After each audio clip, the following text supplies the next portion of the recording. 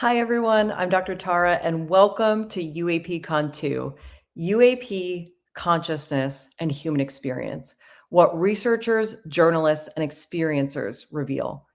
In the first UAPCon, we asked a lot of questions about what comes next.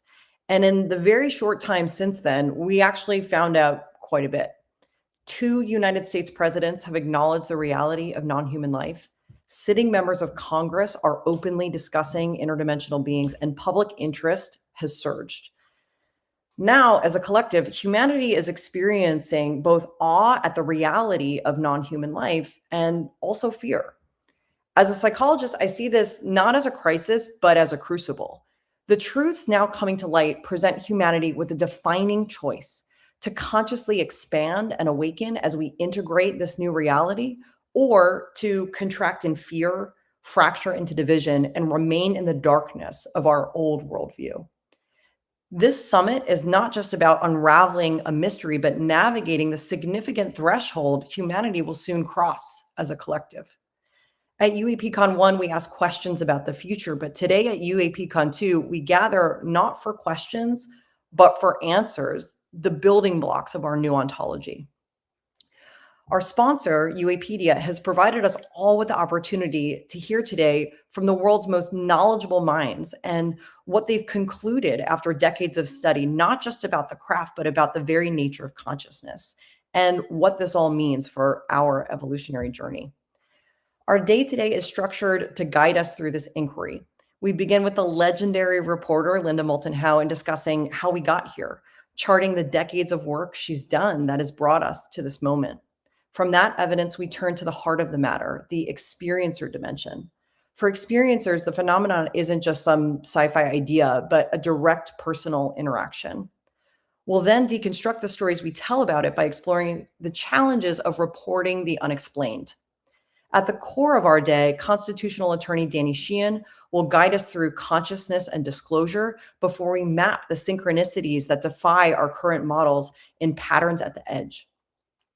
Finally, we'll bring it all together. The architect of political disclosure, Stephen Bassett, will join us to chart what to expect from a post-disclosure world, integrating this new reality into our collective future.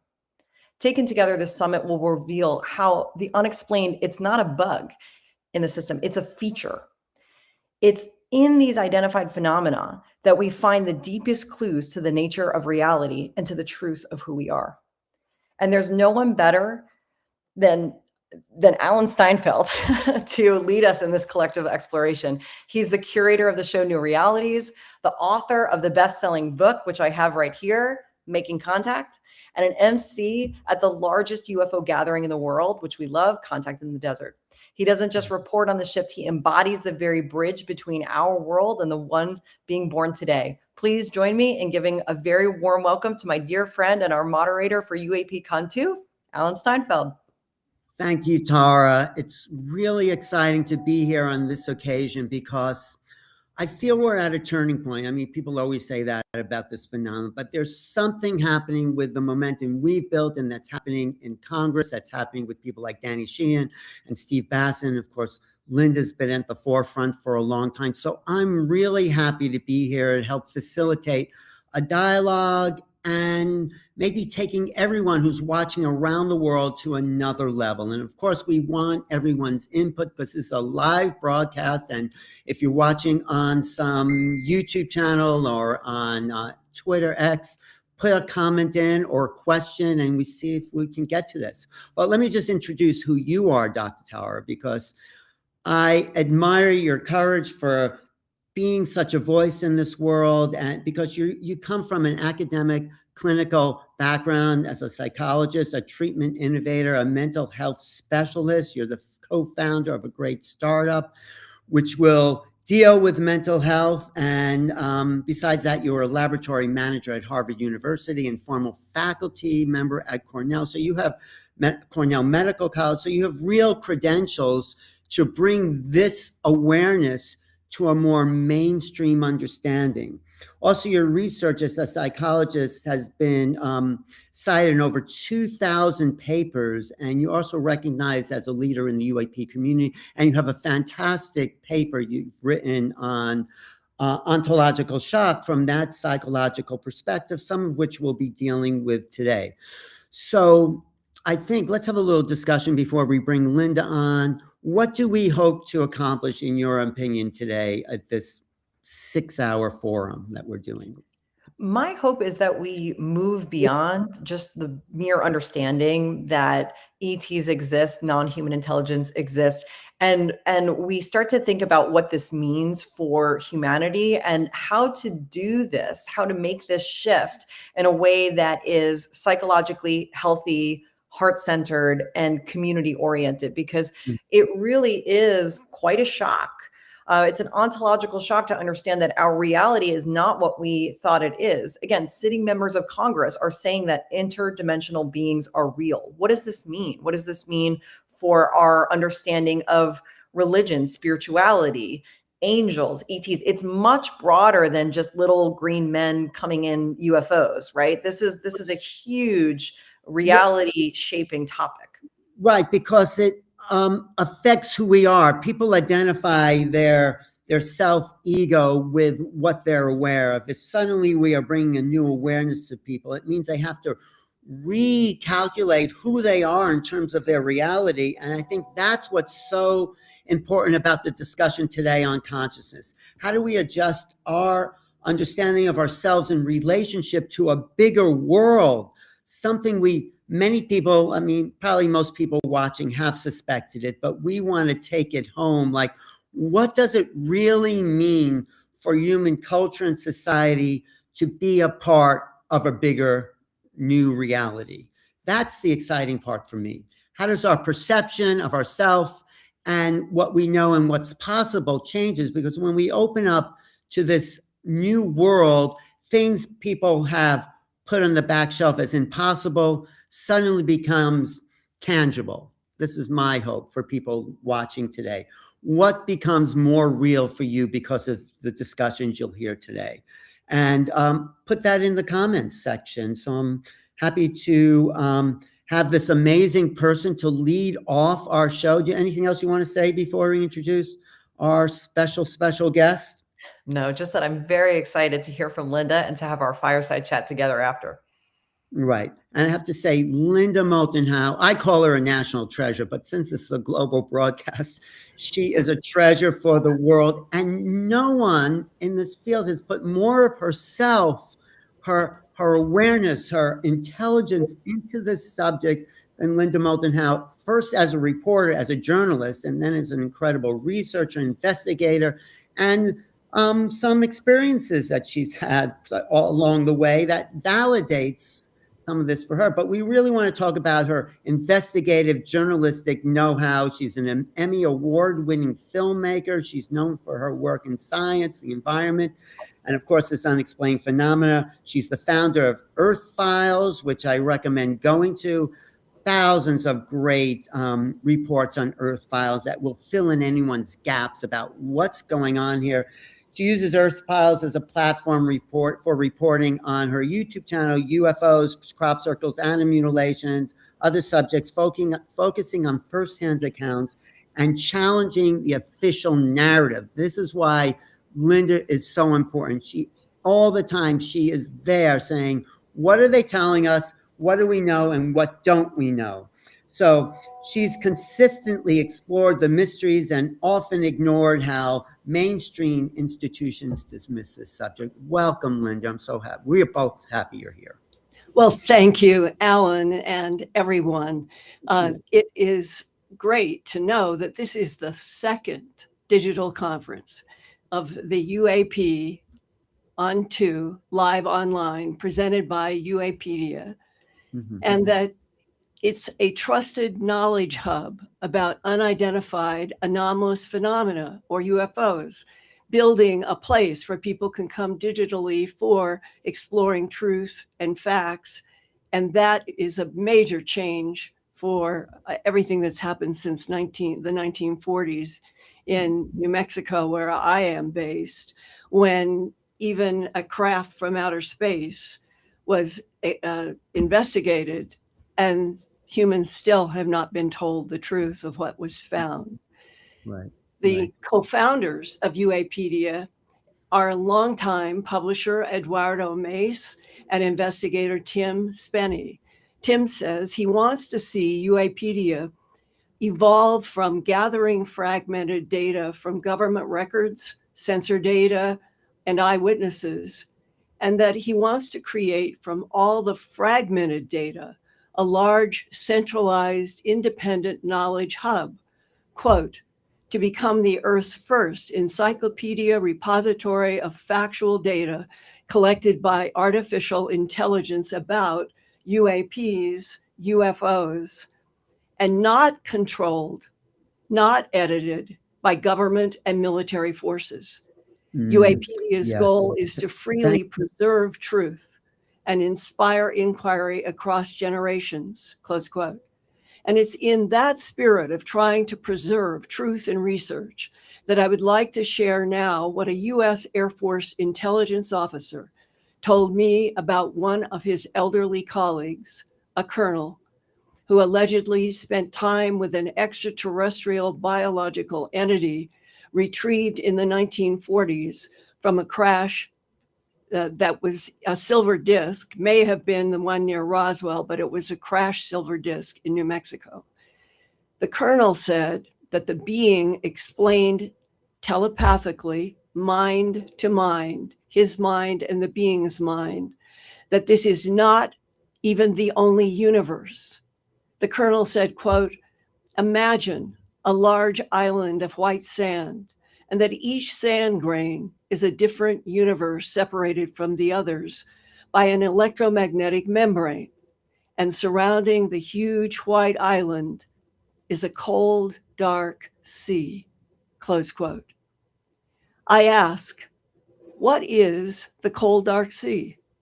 And he answered, quote, you don't want to know. It would change you forever, close quote. And I argued that I wanted to know the truth no matter what it is, but the colonel refused to talk further. His silence, like that of the larger government he worked for, has evolved in a policy of UFO and ET technology secrets hidden by the overriding authority and power of national security. And one of those national security offices was SDI, Strategic Defense Initiative, also known as Star Wars program. It was launched in the early 1980s by President Ronald Reagan's administration. And that colonel told me, quote, Linda, we knew who the real targets of the SDI were. And it was not a bunch of ICBM warheads. It was the UFOs. Alien spacecraft with alien entities asserting how invisible and invulnerable they are, soaring around the edges of our atmosphere, close quote. The colonel said, the UFOs swooped down at will to destroy our communications with electromagnetic pulse bursts. He said the UFOs buzzed our spacecraft, colonized our moon's surface, bloodlessly mutilated cattle and other animals around the world in their biological experiments, and even abducted human beings for alien medical tests and hybridization of a new species. But what was worse, the colonel said that we humans had to let the aliens do their experimentations because we had no weapon to defend ourselves from them, close quote. I asked the colonel if he thought the United States was in a secret war with one extraterrestrial group while allied with another ET group. The colonel said he no longer had insider information, but assumed that not much had changed since his Pentagon days working for General Arthur Trudeau. The general considered that the extraterrestrial biological entities, also known as EBINs, are a potential threat to national and world security. I told the colonel that I thought the whole truth of the situation was so complex that it could not be easily categorized. He responded mysteriously to me, quote, Linda, there is a new world coming if we can take it, close quote. Some people do contend that the big picture involves the manipulation of past and present timelines by other life forms trying to survive a dead-end future. The origins of those other life forms might be from Earth's future timeline, or even from an unimaginable place outside this visible universe. But whatever their origins, one of their goals might be to influence human genetic development and to access information from human genes, minds, and souls, close quote. And I would like to ask Dr. Tara, Alan, and Tim, how do you think that we got here now, wanting to use UApedia to help humans interact in this 21st century on Earth with non-human ETs? Thank you, Linda. I think we're here because of a lot of work you've done for half a century, and a lot of people like you, committed to the truth, committed to who are human beings really? What is the context of our presence within the universe, the galaxy? And also what I think is happening is there's an undercurrent of people coming up through the military and the government that are morally engaged people. Someone like David Grush, who I personally think was a breakthrough in disclosure. So I think we're here now at a turning point in history. What do you think, Tara? I would have to agree. And from the psychologist standpoint, it's for me about how to hold not just new information, but new potentials, because we don't exactly know what is fact and what is not fact. We have reports, we have little bits of information that has been declassified. And so we're left here trying to kind of triangulate the information. And UApedia is doing, as Linda said, a wonderful job in being that trusted knowledge source, but we still don't know for sure what's fact and what's fiction. And so we're tasked with the task of holding all of these various potentials. And it's a lot to cognitively manage. It's a lot to emotionally manage, and to sift through all of it has been a lot. And so Linda, with your reporting on the facts, it just helps us to anchor in what potentials could really be true. I have and one question. of the constant, I think, better understandings is how much the government came down on everything that they knew was happening on that July 8th, 1947 crash site in or near Roswell, New Mexico. And I say that because I have seen some real documents, and I'm holding one in my hand that I have not been given permission to use, but I'm going to share the content anyway. And that the date of this, December 10th, 1948, the Roswell crash, the one that went around the world, the one that anchors this subject in that Roswell field, was July 8th, 1947. So it was a half year later. This is what was already happening in our government. This is from a legitimate government document. Quote, top secret, all caps. Next line, intelligence division study, known as DI USAF, USAF, US Air Force, ONI. It is given a file number and then another title. Analysis of flying object incidents in the United States, dated December 10th, 1948. The world already knew about the July 8th, 1947 actual physical crash that was very quickly covered up. This particular document, which goes all the way back to December 10th, 1948, only less than a half a year after the Roswell crash, says, quote, all extra copies of this document were ordered to be destroyed. By being kept for record purposes only, not to be disseminated without permission.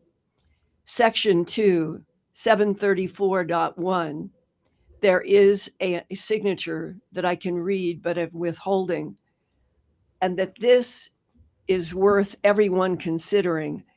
This kind of shut down everything in a half year, not talk with the public at all. How much did our government already know by July 8th of 1947, in a time of the transitions coming in and out of World War II? I'm going to give you one more quote that encapsulates why these pages were created so quickly and what was actually happening in World War II, according to a man who worked with our government, and his name was William Mills Tompkins. And he wrote 2 absolutely vital books about his work in World War II, because he had a talent as a teenager of looking at any machine, any gun, any craft, anything, ocean or air, and he could sketch it down to a 1/4-inch accuracy. And he helped the government. And it was William Mills Tompkins, only a half year before he died at age 94, about 4 years ago. He had done a 5-hour recorded interview with me.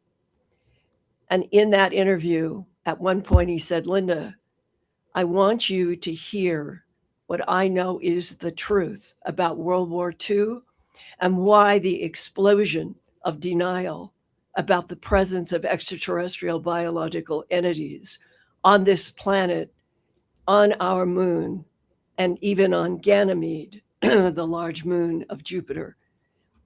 And these are the words that he said.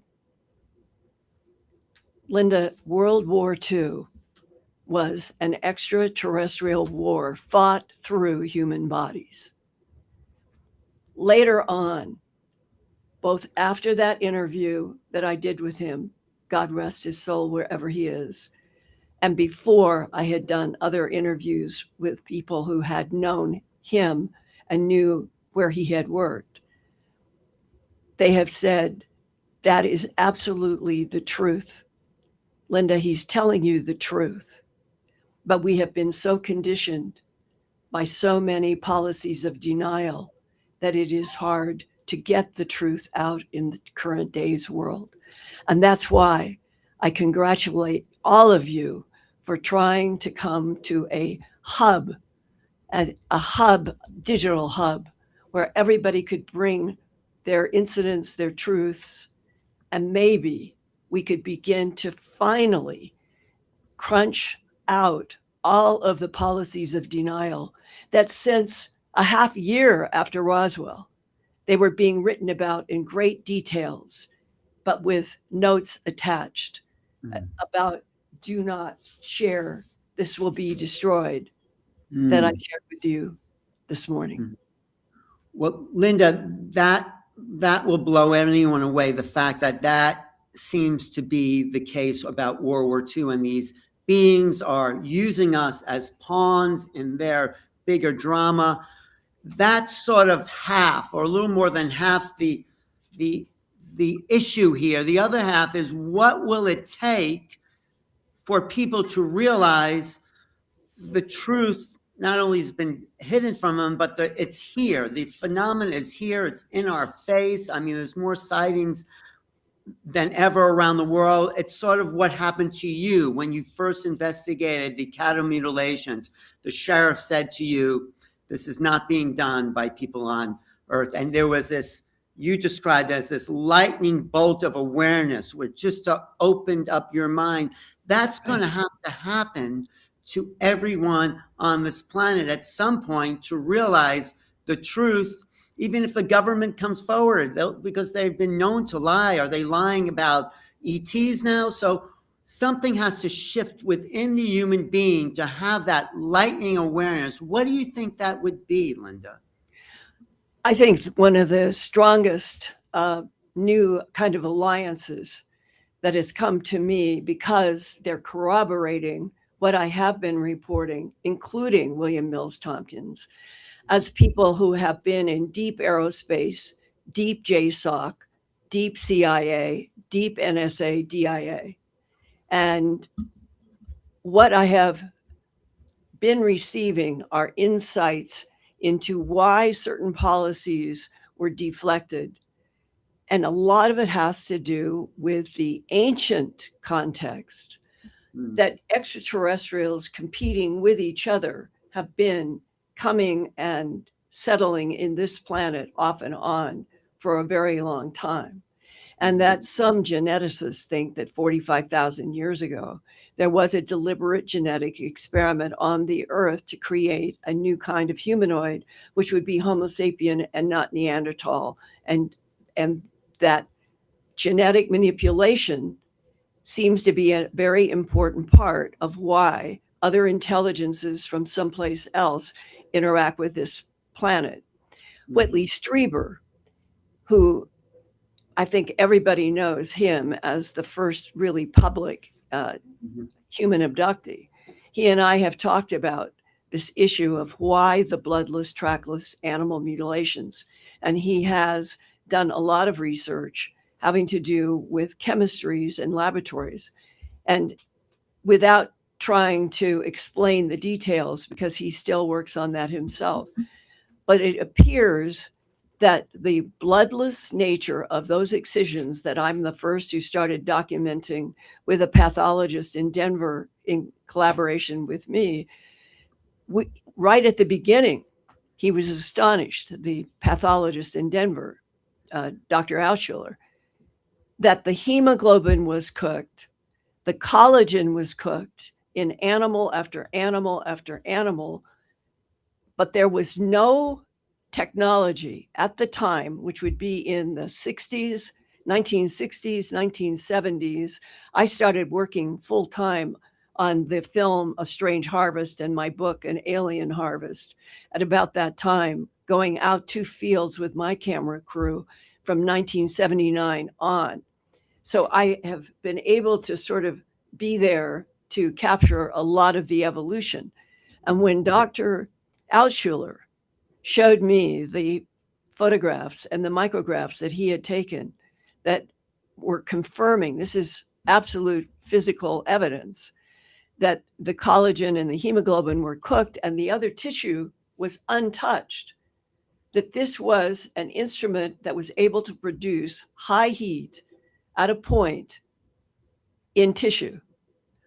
And the most astounding story when I was working with Dr. Altschuler, having to do with all of them, hundreds of cases, was one day I got a call from the sheriff up in northern New Mexico, who had done so much work.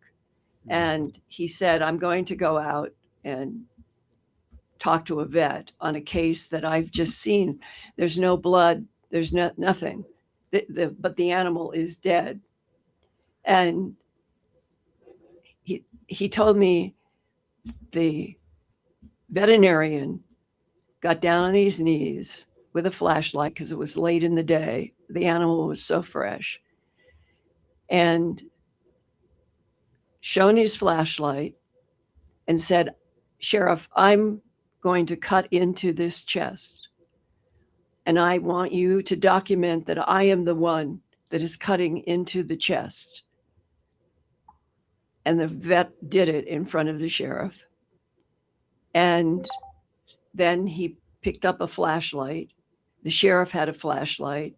It wasn't, the sun was not down, but it was getting twilight. And they shone down where the veterinarian had done the cut. And there was no blood, no fluid at all. It was dry. And the vet pulled open the dry tissues, and there was no heart. And in an animal, it was a 1,500-pound steer, and they're the size of a volleyball, approximately, would have been the size of a normal heart inside of this animal. And the vet looked up at the sheriff and said, you have watched me make this cut. It wasn't here, and the heart is missing. and there's no blood in the aorta or other veins that he investigated. And the sheriff told me of all the cases, that was the one that convinced him that we were dealing with technologies that we humans did not have. And therefore, he was one of the first sheriffs who went out with a photographer. And every night they would get white lights in the sky. Many of those photographs have been in my books and my work. Well, and I'm compressing decades down to why our government knew right from the very beginning that the bloodless, trackless animal mutilations, later on reports of human abductions, were related to the same phenomena that in the 1940s, starting in New Mexico, if there were craft, that we got a lot of technology we didn't understand from crashes in New Mexico and beyond. well, Jump Linda. down to 2026, Mhm. and all of these decades, more than half a century for me, century for some, we still, because of so much denial over decade after decade after decade of the truth, that there could be nothing better than what the UAPedia is going to try to do, which is bring your truth and your data and your experiences to a location that will treat it with respect and will get it to the scientists and the medical people who still need to understand themselves. What is the relationship between other intelligences and our planet? And if you needed any proof that you can do this for a half century, go out into pastures. I've been all over the world, and I'm still here.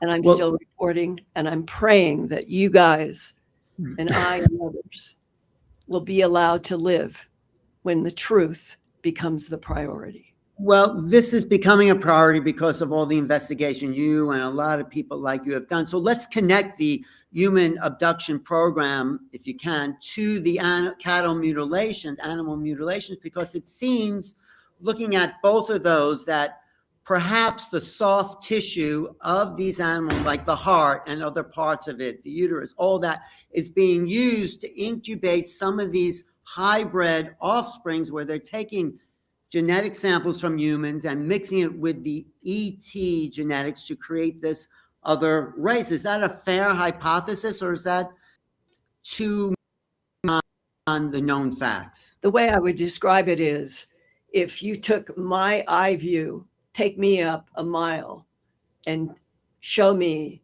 a square mile of all of the places I have been, all of the interviews, all of the medical, that, and Whitley and I have talked about this. Whitley feels that there is some sort of possible medicinal help that the Greys and perhaps another group, that they need something if they are going to have bases on this planet. And they're mostly underground, deep underground.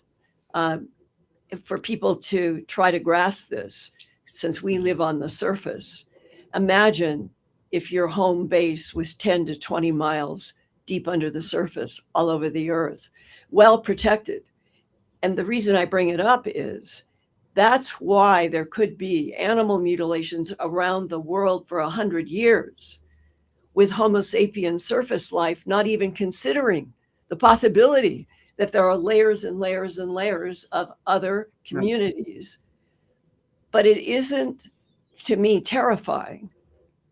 It is part of growing up in one universe of many universes, and we're supposed to have 3 trillion stars in this one universe alone, and that the odds of there not being life and consciousness in this gigantic, vast cosmos becomes absurd when you go into those realities. And the fact that the strongest source that I have had in the last 5 years is someone who worked in aerospace for a very long time and has talked to me about how he knows for a fact that there are other planets in our neighborhood of our particular solar system, and that we have had interchanging discussions, communications with some of them, and that's how we have been developing toward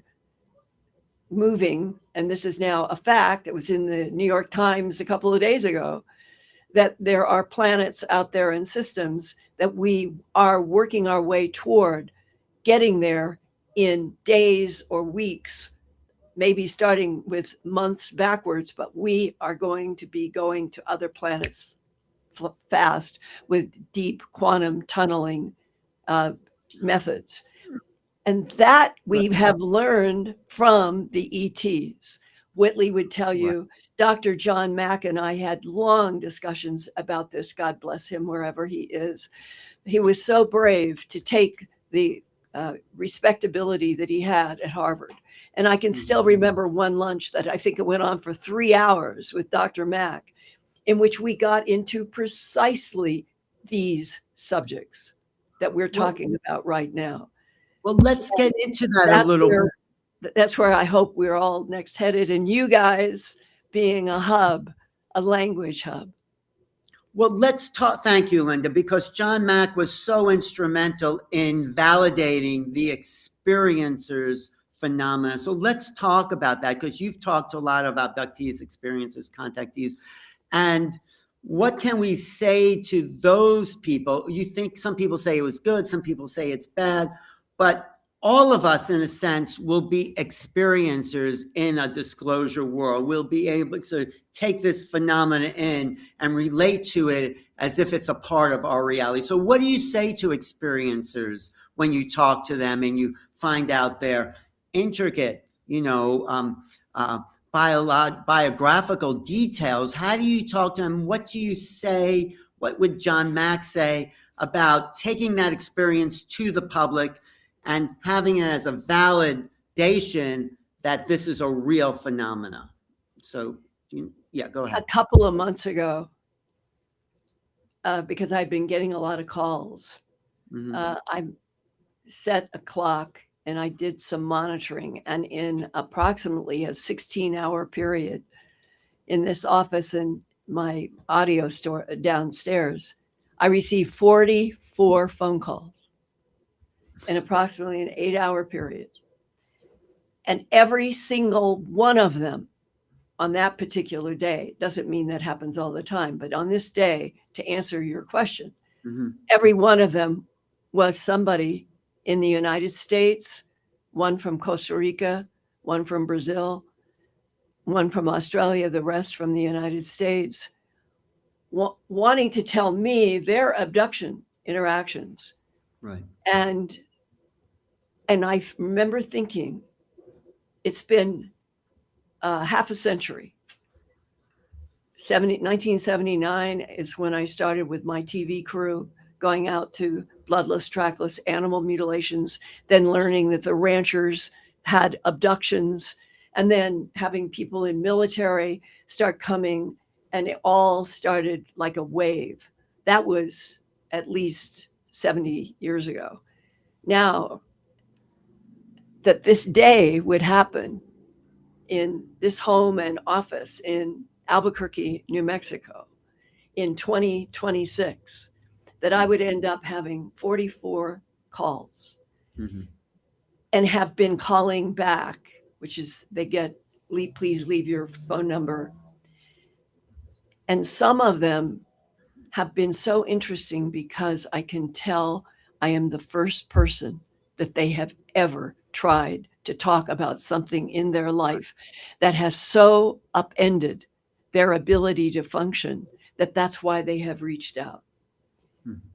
On the other hand, there are more cases of people who get in touch with me and they're describing not necessarily grays like Whitley. It could be a Nordic blonde, white skin, blue-eyed. It could be a tall white, that they really are tall. They really are flower white. They are supposed to be spiritual and want something for us in our evolution, which the government may or may not understand. But a lot of the abductees become confused on that. What do you want from me? And often the non-humans don't answer. But I have done 4 books, 2 of them over 100 pages with illustrations throughout, 4 documentaries just on the whole issue of UFOs, ETs, and abductees. And that some of the most powerful of all of them are interactions with military people on military bases, largely underground. So we're talking about different facets that the non-humans have of relating to humans on this planet. And I think now it's clear at least 2/3 might be deep underground. And it's the deep underground of our planet that answers the question, why doesn't everybody see?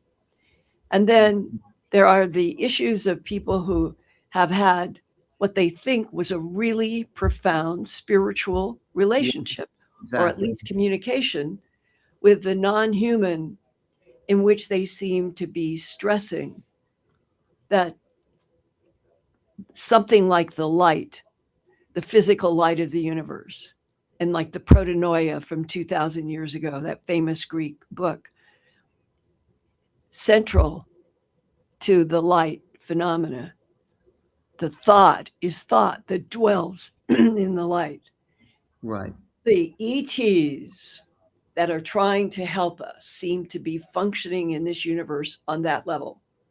Mhm. Others seem to be more biologically focused, and you can equate this that humans would be the same. We would have a whole variety of different tests. Over all of it, I think about, he was a sheriff. He was in south of Denver in another city. And he heard that I was talking with the sheriff up in northern Colorado. And instead of me trying to seek out, he called me. And he said, I understand that you have been talking with the sheriff up north. And everybody likes to keep names off in the world that I work in. We know who we're talking Right. with, but we don't use them on phones. Right. And he said, I would like you to at least know that where I am in pastures about 2 hours south of the other sheriff, he said, we had a lot of reports from ranchers saying that they were seeing pulsing lights down in the field, something different. We didn't know what it was. And he said, I called up our local pilots and airport that we use to fly in the day. And I said, can we organize a flight at night? I would like to go. I want to bring a fellow law enforcement with me. Can we go up after dark so that we're not visible to anybody when we take off? Mhm. And they arranged it. And what he told me that day was, Linda, I was looking out the left rear window. The pilot, the colleague I brought in, and a support person for the pilot here on my right. So there's 4 of us. And it was very dark. And we're flying in the vicinity of where there had been a recent animal mutilation. And he said, I'm looking down because there are lights in the darkness. And all of a sudden, a circle, solid black, begins moving right toward where my window and door is on this Piper Cub sized plane. And it kept coming, and I yelled, and the pilot was also going like this to the man next to him. And he said this huge round craft came right up under, and they would be in the middle, and they could see that they could not see lights through an entire silhouette that were circular underneath their plane. And he said, have you ever had anybody report anything like that? I said, never. I've never heard. And he said, well, I have not been scared very much in my life, and I was scared. But Linda, they didn't do whatever they are. They didn't do anything. The instruments stayed. We kept flying. We were all shocked by what appeared because you could see the silhouette against the background. What did they want? Why were they here? We can't be afraid anymore. We've got to find out what this is. And that case has always been holding in my mind as one of the reasons why all of us on this planet, all of us, every single human, 8 billion, we deserve to be told the whole truth that governments know. And it will include, I'm certain, past, present, and future, long timelines that beings have been coming and going on this planet, basing inside of the moon, basing inside of our planet. Mm-hmm. But for us to not be told the truth as a species that is now 8 billion and growing seems to me to be some sort of an assault on the divine field. Yeah. And that those words, may the light that may the thought that dwells in the light be the interface that we will finally have between the intelligences and Earth. Well, that's the point I think we should get to, or not should, but are getting to, whether they're good or bad, positive and negative. Maybe that's the wrong question. Maybe it's the expansion of human consciousness, which is really what this whole day is about. Yeah. That we have to look at ourselves and meet these beings somehow on an even playing field, knowing they're not greater than us. They may have more technology, more intelligence, but the light that's in us is equal to whatever life force is out there. So, and the universe is built on light and photons, right, in many ways. It is the dark sea, the dark, cold sea that has been mentioned more than once to me by people in intelligence and government. What is it? But it cannot be greater than the light. And it can't be greater than us. When I teach remote viewing, everyone realizes there's an immortal, non-local essence to who they are. That consciousness is beyond the body. And this is something I think my favorite line from John Mack was, and I use this on every show I talk about. He says, UFOs are like an outreach program from the cosmos for the consciously impaired. That's us, the consciously impaired humans that have been dumbed down for whatever reason.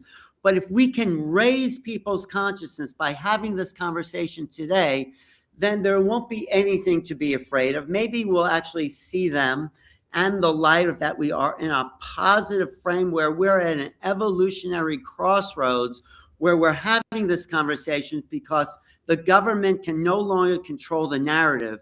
It's up to the experiencers and to everyone present here today to bring the truth out despite what denials governments are holding. But I'd like to contribute here something really important for everybody to think about. When we want everything to be peaceful, we want everything to be evolutionary and supportive of humanity. Mm-hmm. Lou Elizondo and I were talking a few months ago about the fact that in his own house and yard, his wife and daughter, and I think he as well, saw the green orbs that have been reported throughout the UFO history for literally right almost from the beginning, probably going back to Himalayas in South America. There have been the spheres of light throughout human history, and that's probably one and the same. And Lou said that the orbs could come. He knew, because I had been reporting about orbs and colors, and do the color changes mean anything? And he said to me, we think the green are hostile. Well, if you went back 1, 2, 5, 7, 9 years of my discussions with a lot of people in the abduction syndrome who have seen orbs in their house, mm-hmm. you will hear that whatever was going on, they're there, they're alive, but something would happen between them and a green sphere that made them very upset or let's say alarmed by the green. But there were half a dozen other types. These are the kinds of subtleties and details that if your program and other programs, if we could get past not knowing the facts, if we could drown in all of the facts and volumes underneath the Pentagon and all of the places in the East Coast where there's vast volumes, then we might begin to see patterns in which this type seems to be helping. This type has concern. This type seems to be aggressive. I think the pattern we see more is that the phenomenon is reflective of who we are. So if someone is in the military and wishing to defend or shoot down something, that's going to harness a negative response. It's what Ram Dass used to say, when a pickpocket meets a saint, all they see are their pockets. So whatever you're putting out there is coming back to you in the form of these light beings. That's my understanding. So we're all light beings. We're really all orbs of light. And that's what I think these things are showing up. So if you're negative about something, then you might get that reflection. But it shouldn't be false innocence. What does that mean? I know people who have been hurt. Okay. I know medical doctors who have discovered missing fetuses. Yeah. There is a section, a layer in all of this that is quite alarming. It really is, and it doesn't go away. But what I have seen since 1979, and the very first time I went into a field with an animal that was so pristine, you can't even say it's gory because the cuts are precise. There's no blood, no tissue. And what is the next thing that happens in case after case after case with me and others? Why? Who would do this? Why?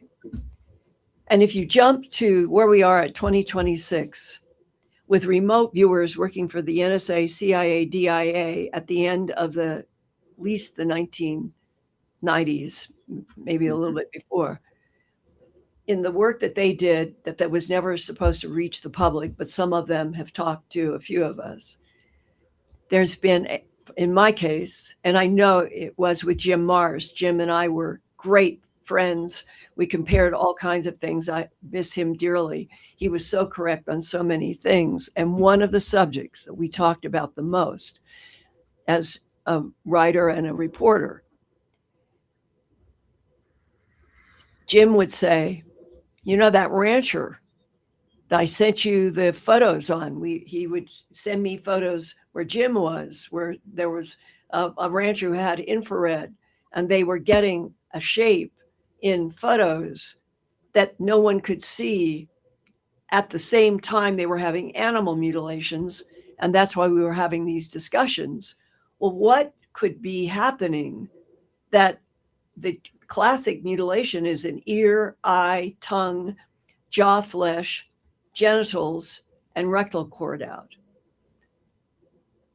Now, jump to Whitley Strieber in his last book. He's done a lot of research, and he's hypothesizing that there is some sort of genetic program, whether it is to repair, add, take away. What is its goal? It might explain the 50 to 70 years of the same kinds of activities not stopping, which might be how the government finally can open this up without people being afraid. Because if we have medical and genetic explanations as a possibility, then the next phase of our relationship with ETs would be learning their technologies, which are advanced beyond ours in physics, while we might be helping them to survive. It may be one of those kinds of stories eventually. Well, I think that is a good way to put out possibilities because, yeah, there's been a lot of negative effects and also some positive, you know that. So I don't know what it is in the person or those beings that decide that. Perhaps the mutilation program is connected to the hybrid creation of these beings. I mean, we don't know at this point, but we can keep making some sense of this somehow, even though all the pieces of the puzzle are not here. So in wrapping up, Linda, what do you want? Truth. We need truth. Truth to bias us, investigators, truth to bias the government, so that we could start moving to be a planet that is telling the whole truth. So all humans learn at the same time. That's my prayer. Okay, but what, yes, and that's what we need is truth. But what, after 47 years of being on the ground, making it your life, what can you leave people with now as a closing remark, that maybe to give them hope, but to give the human species a chance that we can actually enter a bigger field of consciousness? That's my question to you. I said it earlier from the protonoia, because I think they are the truest and most important words that a human mind could keep as almost defense offense. That the thought that dwells in the light protects us forever. Thank you. Thank you, Linda. Thank you so much. Thank you, Alan, and everybody.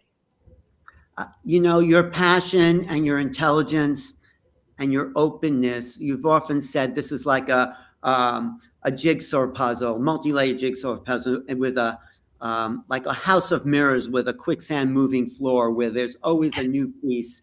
So we're so happy you're still on the job doing this, putting together the pieces, because what you've added to this community with your knowledge and your archives on Earth Files is a resource anyone can start to investigate and learn more about something. Thousands. We have thousands of reports.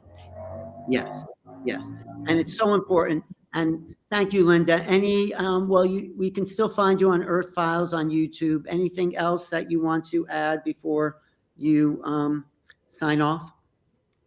I just keep praying that the old enemies of the earth that are underground and have been in friction with surface countries in the Middle East, that it stop, that all of the violence stop.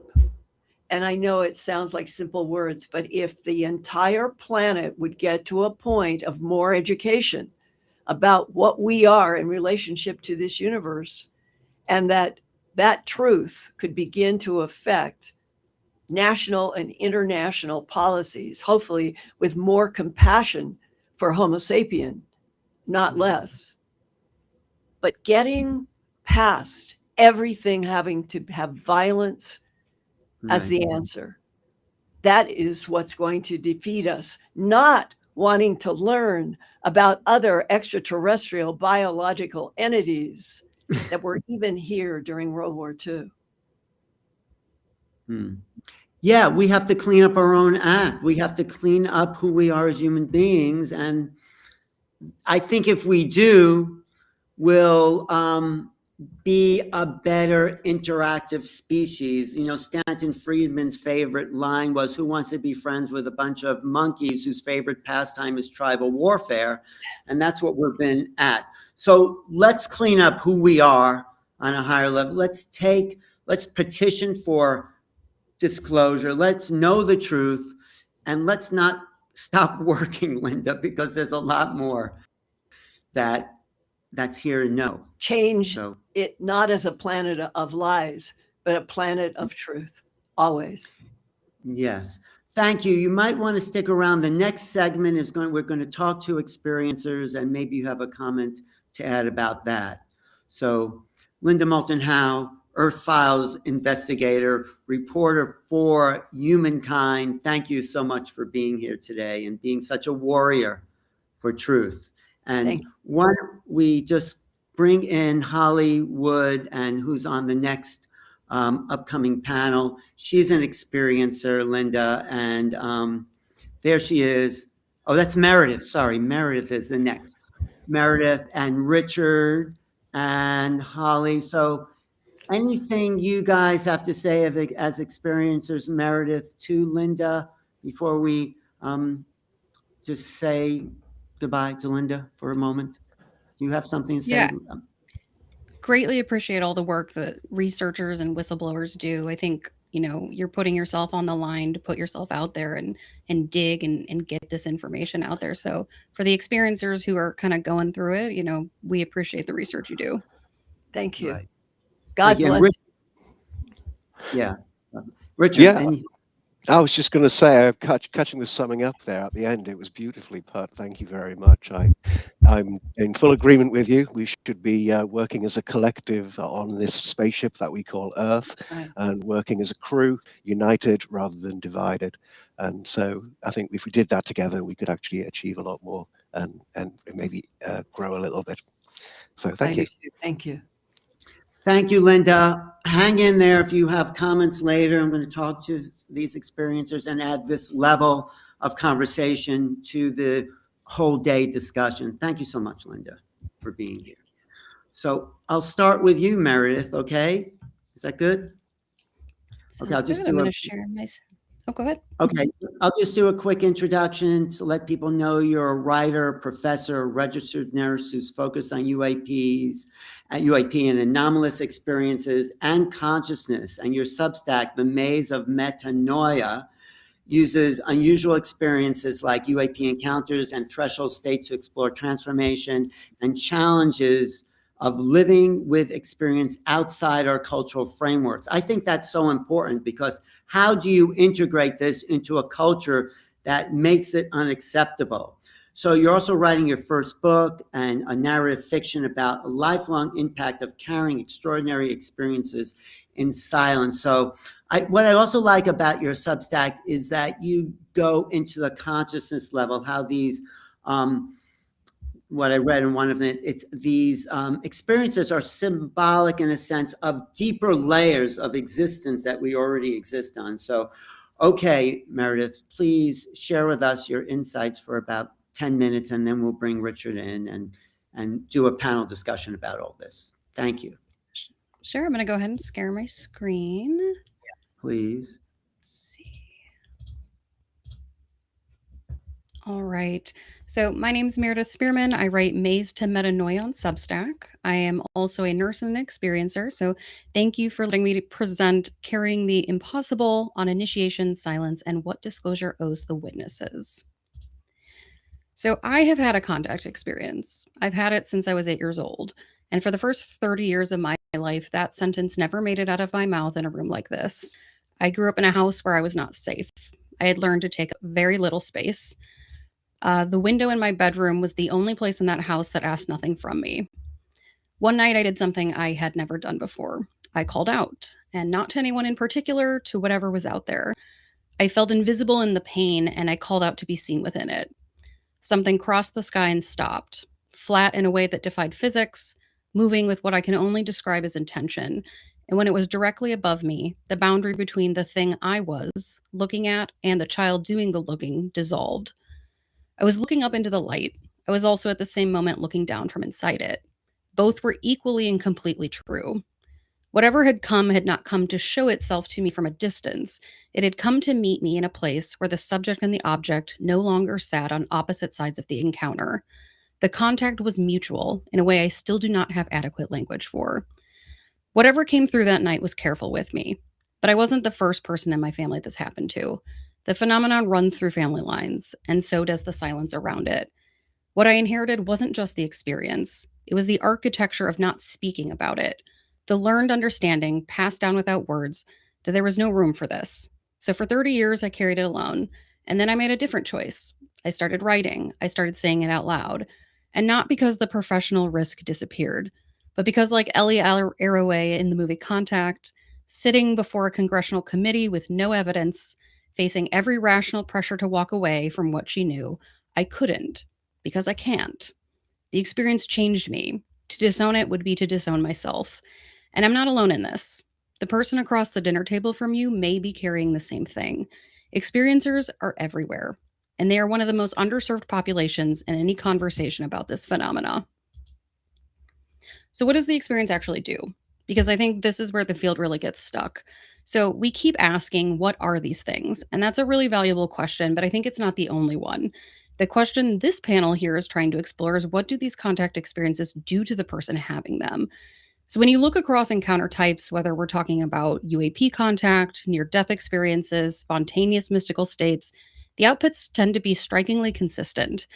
The anthropologist Arnold van Gennep spent his career mapping the structure of threshold crossings across cultures, and what he found was a four-stage pattern that the experiencer literature keeps confirming regardless of encounter type: dissolution of prior self-concept, forced epistemological revision, expanded relational awareness, and permanent ontological shift. This is not the structure of a hallucination, it's the structure of initiation. The Western alchemical tradition, from medieval Europe through the Renaissance and into Carl Jung, had a phrase for what this kind of experience does: solve et coagula, dissolve and coagulate. Break the old form down before the new one can take shape. What looks like disruption is the first stage of transformation, but only if there is a container strong enough to hold the dissolution. So, before we get to what those containers used to look like historically, I want to mention one thing that the literature keeps pointing towards that changes what we mean by container entirely. Kierkegaard wrote that life can only be understood backwards, but it must be lived forwards. That is the most accurate description I have of what the 30 years after my encounter felt like. I was living something I could not yet read. And what I've come to understand, reading other experiencer literature across traditions and across centuries of testimony, is that what I experienced at the window was not the phenomena showing itself to me from a distance. It was reciprocity, not exchange, but a recognition. We send signals into the dark, and the dark sends us back to ourselves. The strangeness of the other is the instrument by which something intimate about you becomes visible. And this is not my interpretation alone. Multiple researchers working independently across different cultures and populations arrived to similar conclusions. The encounters appear calibrated to what the experiencer can hold within consciousness. Jenny Randles, who spent decades in the field, put it this way: the consciousness of the witness is the focal point of the UFO encounter, not the craft, but the receiver. So, what did initiation containers look like? Outside Athens on the coast of the Saronic Gulf, there was a town called Eleusis, and for nearly 2,000 years, it was the site of the most significant initiatory tradition the Western world has ever produced. Plato was initiated here, Cicero, Marcus Aurelius. The initiates descended into the darkness. They took the kykeon, a ritual drink now believed to contain naturally occurring psychedelic compounds. They encountered something that reorganized their relationship to consciousness and to death. And surrounding all of it was preparation, ritual, and the mystigogoi, guides who were not chosen because of their credentials, but because they had also crossed that threshold. The mysteries were designed to show the limits of reason, to take the philosophical mind to the edge of what it could hold and let the encounter do the rest. Cicero wrote that it gave him not only a reason to live with joy, but to die with better hope. We've kept that philosophy, we've discarded the chamber. But Eleusis wasn't an anomaly. It was one instance of a pattern that appears anywhere serious traditions live near those thresholds. The anthropologist Mircea Eliade documented across Siberian, Central Asian, and indigenous American traditions that future shamans rarely choose the path. The path chooses them, often through illness or crisis, or an encounter that arrives without invitation and cannot be unexperienced. What distinguishes the shaman from the person who simply breaks under the same experience is not the experience itself, it's what surrounds them: the community, the elders, the container that allows the crisis to become transformation rather than collapse. Without the container, the same experience produces a broken person, but with it, it produces someone who can walk between worlds on behalf of others. The philosopher Charles Taylor calls the modern Western self buffered, sealed against the encounter. Its inner life, private property. Anything that arrives from the outside is automatically suspect. But the porous self, on the other hand, is open to presences that exceed the individual. It is a precondition for the kind of contact these experiences require. The West didn't lose these encounters, it lost the architecture for receiving them. And I want to use an analogy here because I think it makes the argument more precise than language alone. A cylinder viewed from directly above looks like a circle. From the side, it's a rectangle. Both observers are completely right. Neither is hallucinating, neither is limited by poor perception. They're seeing genuinely different, accurate dimensions of the same object. Now, this might sound a lot like the blind man and the elephant, and it isn't. And I think that distinction matters here because in that story, every groping in the dark, building a false picture from the incomplete contact. The moral is about humility. A lesson, but that's not what I'm arguing here. What I'm arguing is that neither observer is wrong. The problem isn't the quality of the observation. The problem is whether your database only contains circle reports. Because if all you ever have is circles, no matter how many circles you accumulate, no matter how rigorously you study them, you will never reconstruct the cylinder. You cannot add your way to the side view. You have to change the position of the observer. And that is the epistemological problem in the field. The map is incomplete, and not because observers are wrong, but because we've been taking reports from too narrow a range of positions. Who speaks shapes what we can see. But this problem has already been solved in a very different domain. So for most of human history, medicine dismissed pain. There aren't scans for suffering. Women's pain was dismissed at higher rates than men's. An entire century of structural disbelief. I personally have seen these dismissals in medical charts, and I know what that mechanism looks like from the inside. And it's the same mechanism that's operating in the UFO field. The same populations told their testimonies less credible, and the same structural dismissal. But then medicine made a choice. Pain became the fifth vital sign. We trained clinicians to believe their patients, not because we could prove the pain from the outside the body, but because we understood that the prior question, is this person experiencing something real, could be answered without settling the harder question of what was causing it. The silence does not reflect the rarity of these experiences, it reflects the effectiveness of the architecture surrounding them. An analogy asks you to notice a resemblance, but a precedent tells you it's already been done. The pain argument is not an analogy, it is a precedent. So here is what applying that precedent actually looks like. Two questions we routinely collapse into one. The ontological question of what is the status of this experience in external verifiable reality? And the empathy question, did this person experience this? Does it deserve witness regardless of what I can confirm? The second can be answered without settling the first. And here's what we already know about this. Nobody has ever produced proof of love. No instrument can measure it. There's no controlled study. And yet we don't tell somebody who's lost the love of their life that before they are permitted to mourn, they need a corroborating account. The most significant experiences in human life are not provable, and we have never once required that they be until this category of experience. The demand for proof isn't epistemology. It's a loyalty oath to a version of reality that was always incomplete. Failing to answer the empathy question is the violence of demanding that experience justify itself before it receives recognition. And that demand is not neutral. It is a cost the experiencer community pays entirely alone. And I know what that cost pays. So I want to take a minute just to speak directly to the experiencers for a moment, because I know what it's like to start that sentence and stop. I see you guys creating safe spaces. I see the support groups, the Substacks, the late night phone calls. I see you making your art, your paintings. I see you trying to put language around something language wasn't built for. Keep doing it. Keep making the rooms. Keep speaking your truth. But use discernment. Not every voice in this space deserves your trust, but do not let the noise make you small. You are not a data point. You are not a case study. You are not a liability in someone else's credibility calculation. You are the primary witness to one of the most significant phenomena in human history. The field needs your voices at the table.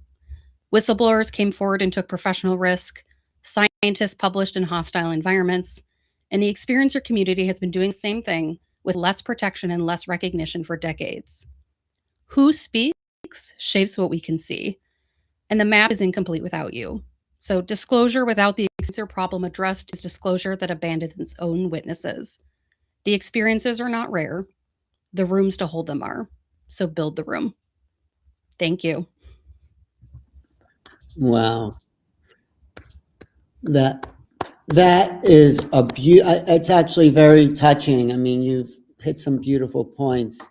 Thank you, Meredith. That was Meredith Spearman. And I think all of it is very important, and we're going to discuss it after everyone does a presentation thank you so much for hitting some key points, Meredith, for this community of people. I appreciate Thank it. you. Yeah. So I'm going to introduce Holly Wood here. Thank you for making it, Holly. I know you had it was a bit much getting on the call, but we're so thankful you're here. You're known as that UAP girl. You're in Britain as a UAP researcher and writer in Northern England, and you create spaces for witnesses, sort of what Meredith was saying, to share their experiences and what it's like to really encounter this phenomenon. You focus on conscious psychology and spirituality, and you're known for working with human-initiated contact events. Maybe you could talk about that. And you encourage audiences to view consciousness as central to understanding UFO phenomena. I think that's why we're all here, but I think we may have lost Hollywood for a moment. She's having difficulty getting on and off the call. So that's her introduction. And there you are, Holly. Are you with us? Okay. Can you speak? But you have to unmute something on your end. No, nothing yet. Why don't you figure, I'm not hearing you over here, but why don't you figure that out? Why don't you work in the green room, and I'll introduce Richard, or do you have it now, Holly? Can you hear me? Oh, there you go. I'll introduce Richard after. Okay. It's all yours, Holly. Go ahead. Wow. What a trip that has been. But hello, thank you so much for having me. I think the phenomenon's been quite at work for the past 15 minutes. I've had every technical challenge you could get, but perseverance, we are here. So yes, my name's Holly, and I'm so grateful to be here for this wonderful event. And I'll dive straight into it, albeit a little frazzled. So what if the phenomenon isn't just something we are observing, but something that really is responding to us? Most conversations about UAP begin from a distance. They ask what we are, where they come from, and we ask whether they're real. But for some of us, it becomes personal. It stops being about observation and becomes about experience. And that really does matter. Because at the centre of all of this is people, and people absolutely matter. Not as an afterthought, not as something that can be explained away, but as a critical part of understanding what is actually going on. But the moment you have a direct experience, the framework shifts. You are no longer looking at something, you are inside it. But for me, this didn't start as an idea, it started as an experience. I was 8 years old, sat in the eye of the ancient white horse, which was carved into the chalk hills of in Wiltshire. And I remember looking up and seeing 3 orange orbs. At that age, though, you don't really have a language for it. You definitely don't have context, but you don't have a need to explain it. You simply just experience it. But what stayed with me wasn't just what I saw, it was how it felt. Now, it didn't feel distant, it didn't feel random, it felt present and it felt aware. This moment didn't stay just in my childhood, it has followed me throughout my life to this day, and I still experience interaction. But it's not an easy path, because being an experiencer isn't just about a moment you can point to, it's something you carry, and it shapes how you move through the world. You notice things differently, you question more deeply, and you start to see how limited some of our current explanations can be. And at times, that can feel very isolating because you're holding on to something that feels completely real to you, but doesn't necessarily fit into the world around. So you learn to filter what you say, and you learn who you can speak to and who you can't. But sometimes you just don't speak at all. But alongside that, there's also expansion and a sense that reality might be bigger than we've been actually taught, that consciousness might not be confined in the way we assume, but that well, for me, can be both unsettling but deeply meaningful. And this is where the experiencer dimension really matters, because experiencers, we're not looking for attention, we're looking for understanding, trying to make sense of something that doesn't yet perhaps have a clear framework. So when we talk about meaning and conclusions in the experiencer dimension, this is what I've come to understand. First, these experiences are real in their impact. Regardless of explanation, they affect people psychologically, emotionally, and sometimes very spiritually in really lasting ways. Psychologically, they challenge perception, identity, and how we define reality. Emotionally, it can bring awe and curiosity, but also confusion and, certainly in my case, isolation. And spiritually, it raises questions about meaning and connection and whether there is something more to our existence. And at the centre of all of this is consciousness, because I don't think consciousness is just something we have. I think it is something that we are part of. Now, like I have many times, if you look across experiencer accounts, you do see something consistent. It involves perception, it involves awareness, because encounters are not always purely physical. Sometimes they involve a sense of communication that also doesn't follow normal language. So we have to ask, are we observing something external, or are we interacting with something itself through consciousness itself? Now, I certainly don't sit here with all my technical problems today having the answers, but I do think we have to take that question very seriously. Because if consciousness is involved, as I very much suspect it is, then this is not just a technological mystery, it's a relational one. It suggests that the experiencer is not just a witness, but part of the event. And this is where, for me, the gap becomes very clear. Because right now, I feel there is very little support for people going through this. People are left to process these experiences with the phenomena often on their own, caught between curiosity and the fear of being dismissed, the stigma, no clear frameworks, very inconsistent language, and very little safe spaces. Experiences do deserve safe spaces because no one should really have to process something this profound alone. But this isn't just anecdotal.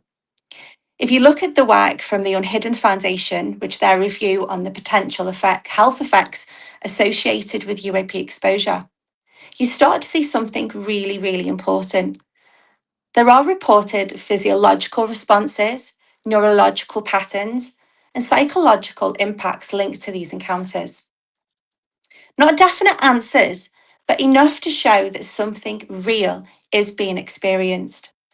And what stands out the most is there is still no clear system for how people, like myself, many experiencers, are supported.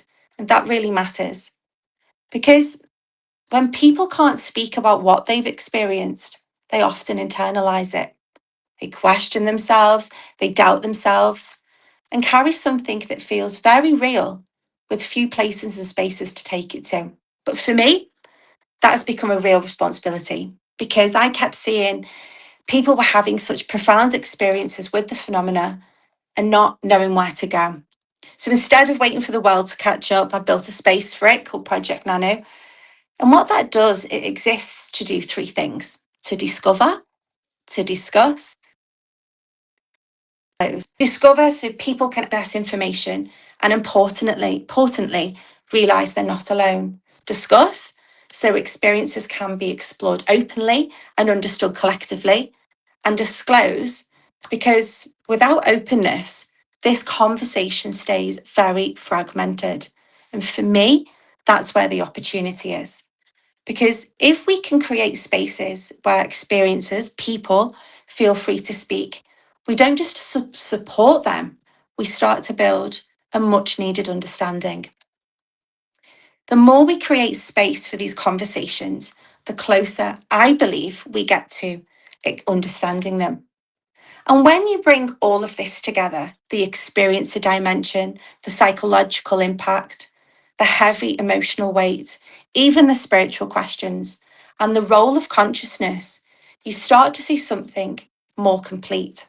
And as the great and wonderful Jacques Vallée has said, the UFO phenomenon cannot be compartmentalized. It touches every part of human knowledge, and that includes us. Because it's absolutely not just a scientific question, it's a human one. So we can't keep just looking up at the sky. We really have to be willing to look at ourselves. Thank you.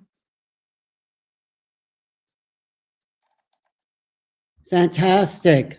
That is another amazing, amazing analysis. I'm really excited about the upcoming discussion that we're going to have when Richard finishes his presentation. But I think you hit a lot of key points within the experiencer community, and it's valuable what you've said. So I'm just going to introduce Richard Monk. Thanks for being here. Richard actually is part of the UAPedia staff. And Richard, that was pretty impressive so far, wasn't it? It was indeed, and I'm intrigued. I was deliberately holding off listening to both of your experience stories until I got together with you today. So yeah, would you like me to? I'll introduce you. You can talk about your experiences, and then we will have a discussion among all of us to see what direction forward we can go in. So Richard Monk from the UK is a writer, researcher, and focuses on UAP and high strangeness for UApedia.ai. You're a director of photography at Dartmoor episodes of Legendary Seekers and conduct field experiments with the Center of Fortean, as in Charles Fort, zoology. And your memoir, The Cartography of High Strangeness, I didn't know about that, explores a lifelong anomalous experiences and considers the phenomena as an ongoing curriculum, drawing insights from Harper, Keel, Vallée, Wago, and Kripal. Those are some of my favorites too. So Richard, share with us your experiences and fill in the conversation, then we'll all talk about it. So thank you. Certainly, yeah. Thanks very much for having me on. I'm not usually used to speaking to an audience like this, so it's a great opportunity. I used to think some of the stranger elements of my life were just strange, but never really seemingly interlinked. And then I read a fantastic book called Fourth Wall Phantoms by Joshua Cutchin. And as I'm reading through this book, I was presented with not one, but three different explanations for some of the weird things that have happened in my life. The first I was presented with whilst reading this book was an account about Terence McKenna seeing a UFO in the Amazon basin. What he saw was an interesting UFO, but it seemed like a relic from the 1950s. I'm sitting in bed reading this book and my jaw dropped. Terence McKenna, UFO, looks like a saucer from the 1950s. As I say, my mouth dropped and it took me back to my childhood. I'll be honest, I've thought about this many times before, but actually being presented with a piece of work by Terence McKenna, having a similar experience to what I had, was enough to get pique my interest, shall we say. Terence McKenna's encounter occurred on the Amazon basin. Mine was not on the Amazon basin. It was as far from the Amazon basin as you can probably get. 1980, I was nine and a half years old. I lived in the northeast of England. I lived in a town called Washington, and I went to a school. It was a Victorian school called Fatfield. And it was just a regular spring morning, early spring in 1980. I'm out in the playground playing around. And for some reason, I look up into the sky. And as I'm looking into the sky, it's a nice blue sky, clouds, and I'm looking at this cloud. And beneath this cloud, so if you can imagine looking up, seeing a cloud, looking at the bottom of it and moving to the left-hand side of the cloud effectively. And there behind this cloud, slightly obscured because the cloud was in the way, was a flying saucer. I can't call it a UFO. I've never been able to kind of identify it as a UFO, only because I could see exactly what it was. And that's what really confused me. This is 1980. If you ask me what my favorite movie was in 1980, it was bound to be Star Wars. Maybe I would have thrown in some Star Trek, Battlestar Galactica, or Buck Rogers. I wasn't really one for watching 1950s sci-fi movies, but what I was presented with in full glorious battleship grey was a flying saucer. It looked, as I discovered much later on in life, rather like a Damsky's flying saucer. It was bell-shaped. It had a dome on the top. It had portholes, looked like portholes. It was slightly tilted back from me, so I couldn't quite see the full effect of the bottom, but I could make out there was 3 classic domes. Look at any sci-fi movie from the 50s, that's what you're going to see. And that's what confused me. I wasn't expecting to see that. I certainly wasn't expecting to see a relic from the 1950s, not on a school day looking into the sky. There was a girl standing close next to me. I turned round to her, stopped looking at the sky. I don't know how long I was looking at it for, but it was there and I'm watching it. But then I slowly turned away from it to this girl right next to me and said, "I've just seen a flying saucer." Her words back to me verbatim were, "No, you haven't." I looked back up to where I expected it to be, and it was gone. The cloud was still there, but the flying saucer wasn't. Now that confused me. It being 1980, you don't go running to school teachers and say, "Look, I've just seen a flying saucer." To the best of my knowledge, nobody else saw it, especially that girl standing next to me. What do you do with that information when you're a child? I sat on that for a very, very long time until one day I read Passport to Magonia by Jack Valet. And there's an account in there. There's actually more than one account, actually. But there's an account in there where there's somebody seeing a flying saucer or some craft, and the person next to them doesn't. So that was kind of helpful to a certain extent, but also being aware of this through reading this book, Fourth Wall Phantoms by Joshua Cutchin, kind of really rammed it home to me. I never thought at any moment what I saw was unique, because obviously other people are seeing flying saucers. I just never got my head round it as to why it was there. And quite honestly, I have always wondered, did I imagine it, or was it really there? And then later on in life, having read numerous books on this subject, mostly the nuts and bolts aspect of things, but again, being introduced to stuff like Passport to Begonia by Jacques Vallée or Operation Trojan Horse by John Keel, you're presented with this notion that it could actually be both. What I'm seeing is something I could be potentially manifesting. I wouldn't have understood that at the age of 9.5, but I'm slowly starting to understand it now. Don't ask me for the answers, but I'm truly understanding that there is a lot more to understand about this. And that was it. That was my UFO encounter.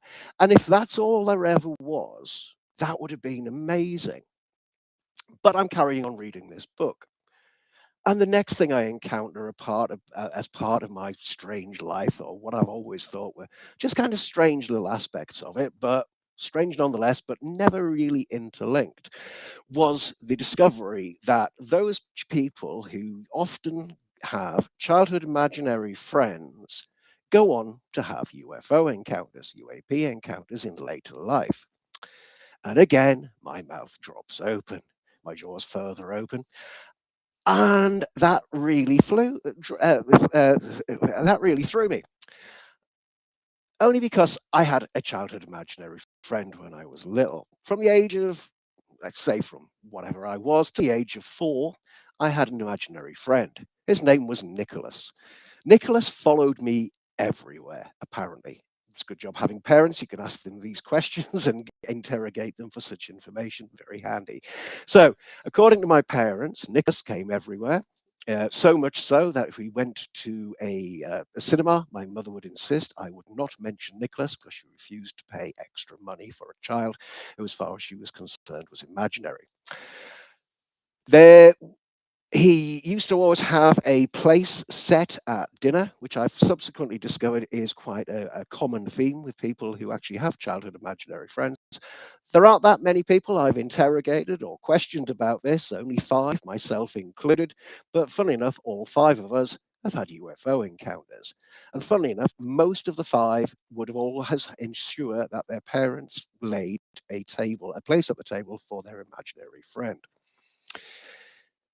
One of the most amusing aspects of this this childhood imaginary friend, Nicholas, and it was a tale often told to me by my parents as I was growing up, however, comes in handy at this point in my life, is the fact that Nicholas was sitting with me on a bus one day when I was about 3. It was a long seat at the front of the bus. Nicholas is sitting next to me, obviously unbeknownst to anybody else. A lady comes on the bus and sits down next to me. That poor lady, I really do feel sorry for her. Sorry if I could tell you that now. I bawled that bus down. I cried, I screamed, I was doing all sorts, the way a 4-year-old or 3-year-old could only do. That poor woman apparently jumped up off her seat and ran to the back of the bus, thinking she'd sat on me. Turns out I was crying because she'd sat on Nicholas. So, albeit that Nicholas is an imaginary friend, he took up a real space in my life, and he was there. And what does that have to do with the phenomenon? What does that actually have to do with anything, really? And I'm still trying to work this out. But I'm on a path of investigation. There are those that believe childhood imaginary friends are a daimon. They're the higher soul, the one that guides us. The science behind that could say it's the non-dominant brain, the side of the brain, which deals in symbols, interacting with the verbal side of the brain. It takes the romance out of it slightly, but mystics and scientists have been coming at this from different points of view. And looking at the same answer. So whether you've got a lab coat or a gown, they are looking at this phenomenon in its own particular way, and they're looking for the same answers. So who knows what this is and how it may link in. But the interesting part for me was always that those people who had these imaginary friends do have a UFO encounters in further life. Not everybody apparently who has a UFO encounter has an imaginary friend, but it's something worth bearing in mind. So if any of you did have a childhood imaginary friend at an early age, have you had a UFO encounter? Let me know. So that was an interesting aside, and I'm currently looking into the aspects of the diamond and seeing where that sort of fits in with the higher elements of the phenomenon. But the third bit, and the most interesting bit, apart from these two really interesting, fascinating bits, was the next bit in Joshua Cutchin's book about near-death experiences, NDEs. And again, my mouth is further open. It's so wide open at this point, I could not believe it. Near-death experiences. I've never really studied them, even though I had one of my own. And I'll come on to that in a moment. It's not something I've really explored because my own experience, I came away from it at the time with a certain amount of, should we say, disappointment or embarrassment behind it. I'll explain why. It was many years ago. How do I put this in case my mother's watching? I was voyaging where Timothy Leary liked to voyage, and it would be what we call a heroic event. I was with some friends. We were all fairly well-seasoned psychonauts, and this occasion happened. I'll spare you the details, but hours passed, and then some more hours passed, probably some more hours passed. And then before bed kicks in and before you could finally get to sleep in those states, it's always nice to put on a movie, chill out, try and get yourself back into some sort of semblance of reality before trying to trying to get to sleep. Often my favorite movie of choice would be Woodstock. I've traveled there so many times into those various states. But on this particular occasion, I chose to watch Gentlemen Broncos. It's a slightly obscure film. It's definitely worth watching if you've never seen it. It's directed by Jared Hess, and it's the second movie he made after Napoleon Dynamite. That aside, very funny movie. I'm settling down to watch this, curled up on the couch with a blanket, cup of coffee in front of me, and a Jaffa cake. Now, Jaffa cakes, for those of you who don't live in the UK, are essentially, there's an argument, are they a cake or are they a biscuit or cookie? Essentially, they're a sponge with some jam in the middle and there's chocolate on the top. That's effectively what they are. Britain's most best-selling biscuit, effectively. And they're not normally known for their spiritual powers. However, on this particular occasion, I think maybe the combination of all three may have had something to do with it. I'm sitting there watching this amusing film. It is very funny. I cannot overemphasize how funny it was. So funny, in fact, I'm laughing, and I went quiet. Next thing I know, one of my friends is sitting on top of my back. My back hurts like heck. It really does. My cup of coffee is strewn across the room. I don't know what even happened to the Jaffa cake. What has happened? I said, looking around on my friend who's on my back. Why does this hurt so much? You went blue. You were quiet. We looked over. You had literally turned blue. Oh, I said. Disappointing. What had happened? Now, in the time that I'd stopped laughing and turned blue and then came back again, something else had happened. Now, when you know, and if you don't know, you don't know. And I think that's generally a good rule in life. And at the time, I didn't know. But what I do now know is somewhat different. What I experienced, and when I say I, there wasn't an I, there wasn't Richard Monk, I didn't exist. But what was left was this sensation of nothingness, just pure nothingness. But when I say nothing, it didn't feel like a void. All it was a comforting, loving embrace. It was so beautiful, yet so nothing. It didn't really make sense at the time.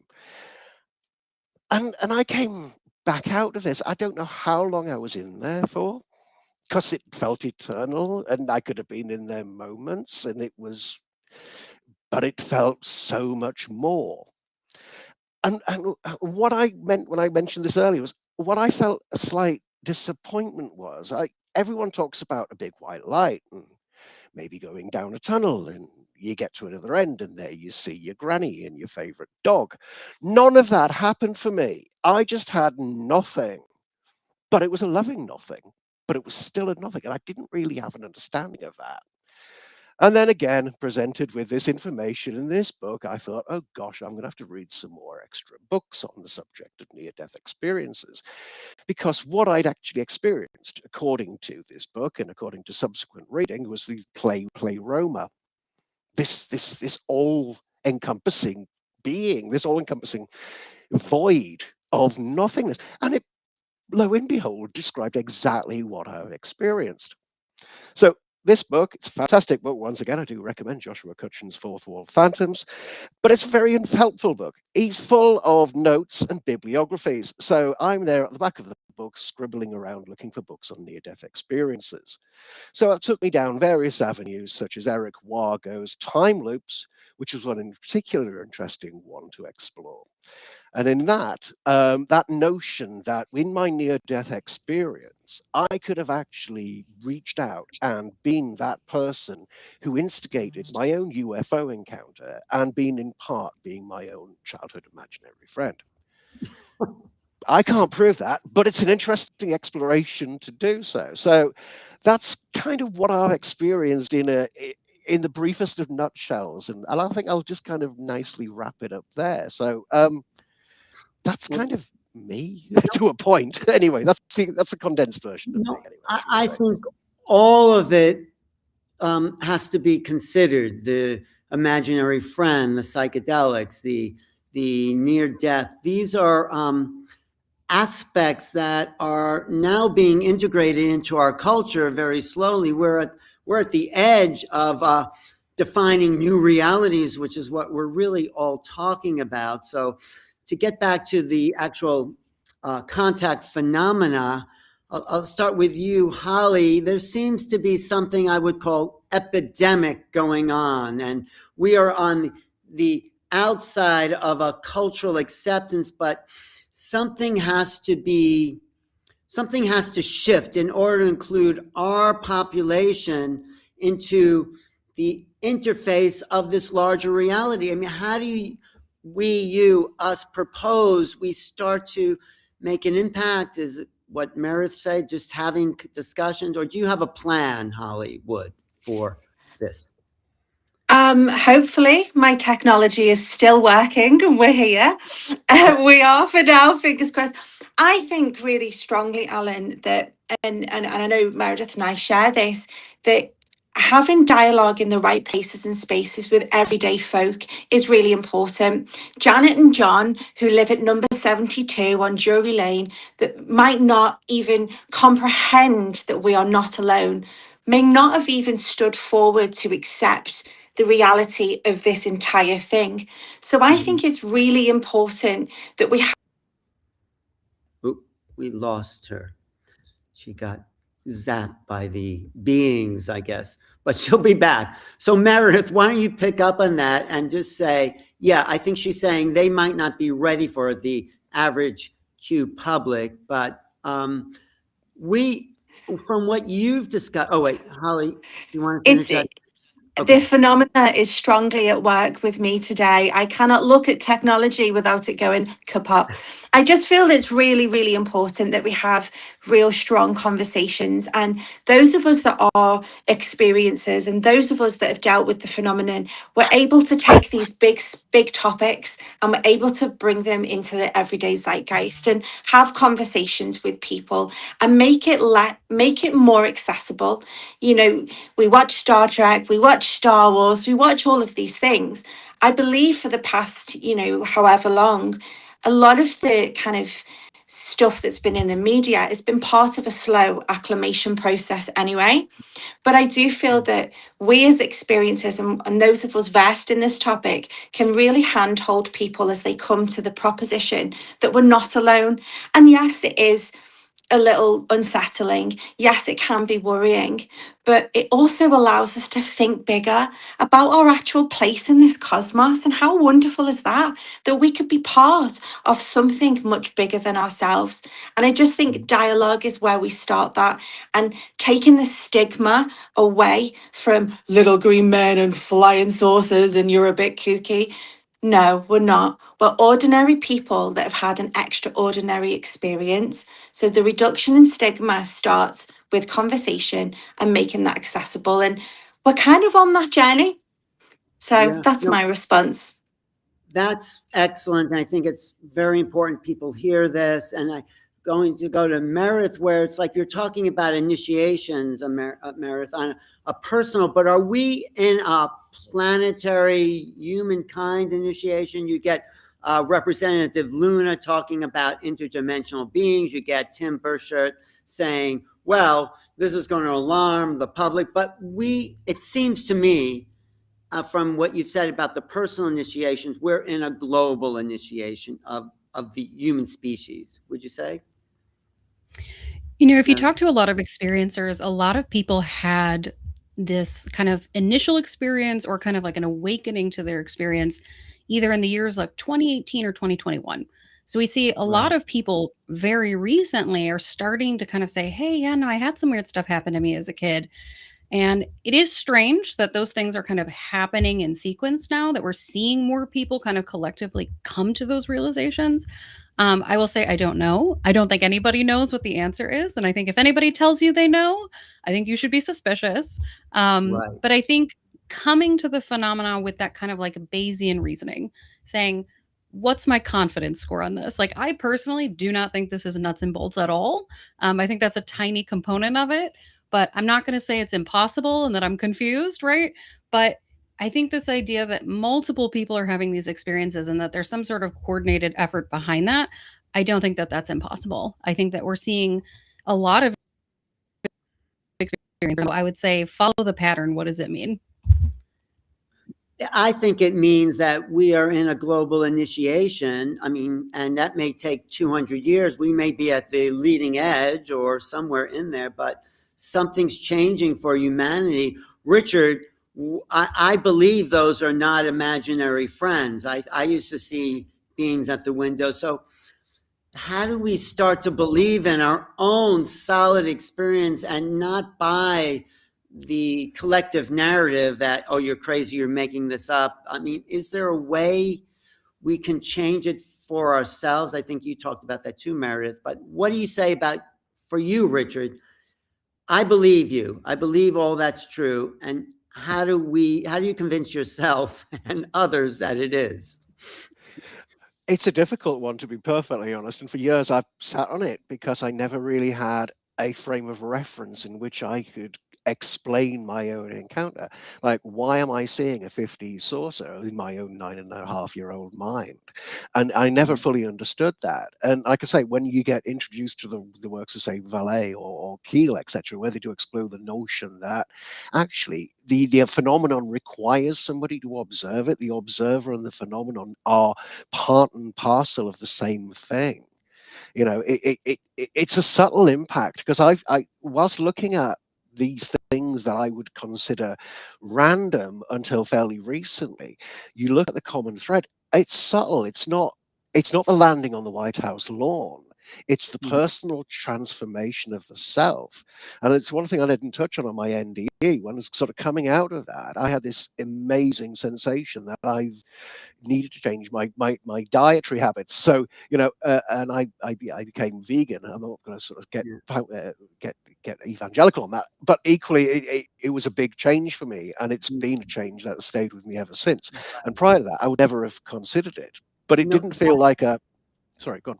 No, go ahead. It didn't feel like what? Sorry. It didn't feel like that when you say read the Flip by Jeffrey Kripal. You know, some people have these massive changes, and I felt what I've experienced has always been that little bit more subtle. It's been guiding. If it's going to guide me, it's been letting me make my own choices, or at least steering me slowly in directions I should be going into to explore. Well, that's the comment I was going to make. It seems like there is an upgrade. I mean, Linda talked about some, unfortunate experiences, but I do think in general, this is an upgrade of the individual and the collective. Do you think so, Meredith, from your perspective? Yeah, I mean, if you look at the actual data, people who've had these experiences vastly say that it was positive, that they've gone through transformation and growth. Even people who had these completely uninvited experiences, or they were scary at first, they'll still in mass report that it was positive in the end, that they had some sort of growth through it. And so when you look at those patterns, it does look like an initiatory process, that you're kind of going into the darkness, you're going into something new, but you're coming out with a new knowledge or a new understanding of your reality. So I would definitely say I do think that there is something positive here.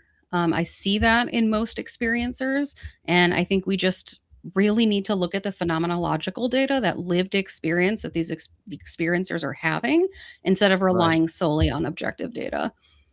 Well, there's a comment in the chat by, I think, Marika, who say, we, the people, are initiating disclosure in the sense that we can't wait for the government to say, guess what, we have company. It's coming forward, not being ashamed of, I'm an experiencer, and I wouldn't talk about it for a while, even though I was into Star Trek and wanted to be an astronaut and everything like that. But now, with enough discussion, I think you said, with enough, it's okay to talk about it, to share it. More people are having these experiences with.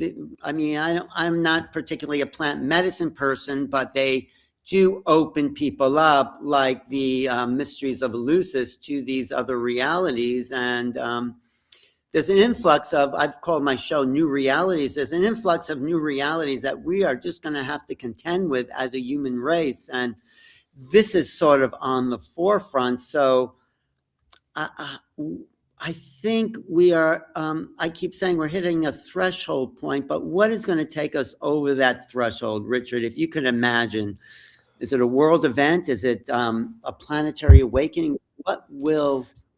A world event, would people actually fully believe it? This is the problem in this day and age.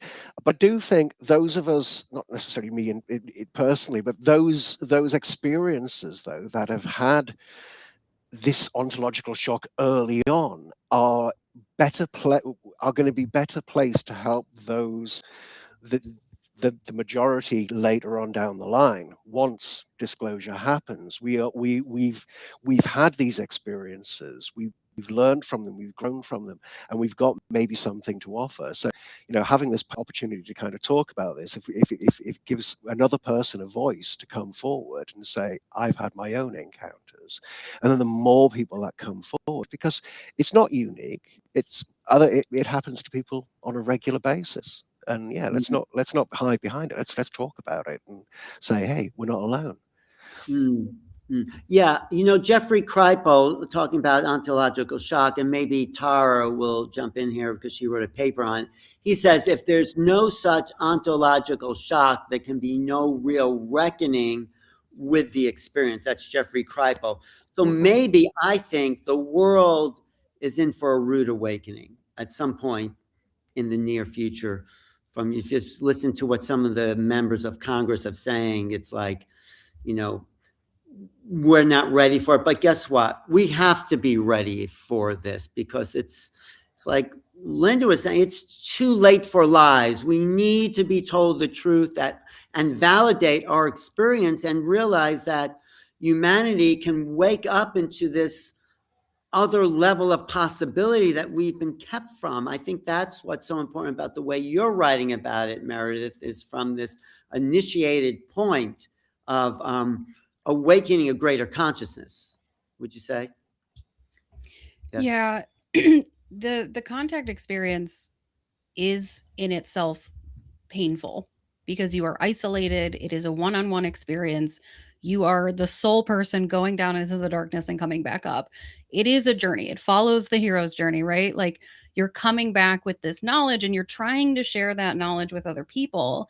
And it mirrors kind of like Plato's allegory of the cave, right? You go out, you see the sun, and you're trying to come back in and you're trying to tell people, hey, there's more to this than we think. And more often than not, people have a lot of backlash to that. But I do think that, experiencers will be at the forefront of this when it does come to be a very public issue. Right. I mean, Edgar Mitchell said it's the experiencer, the contact experience, that's going to help us understand what consciousness really is. So we keep talking about this thing called consciousness, Richard, but how do we define it? How do we define the consciousness of the normal human and the abnormal or the ultra normal or the ultra supernatural experience? I mean, how would you go about doing that, Richard? Nice, easy question there. Thank you, Alan. It's one philosophers have been trying to answer for a very long time, and I'm certainly desperately trying to figure that one out myself. What is consciousness? I think the universe is a conscious entity, and I think we've lost that. Mystics have been talking about this for thousands of years. One of the things I discovered when I started exploring the idea of consciousness and the UFO phenomenon was how much of it mirrors sort of magical and mystical practices which have gone on thousands of years before. And I sincerely do think we've lost something along the way. We've lost our ability. I think we all have a natural ability where we can kind of tap into sort of psi powers or whatever they may well be, but we just don't give it the time or the dedication because we find ourselves inhabiting a planet where most of us have to go to work on a daily basis, and we don't get the time to necessarily work on the internal self. And that internal self allows us to connect to that higher consciousness.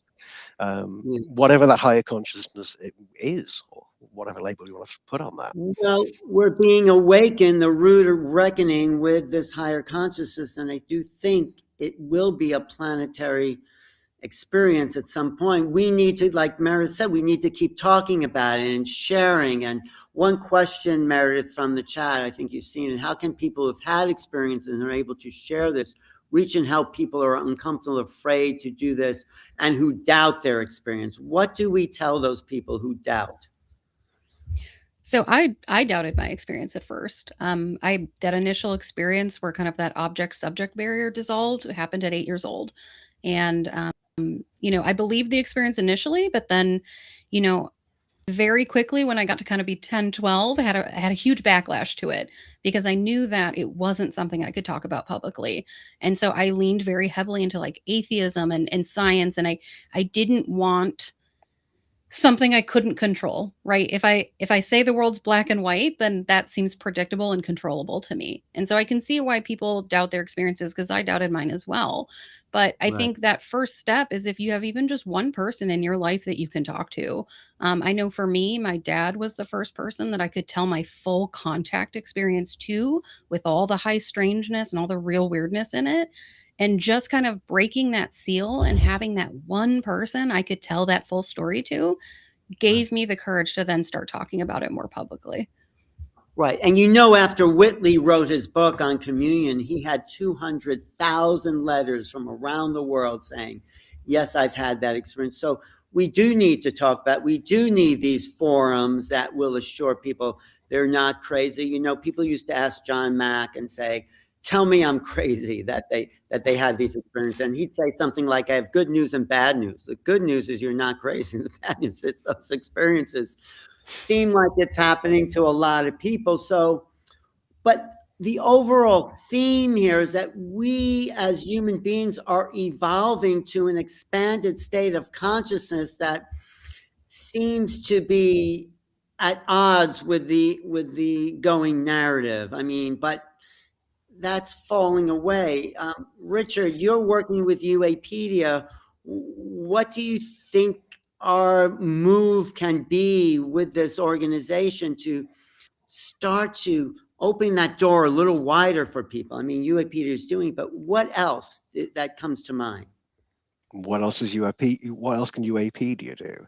What else can all of us do? Yeah, and Well, yeah. all of us collectively. I think we like keep pushing these things out. Meredith, you've got a great platform that you've got a place where people can come and explain their own experiences.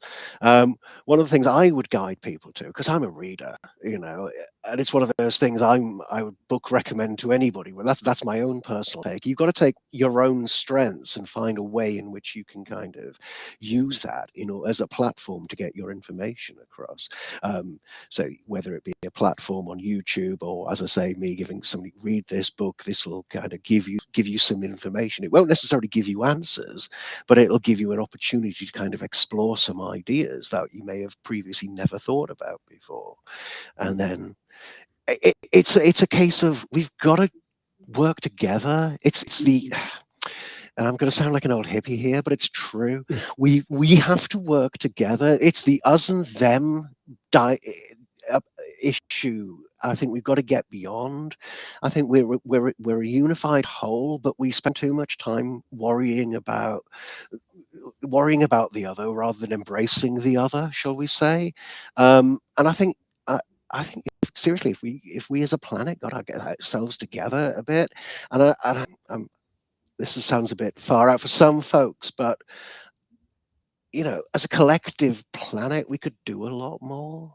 And I think we have to find a new way. This what we've had before worked to a point. I'm not going to sort of be an apologist for it in any way, shape, or form, but it needs to kind of end because it's old ideas, it's old ways of thinking. We need to embrace new ways of being on this planet, and then I think that will enable us to kind of then take it further. It's a bit Star Trek. I do appreciate, but Star Trek was always about that. Humanity can do better, effectively. Well, that was John Mack's last book, Passport to the Cosmos, where he talked about the indigenous ways of thinking.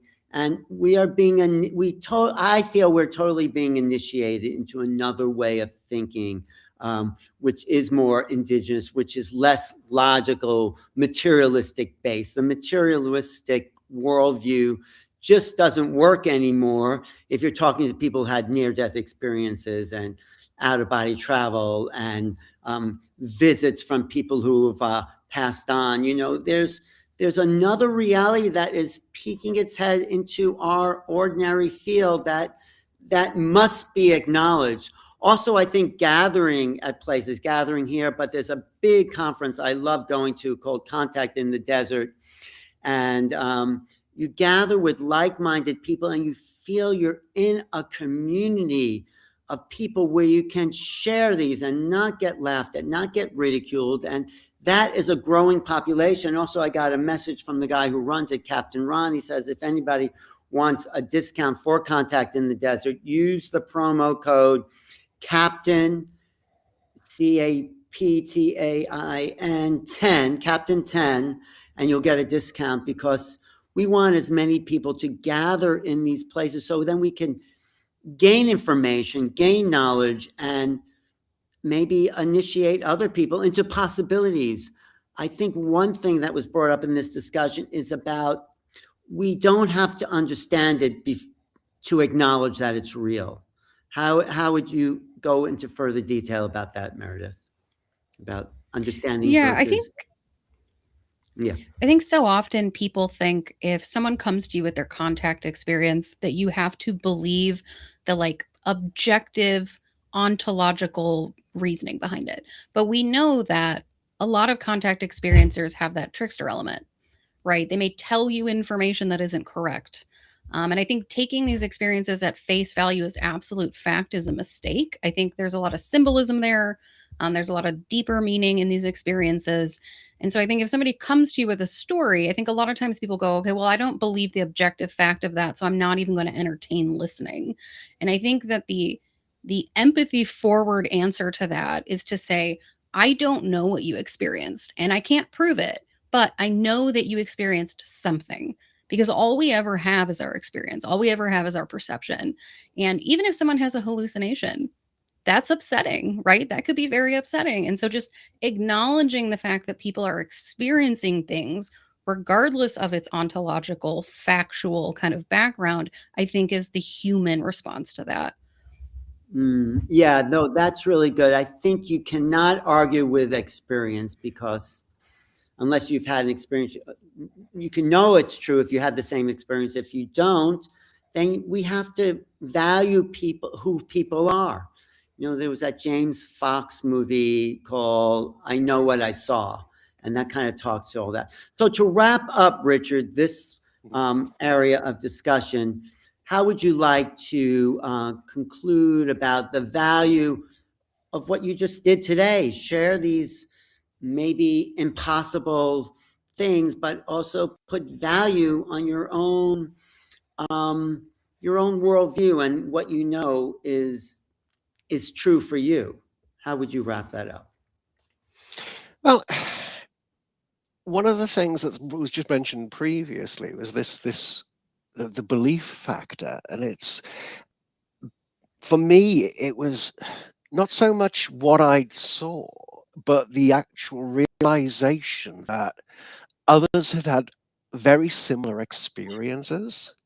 And that was a really big part for me. It was, I wasn't alone. Like I never felt I was alone seeing a UFO, but I have always felt it was a very strange thing to actually see. I've kind of lost the train of what was your question there, Alan, but just wrap up how to qualify and quantify the personal experience in a world that is slowly awakening to what we actually really know. So how would you start to make a dent in the old worldview, I guess, is the question. Tread lightly, effectively. Leave a nice imprint on the earth, but don't leave a dirty footprint behind. And very much of that, just go carefully, be nice, and that's kind of where you should leave it at, really. Be nice, smile at people. It confuses them sometimes, but it also gets a good response. There we go. And what about you, Meredith? What would you conclude here? I mean, I just want to echo what Richard said. I think we have to have deep empathy for each other. And I think a lot of times people think of the ontological test with UFOs. They have to prove what this is. But I think there's a deeper test there of an empathy test. Can we believe one another? Can we extend our empathy to other people whose stories seem outside of our understanding of reality?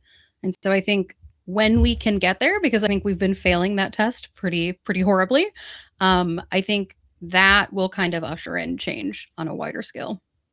Right. One more question I like to ask everyone I interview about this subject. What does the post-disclosure world look like when this is all out and acknowledged and saying, yes, there's another level of reality? Okay, I'll start with you, Meredith. What does that post-disclosure world look like?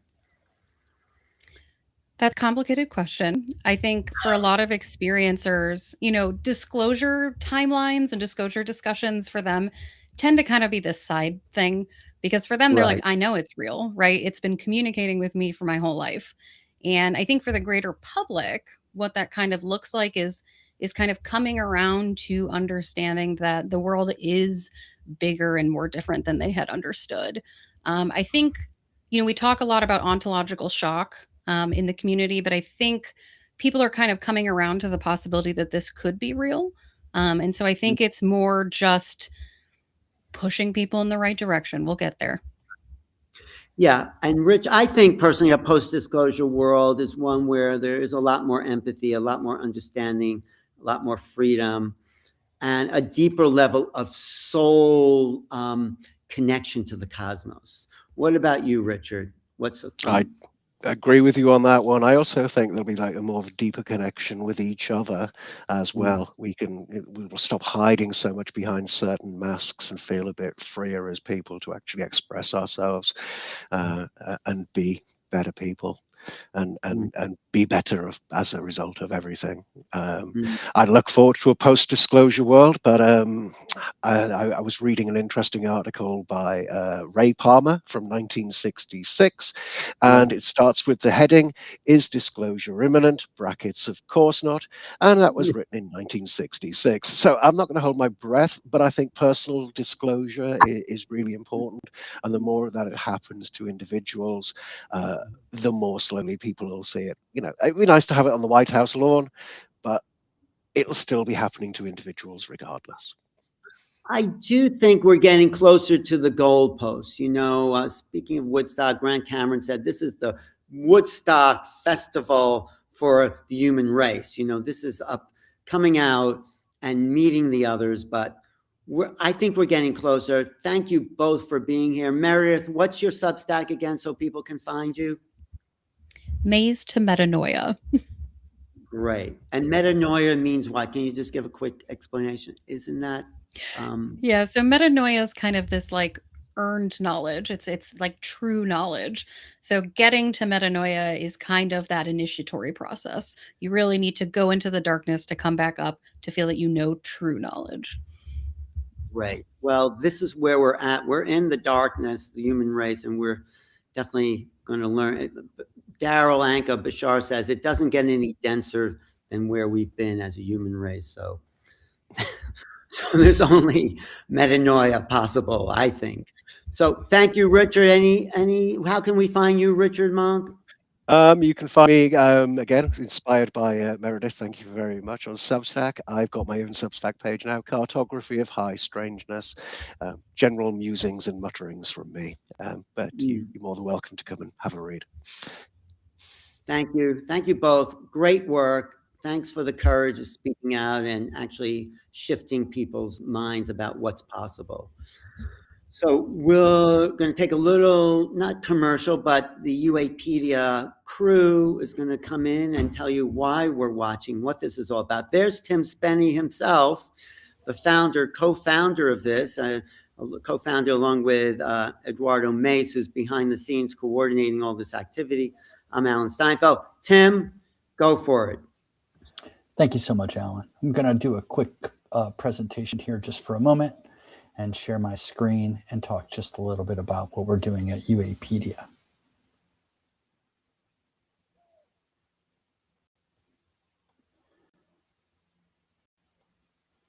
So first and foremost, welcome to UAPCon 2. I'm Tim Spenny, the co-founder of UAPedia, and I'm a proud sponsor of this event. I really want to thank our speakers. They're volunteering their time today to ensure that this event is free to the public. Of course, special thanks to Dr. Tara and Alan. What if information regarding unidentified anomalous phenomenon wasn't scattered across sources and buried together in one place, creating a history, a testimony, combining research, witness accounts, documents, interviews. Welcome to UAPedia, a living knowledge platform for one of the most important mysteries of our time, a place where the phenomenon is explored from every angle. You can visit our featured articles and highlights section for quick links to some of our most popular content. You can view our editorials written by our co-founder, Edward Mace, and myself that explore topics, concepts around the phenomenon. UAPedia's perspectives are written by our guild members, Richard Monk, Daniel Bronco, Alan Steinfeld, and Dr. Tara. Also have a dedication space for experiencers and abductees, where we have over 20 articles. And we give a special extra thanks to our experiencer panel. They were amazing. UAPedia is a trusted knowledge hub for UAP content and is built for people who want to go deeper and gain an understanding and be discerning. Since our launch in November 2025, UAPedia articles have been read over 250,000 times, and we are one of the largest repositories of UAP in the world, with content being added every day. This is content from the people in UAP, the cases that captivate us, from the whistleblowers who risk it all, and the documents expose the facts. We have reviews of movies and documentaries that we love, and across claims, materials, and accounts. UAPedia brings together the pieces of a much larger and complex puzzle and uses a taxonomy to dissect the claims that are being made, the accounts that we hear, and the data that we gather. We put this through our taxonomy to understand if these are verified, probable, disputed, legend, misidentification, or outright hoax. To enjoy and follow our content, look for us on uapedia.ai, our website, on X, UAPedia _, YouTube, UAPCon, and be sure to listen to the archives of Alan Steinfeld on Spotify, which I'll be talking about a little bit later in the conference, and look for the UFO disclosure game on Kickstarter that's coming soon. Thank you very much, and we hope you enjoy the rest of the show. Thank you, Tim. Now I know why I'm here, because this is integrity in this field that can be all over the place, which is okay. I'm not judging anyone, but to have verifiable knowledge in the UAP field, it gives a lot of people confidence that this is a reality, that it's been documented, and that it's important, key to who we are as a evolving species. That's how I feel about it. That's why I feel it's so important here. And thank you so much, Alan. And do you have anything to say? Because the next segment we're doing is on journalists. So I'm just going to pull you in here for a second and say, as a journalist and one of the key writers on UAPedia, how would you want to frame this next segment with Reed Summers and Darcy Ware? What would you want to say to frame that? Hey, Darcy. Yeah, first and foremost, I want to thank Reed and Darcy for being a part of this.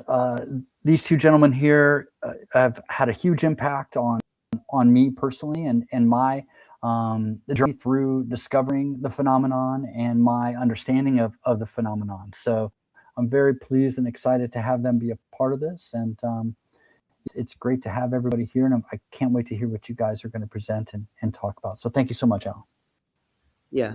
Yeah, thank you, Tim. And journalism is key to understanding this phenomenon on a global level, but for each person who's having an experience, they need to find the resource of how to validate what's happening to them. So I appreciate Darcy and Reed. Reed, I had known your father briefly. I've seen him speak, and thank you for continuing this epic movement in a sort of a new direction. But I'll start with Darcy. I'll do an introduction, and then I'll go to you, Reed, and then we'll do a little gathering discussion. But the media and research and journalism is so important. Like we saw in the New York Times article on December 16th, 2017. It's like, what?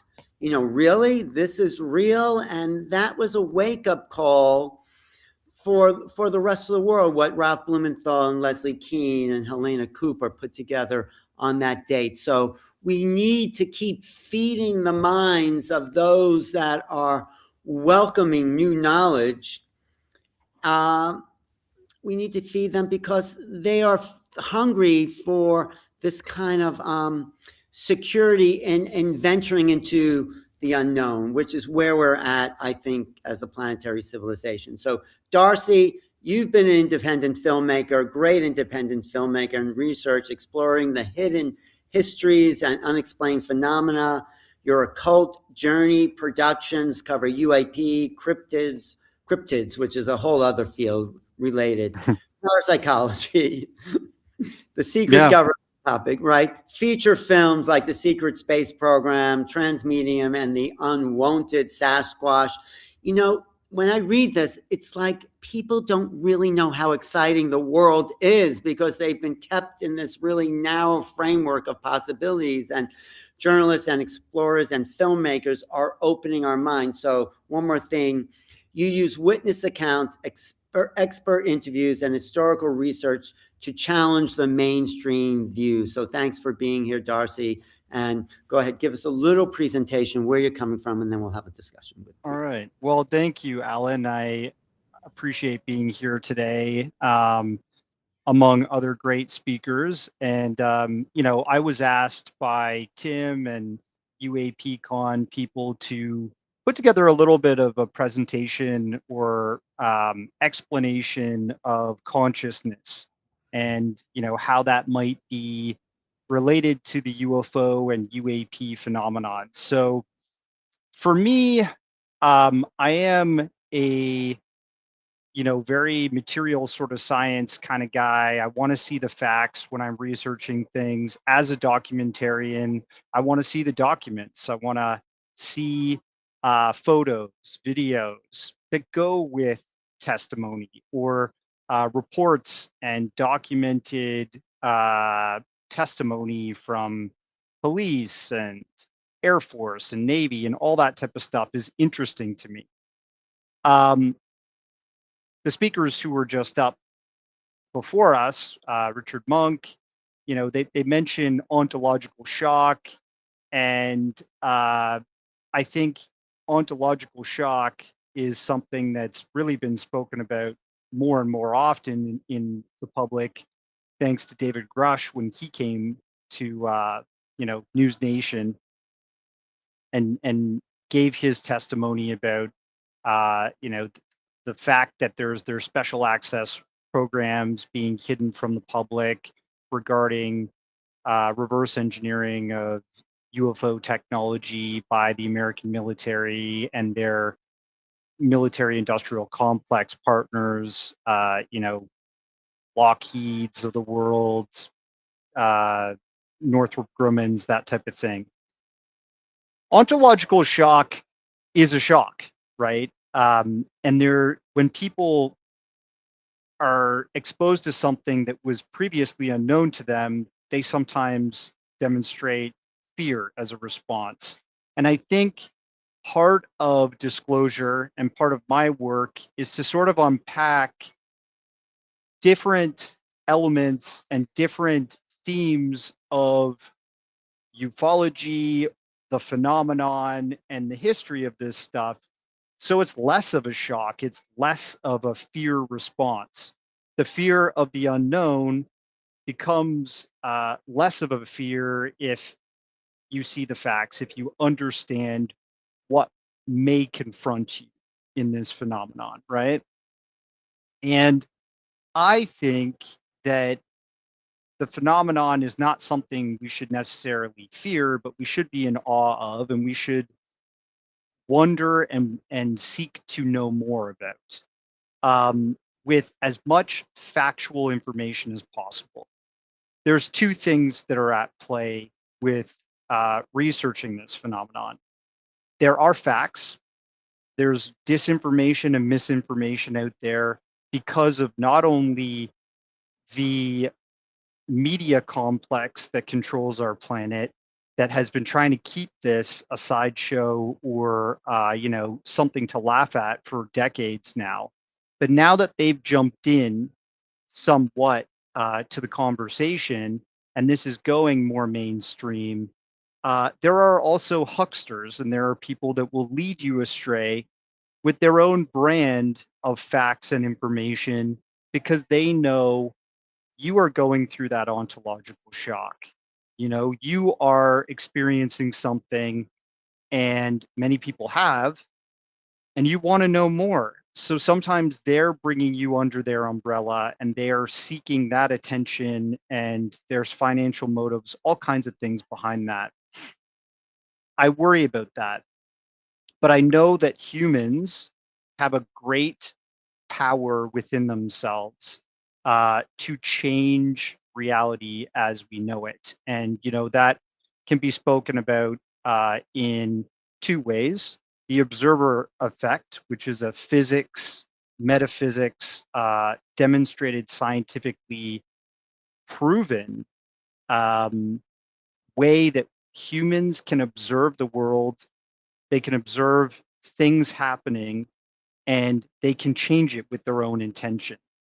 And so I hope that we, as a positive group, can observe what's going on not only with the phenomenon, but with our world and with our community, and try and push it towards a positive, outcome. Um, the observer effect, you know, to break it down very simply, scientists going back to the 1800s, 1900s, over and over again, have been demonstrating that when you observe atoms, particles going through the double slit test, for example, light can can change its patterns based on the observation of a human being present. And just seeing that from such a microscopic level will show you that we can also change the world in a grander way, in my opinion. Um, so let's look at group psychology or group sociology and how we can affect with our group intentions the world. There's something called an egregore, and people can look that up. Comes from a Latin root word, and an egregore is essentially um, people that can create something that is not there yet, right? There's two ways that we can influence and create something with an egregore. A group of people come together and they start to say, hey, there's something here, right? There's something that I observed and these other people observed, let's say the UFO phenomenon, and we need the public, we need mass media, we need politicians, we need the Air Force, which we see right now, all these different layers confirming there is a there, right? The positive egregore side is where a group of people come together and they use their intention to prove and to demonstrate that this phenomenon is real. A negative egregore, which is humans manifesting something in reality, is where I think people come together with a bit of a delusion that something is there because other people are hopping on, and it becomes, if we're all actors in the play of life, it becomes a bit of a play, it becomes a bit of a live action role playing where people start to delusionally look at something and they start to try and prove it without any facts. I think we do need concrete scientific evidence to come to sort of be in play when we're looking at this phenomenon going forward, because unfortunately, egregores are a real thing, human intention is a real thing, and people can prove something is there that's real, but they can also prove something is not there that is not real.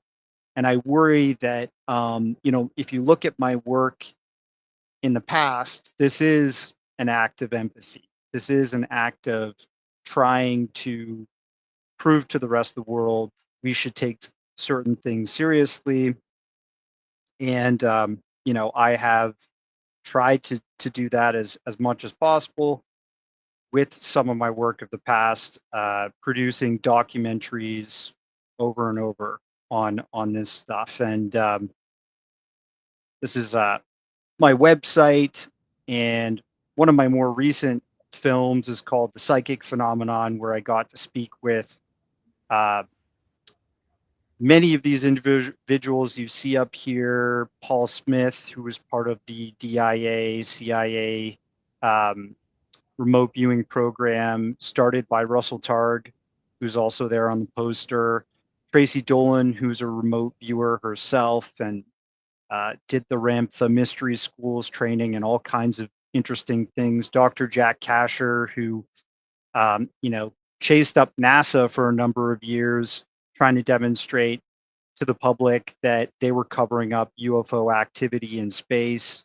Jeffrey Tarrant, who was actually part of Kai Dickens' telepathy tapes research, and he puts EEG machines on supposed psychic people's heads and demonstrates that there is certain brain activity taking place on people that demonstrate high psychic abilities. Dr. Edgar Mitchell, some of his testimony and interview footage was licensed to me for this documentary from the Noetics Institute, which is a pioneer institute in researching psychic abilities. There's a lot of people here. Area 52's now famous, Chris Ramsey and Thomas Jane. Psychics and the Phenomenon, also called The Psychic Phenomenon. I will stop sharing so we don't go into infinity there. I think that there's something there for psychic abilities too. And like I said, I think that there's always got to be hard science, applied science to tackling these questions. I think that humankind are mechanical beings. And I think that the answer for any psychic phenomenon is a metaphysical sort of answer, but also a physical answer. So we go back to Descartes' I think, therefore I am. Your brain is doing the thinking. Your brain is that mechanical part of our fleshy android being that allows us to have certain psychic abilities or not. And then I think that we're also that metaphysical thing, a field that observes other fields and through our intention can change fields or manipulate fields. And that's what we're doing all around the planet right now, whether that's intervening in the Middle East in a political way and many people's fields using that intention in a certain way, or this group of fine people here that are trying to have a discussion about a phenomenon that exists that may not be fully mainstream yet, is starting to have those mainstream touches of conversation. And it should be taken seriously because, it's been demonstrated over and over through observation, there's something here. No, absolutely. Great work, Darcy, what you're doing, because as you bring the awareness to people within cinema, more people will get the idea like, wow, maybe there is something to it. Just the way the telepathy tapes turned on a whole population, the fact that, and I've just met some of these autistic kids, they are fantastic human beings and they hold secrets to what consciousness is because they're so multidimensional. It also gives us an awareness that maybe telepathy is the language of the universe, which I think it is, because these beings are not, I always say if you're a more evolved being, you're going to talk to another species in the more evolved language, just like we don't bark at our dogs if we're talking to them. Not to say that dogs aren't evolved, but I think we are upgrading humanity through all these ways. You're sharing all the experiences coming forward. So thanks. Hang out for a little bit. I'm going to introduce Reed, and then we'll have hey, Reed, any comments first before I introduce on anything Darcy had to say that you'd like to just jump in on? No, I appreciate, Darcy, your work, your films, and I think awareness raising is the first step in a causal chain that will lead to really what we will end up getting to, which is the question of action and a collective response to our interface with a non-human reality. So it begins with awareness. If you're not aware that something is extant or exists, you cannot become educated about it. If you cannot generate education, how can you formulate a coherent course of action? So really important work. Well, thank you. Okay, we'll be back with you in a second. I'll introduce Reed. But Reed, I like what you just said. The human response to this non-human interaction is really what we're looking for and try to bring out in ourselves. How do we face something we have no idea is even possible? I mean, yes. How do we, yeah, go ahead. This is the process in which we stand. We are in a cognitive sense-making process. We are trying to recalibrate our notions of self, environment, collective existence, and path forward individually, especially if you're an experiencer, or a member of the community of interest, if you're just interested in this, or if you are a decision maker. And there are decision makers at many different levels who are trying to make sense of how to respond to this non-human reality, which is making itself known through all sorts of streams of data and evidence. Well, this is fantastic. So I'm looking forward to hear what else you have to say. Reed Summers is a researcher, strategist, media host whose work examines UAP, non-human intelligence, and human consciousness, a host of Emergent, and the director of strategy at the Human Institute. And you view UAP as both intelligence and a security issue and a catalyst for change in human perception and awareness. Your perspective uniquely combines practical analysis with philosophical inquiry into consciousness and the role of humanity in the cosmos. This is exactly why I love talking to people like you. So go ahead, Reed. Go. I humbly accept some of the attributes of that biography, and I am only trying to do my part in contributing, really in a service-based role, to what I see humanity going through as it begins to again generate awareness and then stumble into this new environment where education must take place, actions must be formulated. If we cannot make sense of ourselves and place ourselves in this emerging interaction, then we are inherently incoherent. We are paralyzed. And I think there is a paralysis both in the UAP community, but also in the nascent public community that is making contact with this reality every day via news releases, films, statements by sitting presidents, and so forth. So the public is about to crash into this new reality, and they need the tools with which they can make sense of it and not have sense making imposed upon them. And that's why my work is really about teaching people how to think, not what to think, to claim their own agency and to some degree their own sovereignty as a prime actor in this unfolding engagement that is taking place. Because I feel that the individual human being is the center of the story, the cyclone.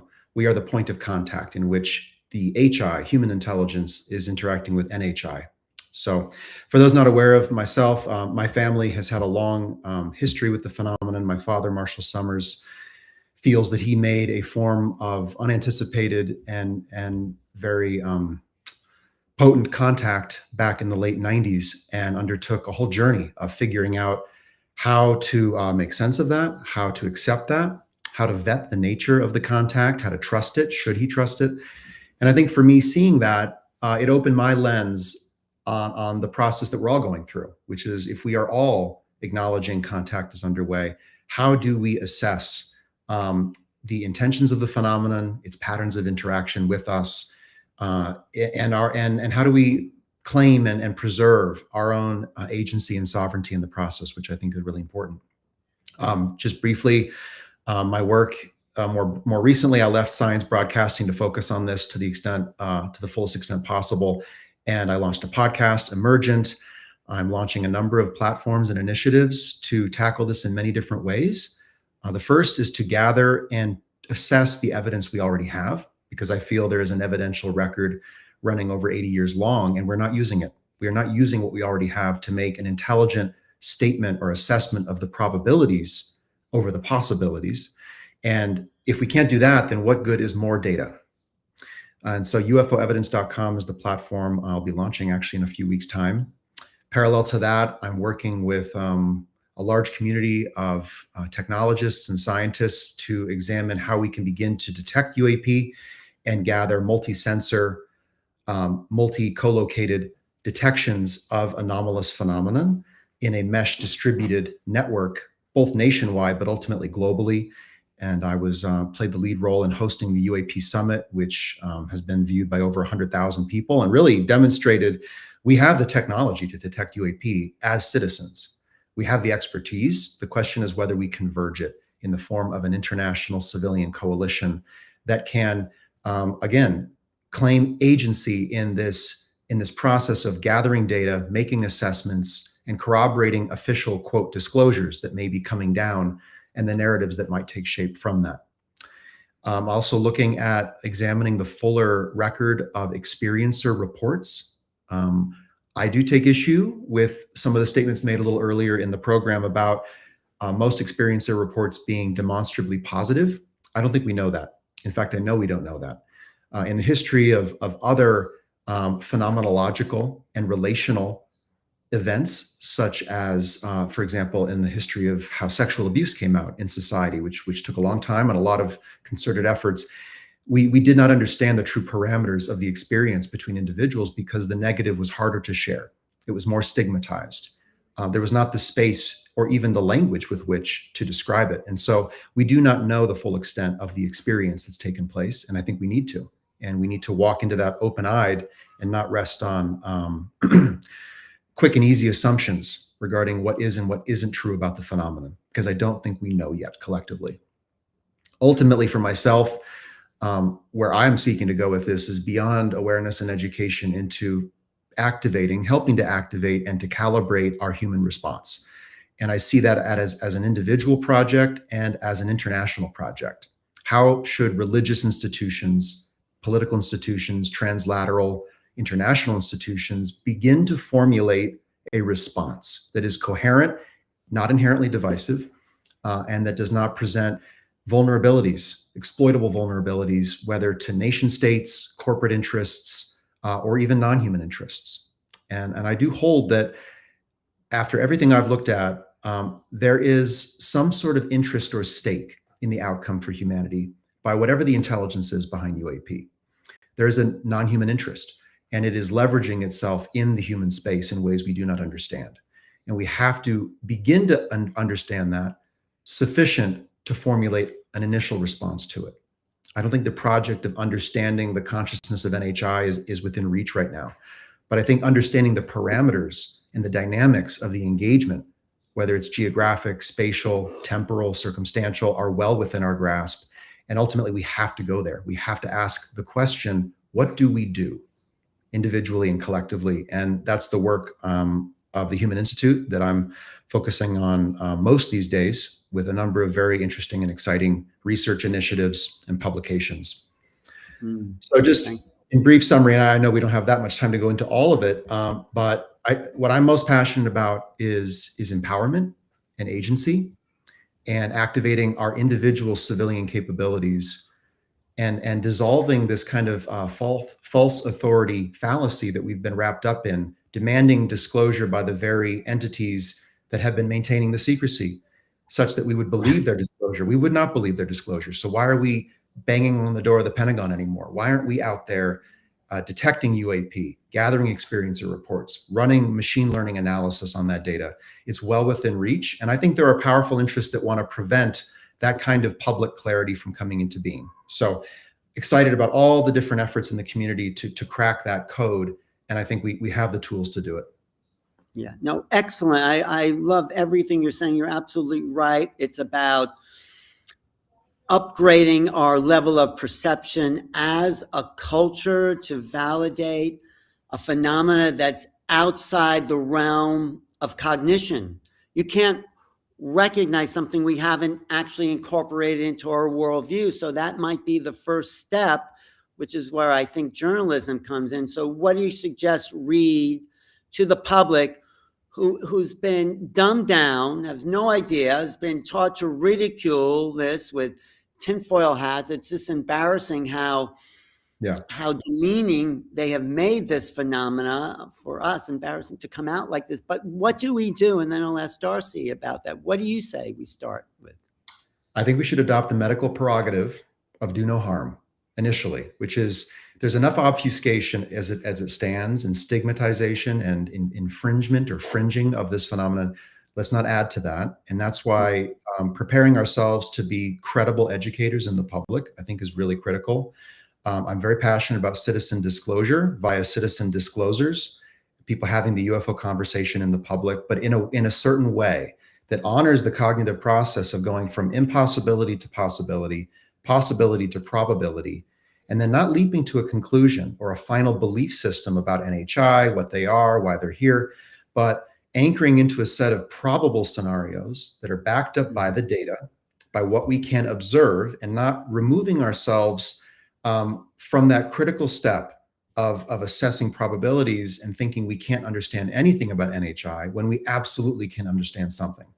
And there is this kind of throw it out and believe kind of impulse that I think is non-productive, and it's not going to help the public as they come into this space looking for credible information and analysis with which to make sense in an incremental fashion. And I take kind of, I kind of synergize various different methods here. One, first principles thinking, very important, right?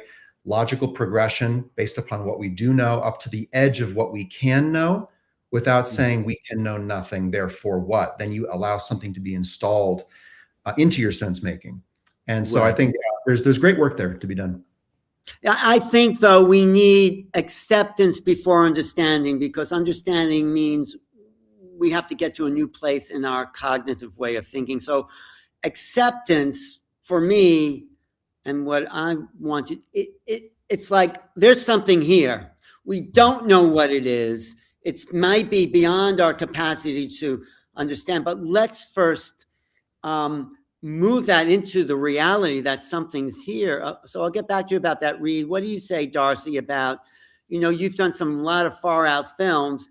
How do you bring in to people an acceptability just by showing them the film, or is there some undercurrent that you want to bring out in these films?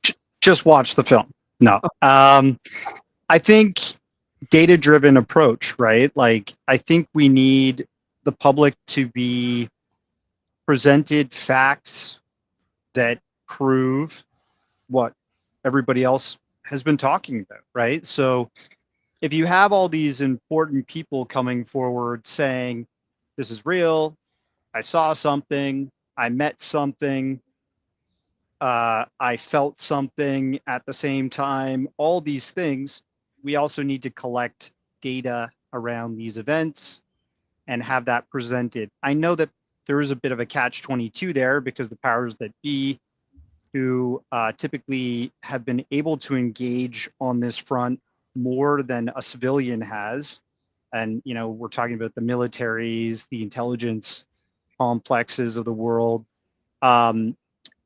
they hold the secrecy, they kind of hold the data that we're asking for. But sometimes we get some bits of data from all kinds of sources, leaks, or Freedom of Information Act requests, or voluntary personnel. John Callahan worked for the TSA, and he released documentation about this incredible incursion over Anchorage, Alaska, with JAL Airlines, and a massive UFO interacting. That the CIA tried to intercept that documentation, but he kept a copy and released it. And I think, back to something that Mr. Reed said here, Reed Summers, do no harm. That is important for sure. It's a bit of a tricky dance, though, because I feel like in the community, there are people who present false data, who Mhm. drive stories that are misinformed, that have no facts, and can do harm to others because people become so invested in those truths, which are not truth, Mhm. right? Absolutely, yeah. We've seen And a rash of that. Yeah. Yeah.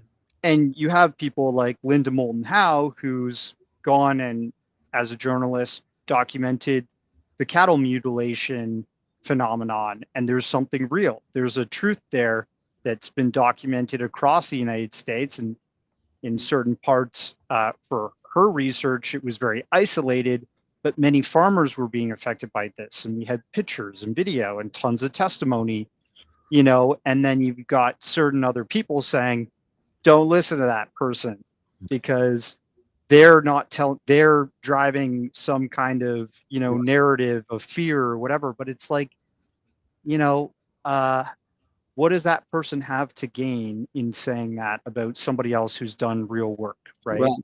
So, We have to be careful Mhm. with that, in my right. opinion.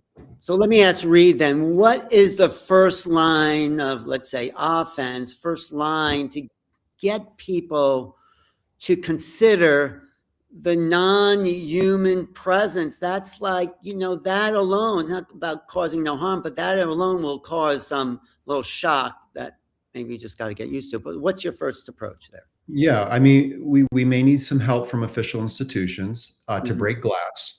The thing Right. is who reaches inside and grabs the fire extinguisher? I would not trust those institutions and agencies and federal militarized IC community agencies to do that. I mean, we have to elevate above this possibility parade that we are in, where everyone walks their parades around their novel theory around the Yeah. block, and it's an epistemic loop. It's an eddy that you can't get out of. We have to get out into the mainstream of the human river, right?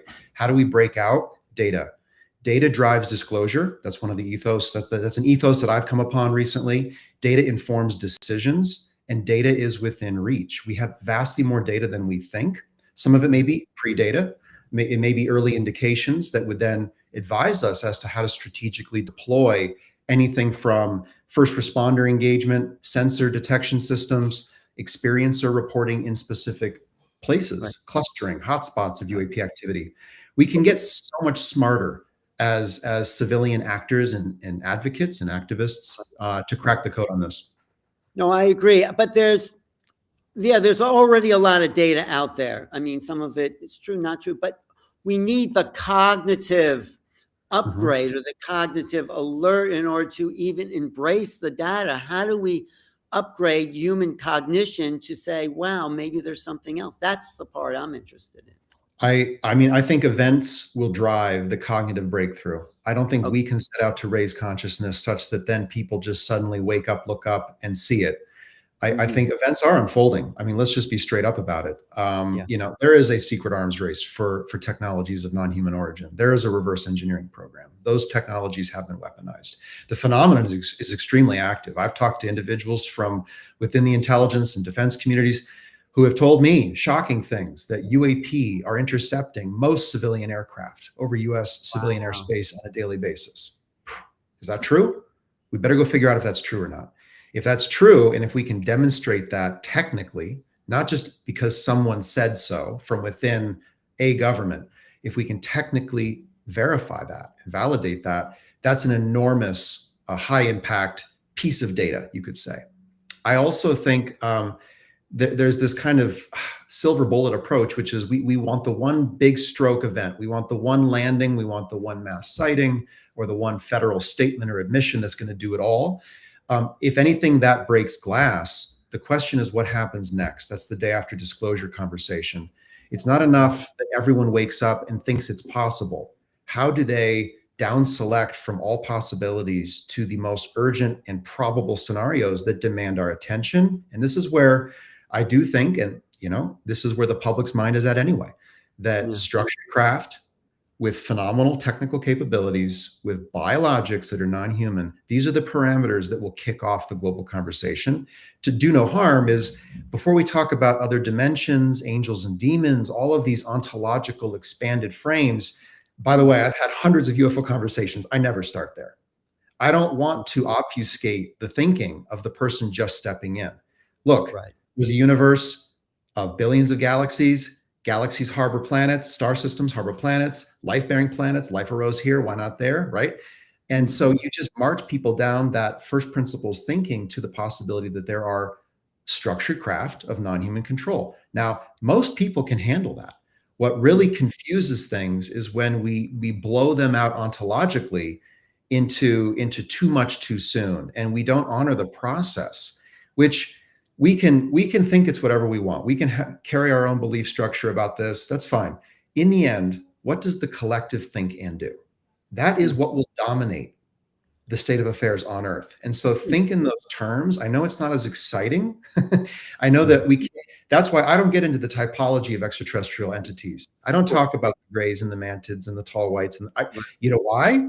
You know why? It cannot be backed up with publicly available data, right? It does not advance this in the mind of someone just exposed to it. However, I do talk about the typology of engagement, that there are indications of indifference, observation, transaction, integration, and acquisition in the historical record.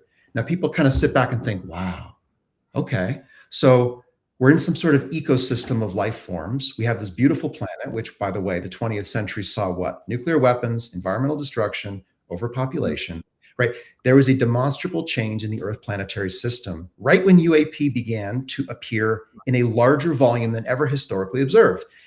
You know, 1 + 1 = 2 here. It's not that complex. And so we did something on Earth that flashed the universe and attracted attention. Now, what is the attention and what is the intent?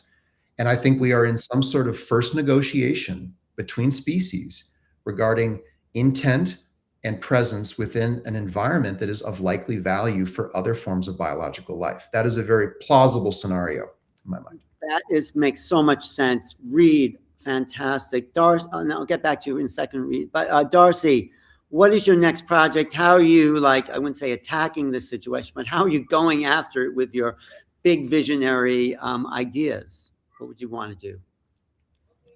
Well, yeah, I'm working on a couple projects. I'd say there's definitely a future perspective here. I mean, especially with the advent of AI going very mainstream right now, I think we also need to observe the phenomenon from a perspective of, are they us?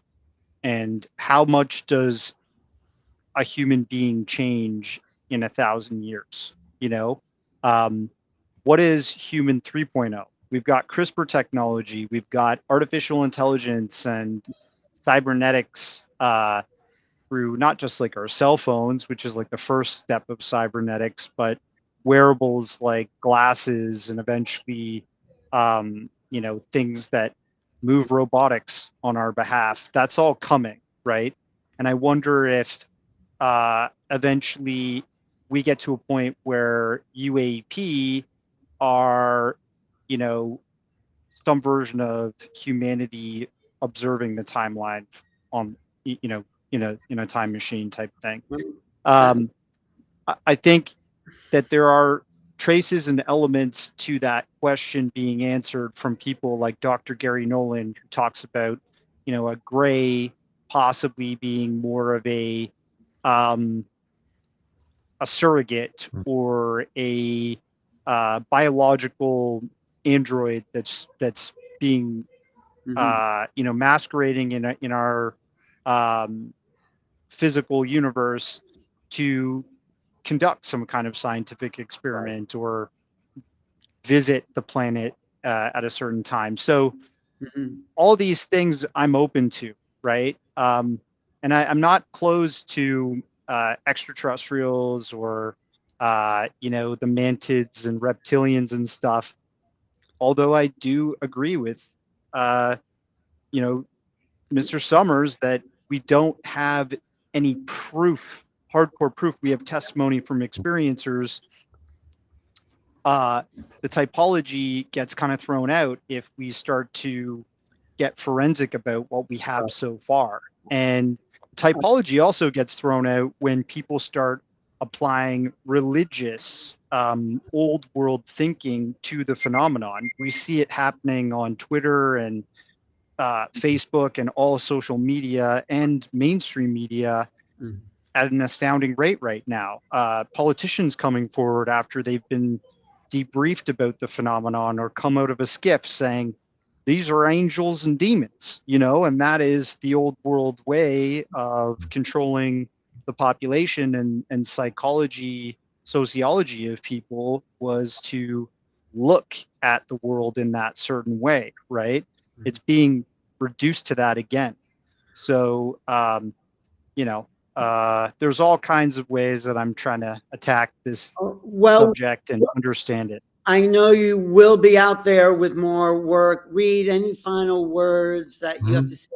And talk a little bit about your organization, Urgent, I think. Human Institute. Yeah, that one. Yeah, I mean, there's so much to do. It's a playground for purpose if you're open for it. If you want to get out of UFO news cycle, turn off UFOtainment, step out of the algorithm and really get about doing something. There's so many great projects and initiatives underway. I think we need to break out of the encirclement. I think the UFO conversation has been intentionally corralled by through a variety of means, really, and very intentionally. And I think we have just to look and to think to find out where the door is to get out of that corral. I've been doing that. I know others are. There's great ways to begin engaging in citizen detection, citizen decoding of intent, citizen science. Those are up ahead. There are, so many key ways to get involved. I think one thing is to make your assessment after 80 years of evidence, after all you've read and seen and studied. What are the basic parameters that you find to be most probable? Assess those and then pause. And if you're up for it, become an educator. Look left and right. Help others think through this for themselves. I think, ultimately, NHI just reveals a new project of HI. It's really about us now. It's about how we respond to that. And we are not as much of an enigma as they are. We do understand how we respond, right, to emergent events. We can look parallel across other domains of science and technology and social history to see what did we do when nuclear weapons began to proliferate? Oh, maybe we should control those earlier, exotech, right? We can look at other vectors of viral spread, bacterial spread, to see how did we come together to manage that presence. Ultimately, we will have to manage the presence of NHI. We're going to need a contact framework. We're going to need protocols for engagement, rules of engagement. The ethics of contact have to be articulated and designed as a collective step. And I know we might think, well, that will never be us. If not us, who then? The Department of War? Is that going to be, right, the lead agency for humanity? I don't think so. There's going to have to be a layer of civil society that arises. But for that to happen credibly is critical. And this is where, I mean, for myself, I've got many projects underway, but one is I've petitioned a top international relations school to allow me to pursue a master's degree in UAP as an emerging issue for global affairs. And that is great. Through that, I am going to, this is my promise to everybody on the call right now, I am going to make sure that they take us seriously. That's my commitment, is we are about to make contact with the mainstream. Let us not refringe ourselves. Let us face the mainstream of humanity, not denigrate them as brainwashed or as incapable of understanding. We are capable. We must believe ourselves to be capable. And there's going to be a convergence, not with us and NHI, but us together around the verified presence of NHI. And that is going to take people, all capabilities and qualities to step into the game. It's going to take, it's a we movement, not a me movement. So what is the we movement?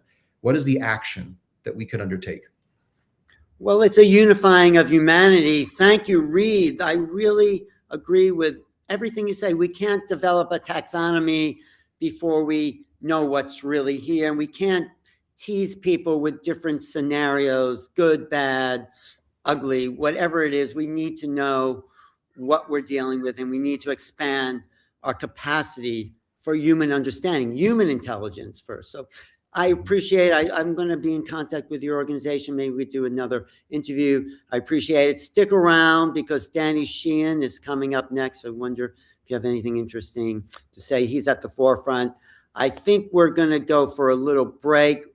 I do appreciate everyone being here today. Thank you, everyone online. And Tim, are you coming in with another mention? There you are, Tim. What are we up to now? Yeah, Alan, thank you so much. I'm just going to present something really quickly I just want to here. ask you, wasn't that Sure. a fascinating conversation?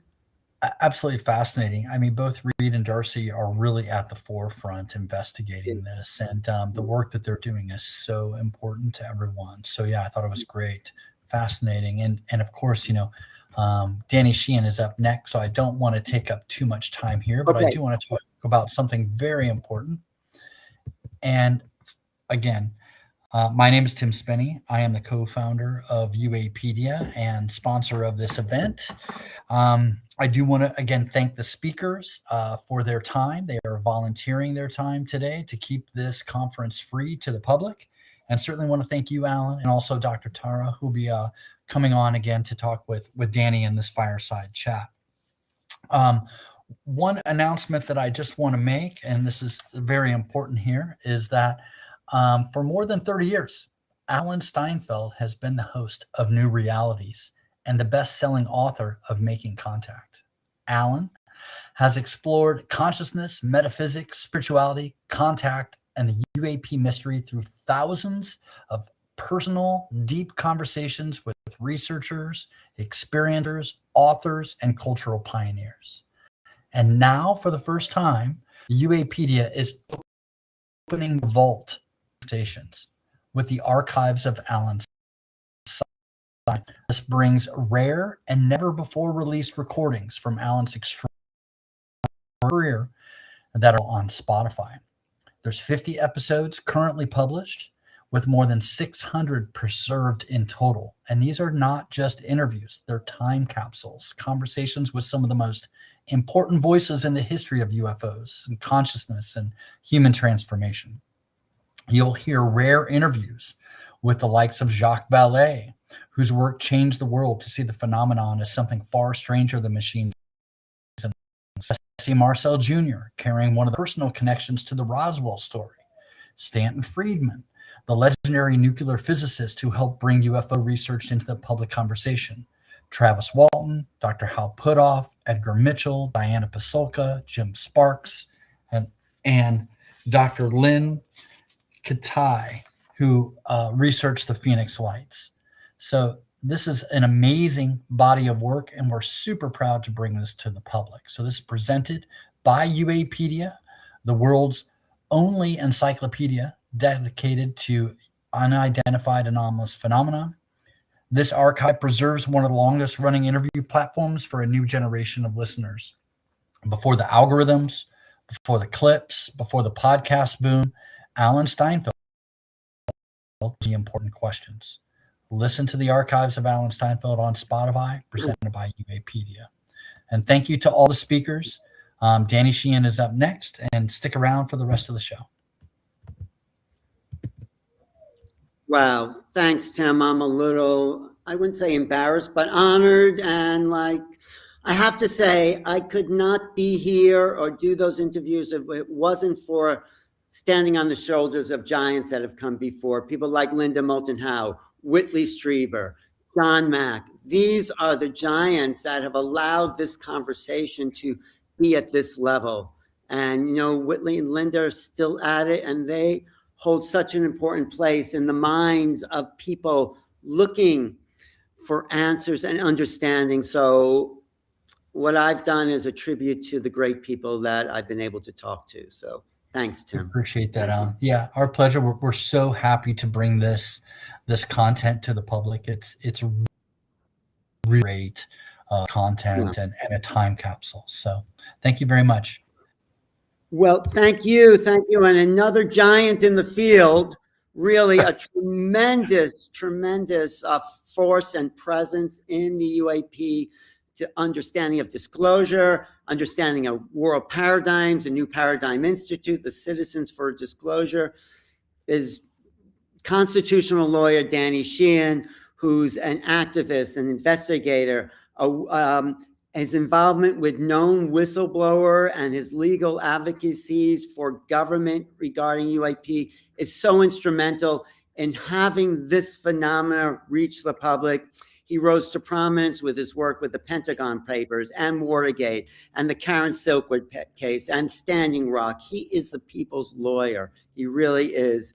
He's now at the intersection of ethics and non-human intelligence and where we're going as a society. But I also want to say his recent work argues for a shift in human consciousness and a declassification of advanced technologies and an openness among the people of the world that we are indeed engaging a phenomena that is going to change the nature of humanity like nothing we've ever seen. So thank you, Mr. Danny Sheehan, for being here today. Terrific, Alan. Great. It's a privilege. It's a privilege to be here in this conversation. What did you think of that last conversation? Did you get anything from Reed? Oh well, Reed. I love Reed.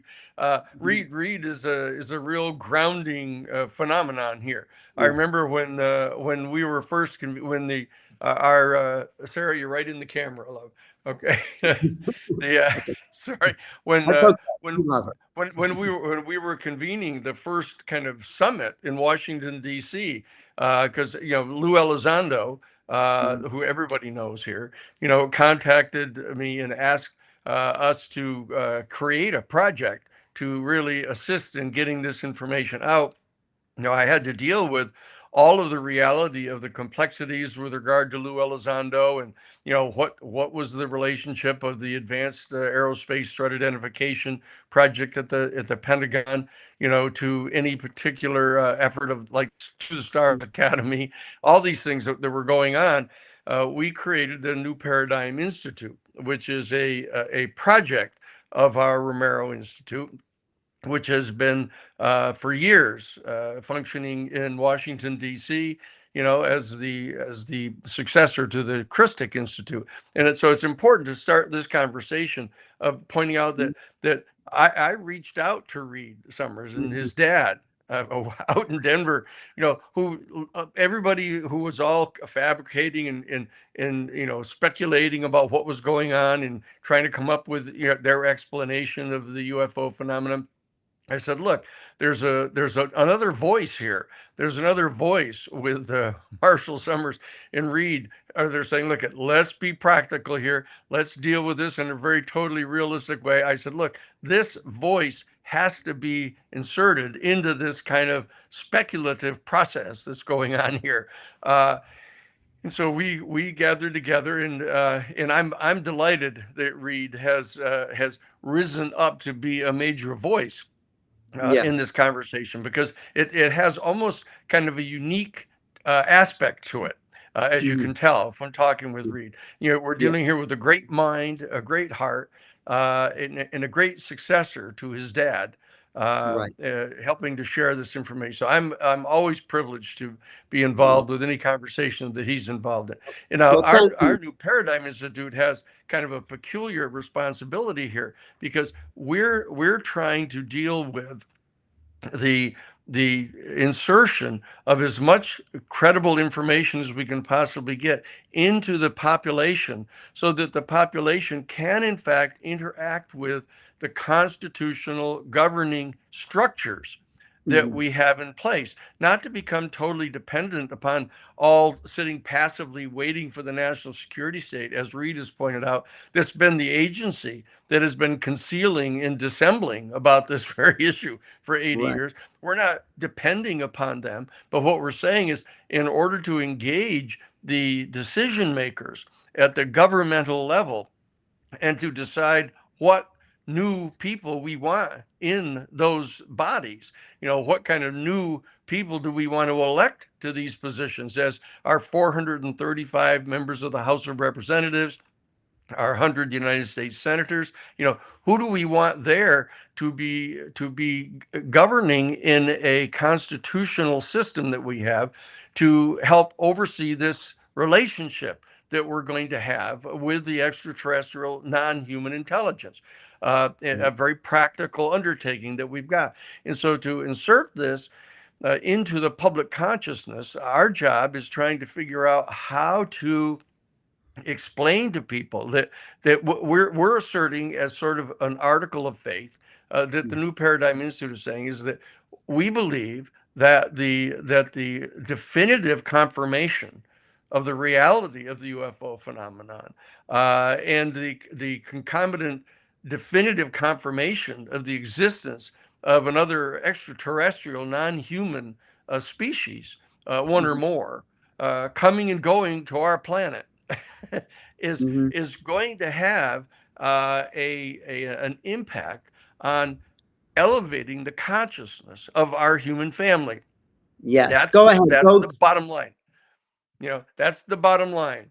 And so the question that arises is, why do we believe that this is true? Why will just coming to realize that we're part of a larger universe with more diverse life forms in the universe necessarily raise our consciousness? Well, and that's the question that I've been asked to sort of address here in the short time that I have to participate in this at the beginning. Now, this is the core question: is why do we believe that the task that we're about of trying to insert this information into the major public and get them, or all of us, to elect the proper people to have in our House of Representatives and in our United States Senate, and to be in the office of the presidency, to put together a response in our executive department branches to this phenomenon and to this reality. Now, a lot of other people aren't involved in that. A lot of other people are involved in speculating about what it is. Other people are, as our institute is, trying to reach out and have some kind of direct established communication with the extraterrestrial beings themselves and with the UFO craft. Another thing that Reed has referenced, these direct experiences, these so-called CE5 engagements, that we believe that that's an essential part, but we cannot become dependent upon the government structures, because we know that the government structures tend to become co-opted and dominated by a wealthy, powerful minority and elite, usually in the corporate and financial world. Okay, so we can't depend upon them because they're going to try to distort and manipulate this information to their own unique benefit. We know that to be true, but we can't ignore that dimension. We do have to understand that our citizens getting control of our actual representatives in Congress, and pulling that control out of the hands of this elite corporate financial minority, is going to be an essential aspect of what it is that we're doing here. Okay, so that we don't want people to misjudge what it is that we're doing, that somehow we're naive and we think that, all we have to do is keep beating on the door of the national security state and they're going to go, oh yeah, I guess you're right, we better tell everybody. That our bottom line is we believe that the revelation of the information, both whatever we can get out of the government, whatever we can get Congress to extract from the executive branch, whatever additional information we can develop through our Congress, creating other agencies that can work directly with the Congress to get this information. All of that information has to come together so that we can have this, what we believe is going to be an elevation of our consciousness. And we very importantly believe that an elevation of our consciousness is going to lead to our human family mobilizing and organizing to try to implement a series of principles, policies, and programs through government structures that will become far less selfish and more sharing, far less fear grounded and based in faith in the goodness of all sentient human beings, and motivated by this experience that we call love of other sentient beings, that we have a faith that that is true. And so the question is, why do we believe that?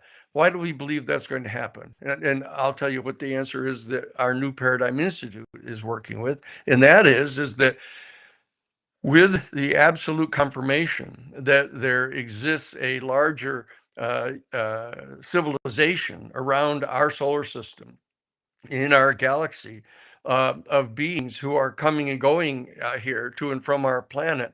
And they've been doing this for many decades. And that our United States government structures know about it. And they've known about it for 80 years, and that they've been secretly engaged in attempting to develop weapon systems by attacking some of the UFOs and taking them into custody and trying to reverse engineer their technology. This is an astonishingly important public policy problem that we have here. That we now know that they're moving to engage the military in setting up a special new Tiger team. We've just gotten the documents on this, a new space Tiger team that is going to be attempting to engage the UFOs in some super systematic, organized military fashion. This is a potential disaster in the making, and that we've got to get control over this as a citizenry. And what we believe is that once it's revealed that this is going on, that we have been betrayed basically by the elite that have been manipulating our intelligence community and our military people, that the average people, once they're absolutely convinced that this is true, are going to feel abandoned by the rich and powerful in the elite, even more so than we are now.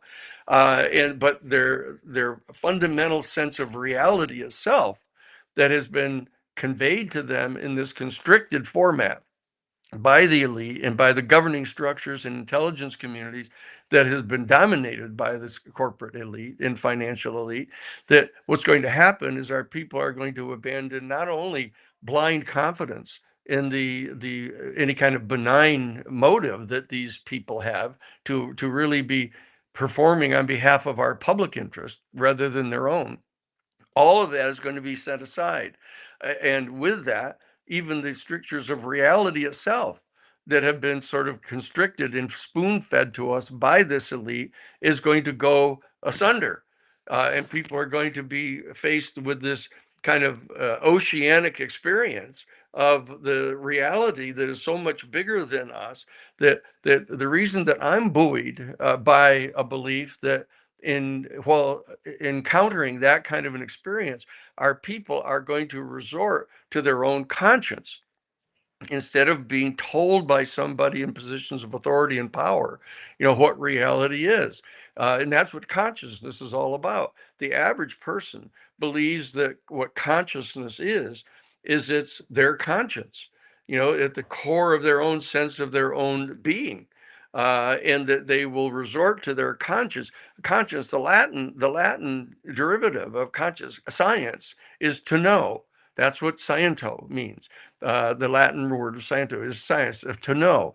And con means with. So conscience, our conscience, is the means by which we know reality itself.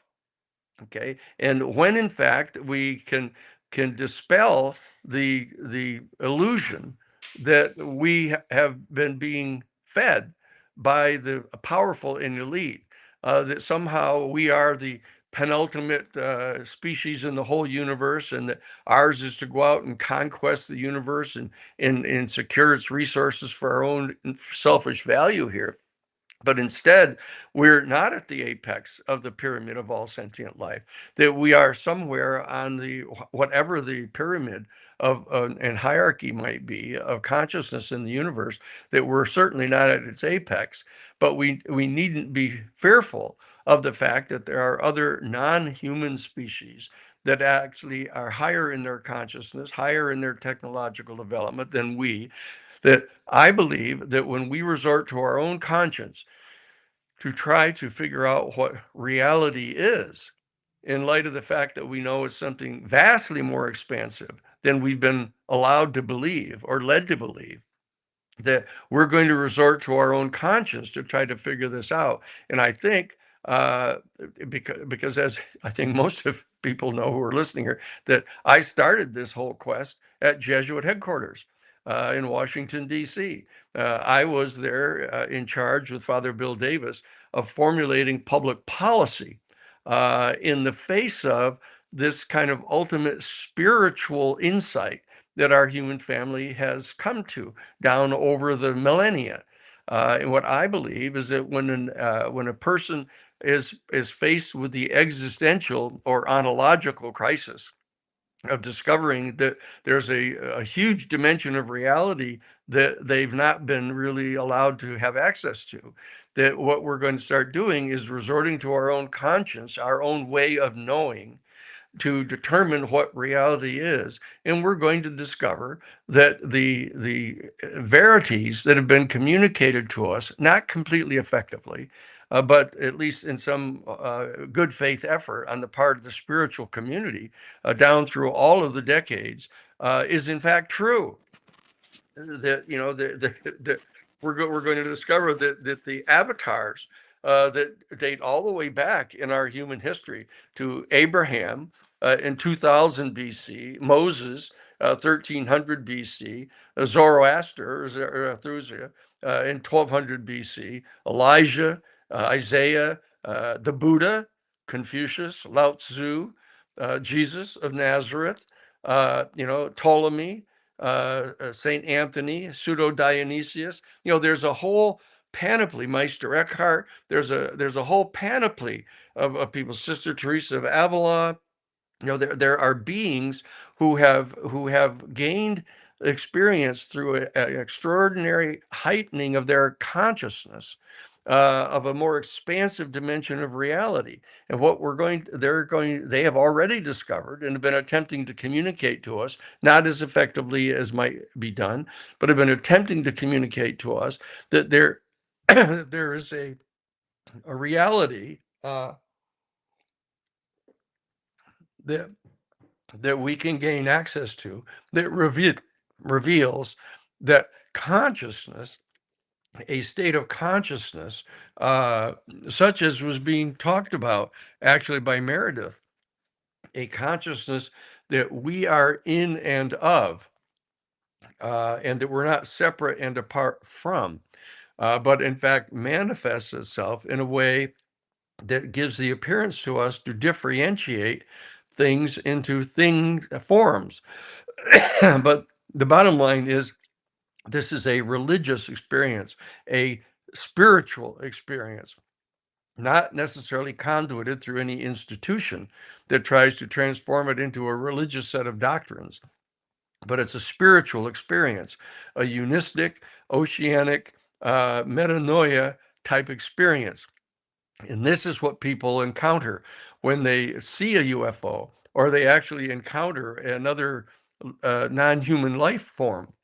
In fact, they have this metanoia experience of it revealing that there's this completely different reality than they thought existed. But it's ultimately, again, as Meredith was pointing out, and Holly was pointing out too, ends up being ultimately a benign experience, a positive experience, a transcendent, illuminating experience. It is or even as Linda was referring, it's the thought that resides within the light. And that's why I believe that people who have had the experience of standing out in a field at night and focusing upon a star and just allowing the light of the star to pour forward onto us and into us, this transcendent experience that is brought to us, there is a thought that is embodied in the light itself that arises into us and gives us an ascendant view that we perceive as love and support. It's an uplifting and transcending experience that we have. And what we're trying to do at the New Paradigm Institute is to gather all of this information that we can about this extraterrestrial civilization, share it with our people, and assist in having it coincide with a series of specific concrete amendments that are made in the structures by means of which we govern ourselves on this planet. It's a very practical program but it's actually rooted in a transcendent spiritual experience. Now, what we have to do is we have to be extraordinarily careful here not to transgress a very intelligent insight in our constitutional framework, not to allow the governing structures to dictate some particular unique religion or a spiritual belief system. We have to have this be scientific, and we have to have the understanding that people have to have absolute freedom to respond to this phenomenon in a positive, uplifting way. Now, some people in certain religious traditions are going to have a fear-filled, antagonistic, kind of terrified response to this and try to designate extraterrestrial beings as demonic. And that's going to be a challenge that we have, that we're going to have to figure out how to come to grips with that and provide adequate information to the people, fully taking into view the Reed's perspective, to not be Pollyanna-ish about this and believe that every single other highly intelligent and highly technologically developed but non-human species in our galaxy is somehow intrinsically benign and completely caring about us. We don't want to be naive in that regard. But the New Paradigm Institute is the attempt on the part of our UFO community and family to engage the constitutional governing structures of our country and the international, global geopolitical structures in an effective way to amend these to, number one, refrain from and put a stop to this financial and corporate elite attempting to engage the extraterrestrial civilization in a military way that is very much underway in secret right now. And that's what this whole Space Tiger team is all about, that has just recently been found out about, that John Greenwald from the Black Vault has secured a documentation now showing that behind our back and behind the back of Congress, the military and the intelligence communities, through this office of the Arrow office of the all domain anomaly resolution office that's been set up, is the intelligence communities and the military are attempting behind our back to coordinate and mobilize and structure a military response governed by the Department of War, and be clear about what they perceive themselves to be. We have to stop this. We have to put a stop to this. We need to get Congress to stand up and confront them and to disassemble that mechanism that they're trying to put in place.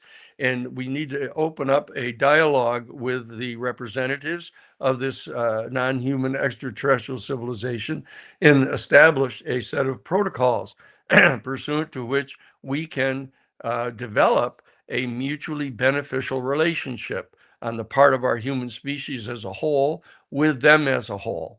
Okay, we need to figure out what juridical structures they have, whether these different species from different star systems have some sort of a coordinating body that they work through. These are all very practical questions that we have to deal with, but we cannot allow the Department of War and the warlike intelligence community of the United States military dominate and control this decision making. This is the role of the New Paradigm Institute, that we come out of this longer tradition of law and major legal cases, as you've pointed out, Alan, that we have uncovered, starting as early as the Pentagon Papers, exposing and securing through legal means the means of publishing 47 volumes of previously top secret documents, concealing the malignant forces behind the generation of the Vietnam War, and played some role in getting it stopped. The same thing is true with regard to the Iran-Contra case of criminal smuggling of weapons to right-wing fascist elements in South America and Central America. Our whole institute has got a history of doing this. So what we're trying to do is to bring these talents and experiences to bear so that we can stop this moving forward of this secret, clandestine military response to the extraterrestrial beings, and have this taken under the control of a civilian Congress, and make sure that the right people are elected into these positions of the House of Representatives and the Senate, so that we can gain control over the executive branch to stop it from doing these things. Okay, so this is what it is that we're in the process of doing right now at the New Paradigm Institute, and so we're asking everybody to go to newparadigminstitute.org, become members of the Citizens for Disclosure, to participate both in trying to extract all of the information that we can get out of the executive branch, and for that matter, out of the Congress, to be shared with our people, and to take the position that we can have the power and the authority to amend our institutions, both domestic and international, to cooperate in a positive and constructive way with the extraterrestrial beings. Okay, so that's what the New Paradigm Institute is all about. But we need to understand that the spiritual nature of the experience that people encounter with face-to-face encounters with these beings, and even being exposed to a craft that you know for sure is from an extraterrestrial civilization, the kind of transcendent experience that this brings to you eventually, is the same one that you can get from sitting out beneath the stars at night and just sitting in awe of this absolute wondrous experience that's going on our in our universe.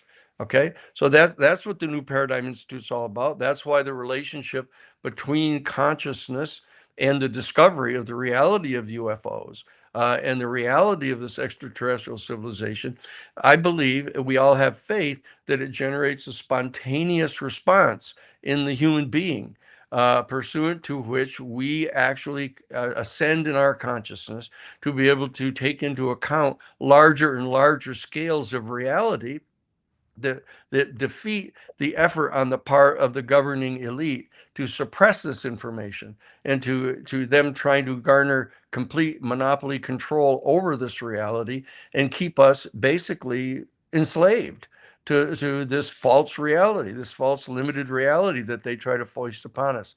So the New Paradigm Institute has a unique place, just a place within the structures of all the UFO community, to attempt to engage in what some people might view to be a somewhat naive effort to engage our political structures, because people have lost faith in them. We're trying to restore the faith in legitimate constitutional government, in self-government, so that, as Reed has pointed out, we can, in fact, maintain agency as a human species in our engagement with this extraterrestrial civilization.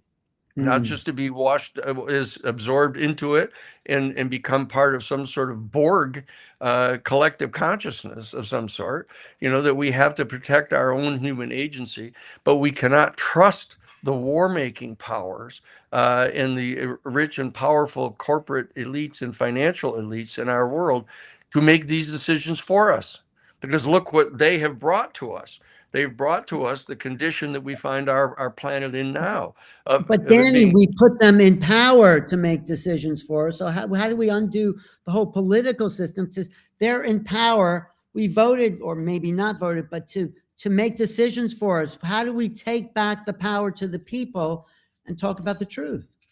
By people getting up off our collective duffs and stopping spending all of your time, wanting to have technology where you can talk to your television and change the channels so you can watch one of 500 movies, or football games, or cage fighting matches or something, instead of paying attention to what the public policies are of our country, to actually become active citizens, and not give up on saying, oh, just because they've been in control of the government for 250 years, it's hopeless and that we can't do anything about it. That's not true. that just realize how little time the average person, even the hundreds and hundreds of people that are listening to us say, how little time you actually spend dealing with public policy and governmental activities. We've got to become active citizens.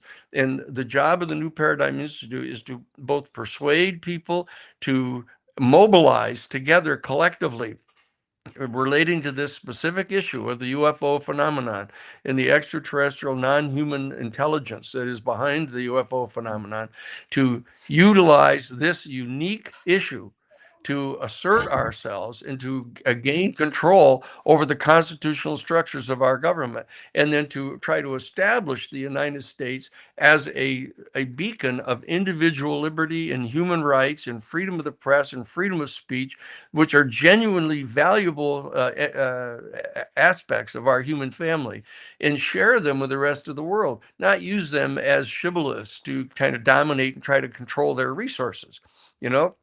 We've got to make this real. And then that's what the role of the New Paradigm Institute is. It is real, but we've been purposely distracted with all these talking to your television sets and Instagram. That's in place to keep us from the truth, and we've been hypnotized by it. And we need some complete change in the way we go about functioning in our reality, and the illegalities of a military. People selling hardware to private industries, a legacy program, Sure. all that. And there doesn't seem to be the people's movement, but what force within the congressional, not to get too political, but what can we do to encourage the politicians to take a stand? I mean, Burleson's a great guy, but he's not really getting any answers. Yeah. Well, what we have to do is we have to elect representatives. One of the things that the New Paradigm Institute is doing, for example, is that we're distributing pledge cards now as the primary process is underway for deciding who are going to be the candidates from various parties, not just the Republican and Democratic Party, but the Green Party, the Liberal Party, the other parties that exist, to make sure that every single candidate for each one of the 435 congressional districts and for all the 35 Senate seats that are up for election this time, every single one of those candidates from whichever party they're in whatever state or congressional district, sign the pledge card that they are going to pledge that if they're elected, they will in fact support full transparency and full disclosure of all of the UFO information. If they don't sign it or refuse to sign it, we're going to tell everybody these people do not support transparency. They don't support giving us the information that we need as citizens, and you ought to consider voting for anybody who will. And now that's a real threat. That is a concrete activity that the New Paradigm Institute is organizing, because we intend to replace a substantial number of these people in the House and Senate over the next few election cycles, because they're going to come to see that if the people that are in place refuse to do this and participating with the executive branch in concealing this or not doing their job. I mean, their job is to oversee and get control over the executive branch, not have the executive branch and the military controlling them. And so if they're going to maintain that posture, we have to replace them. And that's just the way this is. And we have to demonstrate to the extraterrestrial civilization that we're going to remove the people who are trying to make war against them. Well, hopefully not just against them, but war against each other, humans. War against each other, or against ourselves. But anyway, just leave us, because you'll come back later when Steve Bassett's on to have a little dialogue with him. But leave us with how we upgrade consciousness in the face of the unknown that is now confronting us in the form of this phenomena. Look at this. All these folks that I had mentioned, the avatars down through time, have told us the secret. There is a process of actually sitting down, meditating. breathing in, breathing out, meditating. Just look up all the information that you can find about how you go through the process of meditating.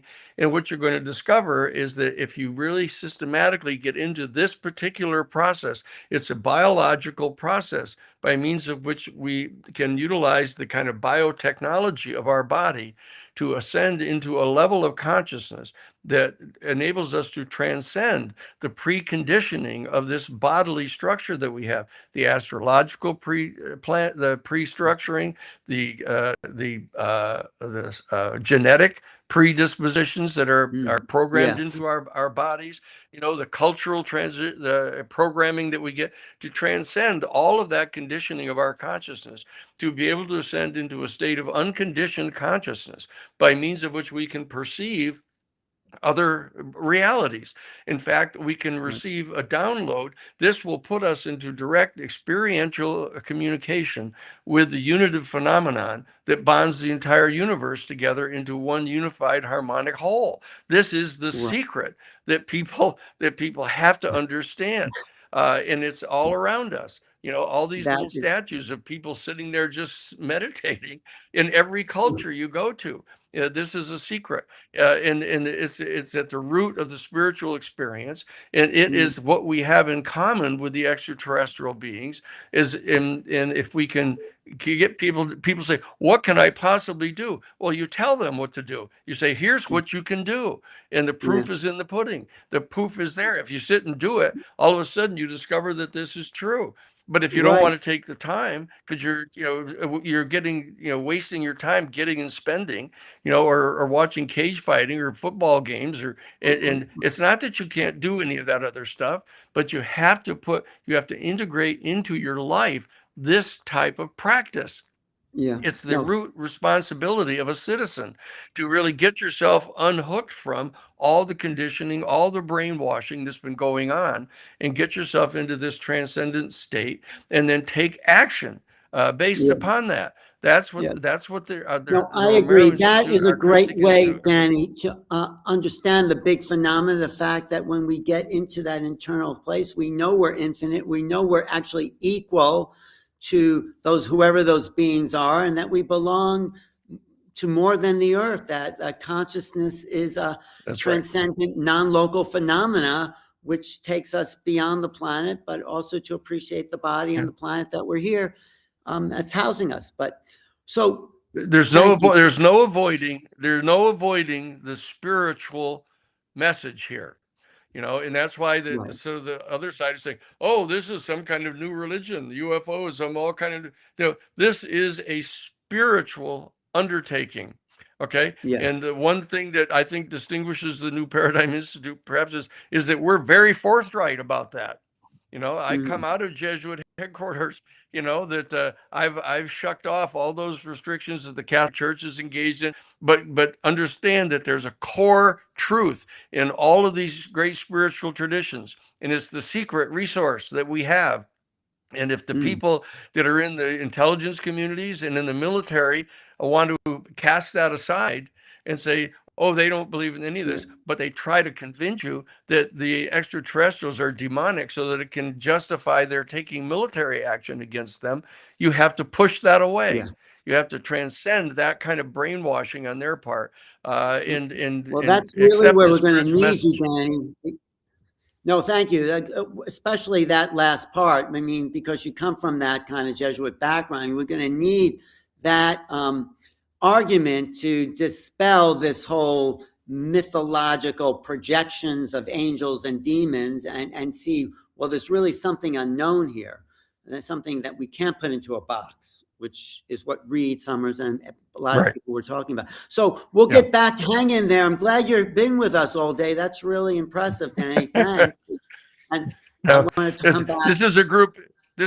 Listen, everybody keep listening to this group, because there's a collective knowledge here that is extraordinarily important. Yeah, we have another segment of researchers that, so after that will be Steve Bassett, and you'll come on with Steve and do a kind of wrap up of the whole day. Sure. Okay. Thanks so much, Danny. New Paradigm Institute, so important. Darren, you have anything to say to Danny? And Dan, anything? comments, Darren? Darren, go ahead. Anything, are you speaking? Or Mike, anything you want to say to Danny before he checks out off here? Can you hear me? I don't think they can hear Sorry, me. yeah, I just jumped on. What was the question, Alan? I'm saying, were you listening to what Danny was saying? Just if you have a response to some of the information and conversation. Danny was Yeah, I having. mean, I completely, I'm on the same page as both of what you were talking about in terms of what this bodes not just for us as Americans, but as Earth citizens and as galactic citizens as well. And that we need to uproot the power systems, and that this invitation of the phenomenon is exactly that. And my perspective is that we sell short what the potential is here. And so I'm absolutely on the same page in terms of what we should be lobbying for and what we shouldn't settle for anything but. Right. Anything from you, Mike? Anything you want to comment? I just like to. Oh, I'm sorry. Am I on?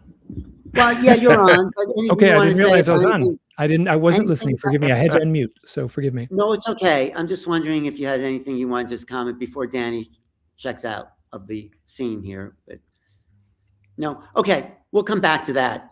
But Danny, thank you so much. This segment's about researchers. Hang in there, Danny, and we'll come back to you.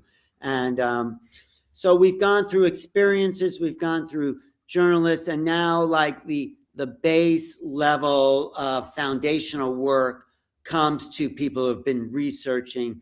Along with, of course, experiencers, and we're getting their perspective. So this is like a 3-part sort of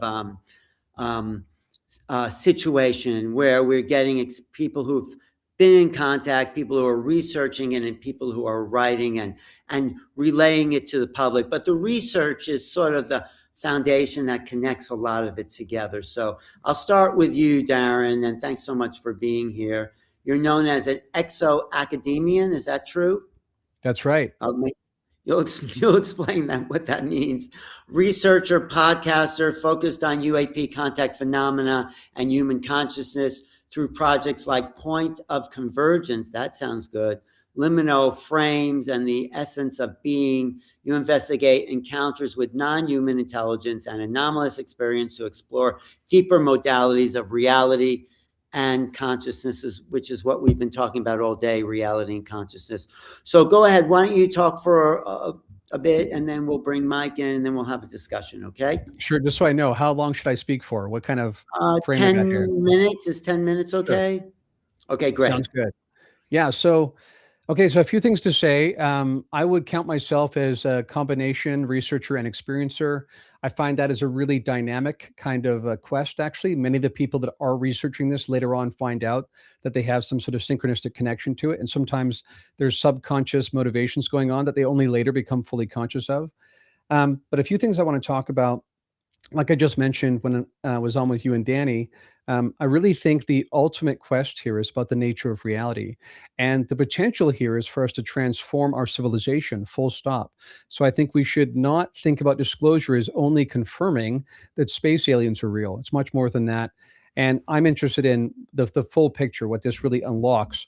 And you mentioned my podcast name, which is Point of Convergence. I called it that because I recognize that various anomalous phenomena are all pointing in the same direction in terms of the ultimate nature of reality. And that means things like near-death experience, out-of-body experiences, contact with the phenomenon, any kind of psi abilities as well, all point to what I would say, and is what most consequential about this material, is that actually it is the tell about ultimate reality. I think what we perceive is actually just a presentation layer, but there's leakage from this deeper structure, and that comes through in some of these experiences, and it also comes through in what we see with psi, where when you recognize everything is fundamentally connected in its truest form, then it should not be surprising at all that we have psi, where we have people being able to read each other's minds and send messages and move things with their mind with psychokinesis and whatnot. Now, in terms of exo-academia, the reason why I came up with that title is because this is, number one, something that I approach from an academic kind of perspective. Like I do take that approach, a multidisciplinary kind of approach to studying these related phenomena, because there's more than just one, but also because this is outside of academia. At least it has been outside of academia in terms of what is being willing to study. But of course, that is beginning to change. We're slowly but surely, even since I've been doing this, seeing more and more people beginning to study this. I recently just gave a talk at Rice University, and several of the PhD students in the audience are actually working on this as a topic for their PhD. So this is happening. Also, it is something that science will have to expand to fully understand. This is another key piece, is that I think some people, I think a bit naively, thought once this goes mainstream and we hand it off to our scientists, they will quickly tell us what this all means, where these beings are coming from, etc. I think it's much more complicated than that. I think that the humanities have as much to say about this as the hard sciences as well. So that's exoacademia, that's point of convergence. One last piece about point of convergence. Also, not just the different anomalous phenomena are pointing to the same kind of nature of reality ultimately, but so too is our cutting edge science. So both in neuroscience and astronomy and quantum physics, we're seeing the same kind of direction over time, where the idea of tiny physical objects, tiny physical particles are actually giving way to an underlying kind of unit of field. And those particles only really show up as excitations of that field. So this also is part and parcel of what we've been told by ancient wisdom traditions as well, going back for thousands and thousands of years. So this convergence is around the anomalous phenomena, what's happening with science, and what's also happening in these non-dual ancient traditions as well. Now, something I want to say quickly here, let's see how much time I got here, is also around, I think, what we sometimes look past, which is the shocking nature, the revelation of the kinds of encounters people have. For instance, one of the first things we should recognize and remark about and take a moment to really grok is that when people do communicate with these beings, they are able to, and vice versa. Again, because of telepathic contact primarily, they don't have to learn English. We don't have to learn their language. It's mind to mind. It's the direct communication even prior to the symbols that we develop with language. So that's truly astounding. I think tells us something not just about our connection to them, perhaps something fundamental about the nature of reality, that we're all arising from this unit of field. They are and we are. And that tells us something really profound. I would also say that we should note that with them, they often are more open than we are, that we're quite closed. We are really buying into the illusion of separation, the illusion of scarcity. And that, I would argue, is fundamentally at the root of so many of our collective problems, interpersonal problems, as well as our collective civilization-wide problems. So the invitation here again is a new world. If we can tap into this deeper capacity we have as our birthright, then I think that really bodes a very, very different future, something we should, again, not sell short when we think about what is on the table here. I also want to quickly say that you cannot study this phenomenon and what's happened to people over time, different encounters, and not acknowledge the ontological shock.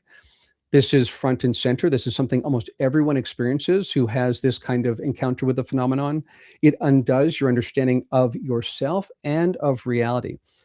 That is fundamental to the enterprise. However, I think we have to be careful to not make the mistake of assuming because it's overwhelming and initially sometimes perceived as negative, that it is negative or that it's nefarious in nature. I think it's much more complex than that. I have limited time here to say a lot. So let me just say, I think there's a spectrum of consciousness development that different human beings are on. Different stages of consciousness in an emergent way come online over time. And I think that's true for them as well. And I think what's so fascinating about this, again, about the nature of reality and our ultimate potential that we're just beginning to tap into, is that we see that you can predictably see these different stages of consciousness come online over time. So this has been studied in spiral dynamics, which means that you can sort of take the center of gravity of where a certain culture is in terms of their stage of consciousness. And based on that, you'll be able to predict where they will go to next. So there's a progression that happens both for individuals and entire cultures as well. And what's fascinating about that is that what we see over time is the expansion of our spheres of care and concern. So we begin being very individual focused, then the family unit, then maybe the tribe, then maybe the nation state, maybe the belief system, like a religious kind of movement. But eventually this expands to this understanding of human rights that comes online later on as an emergent property of the understanding of nature. And then it moves on to animal rights. We're even considering now plant rights and the rights of the earth. So ultimately, this moves towards a cosmocentric perspective on reality and our relationship to everything else, which interestingly is also exactly what the more benevolent, more mature beings, again, because there's a spectrum, they're not all on that level, but the ones that are say this to us about our ultimate nature and the nature of reality. So this for me is the invitation here, that this fundamentally changes our understanding of reality. It certainly helps us understand them, and they are both in some ways space aliens, often much more than that though. I think we have to have a generous kind of ontology and allow for many different kinds of beings.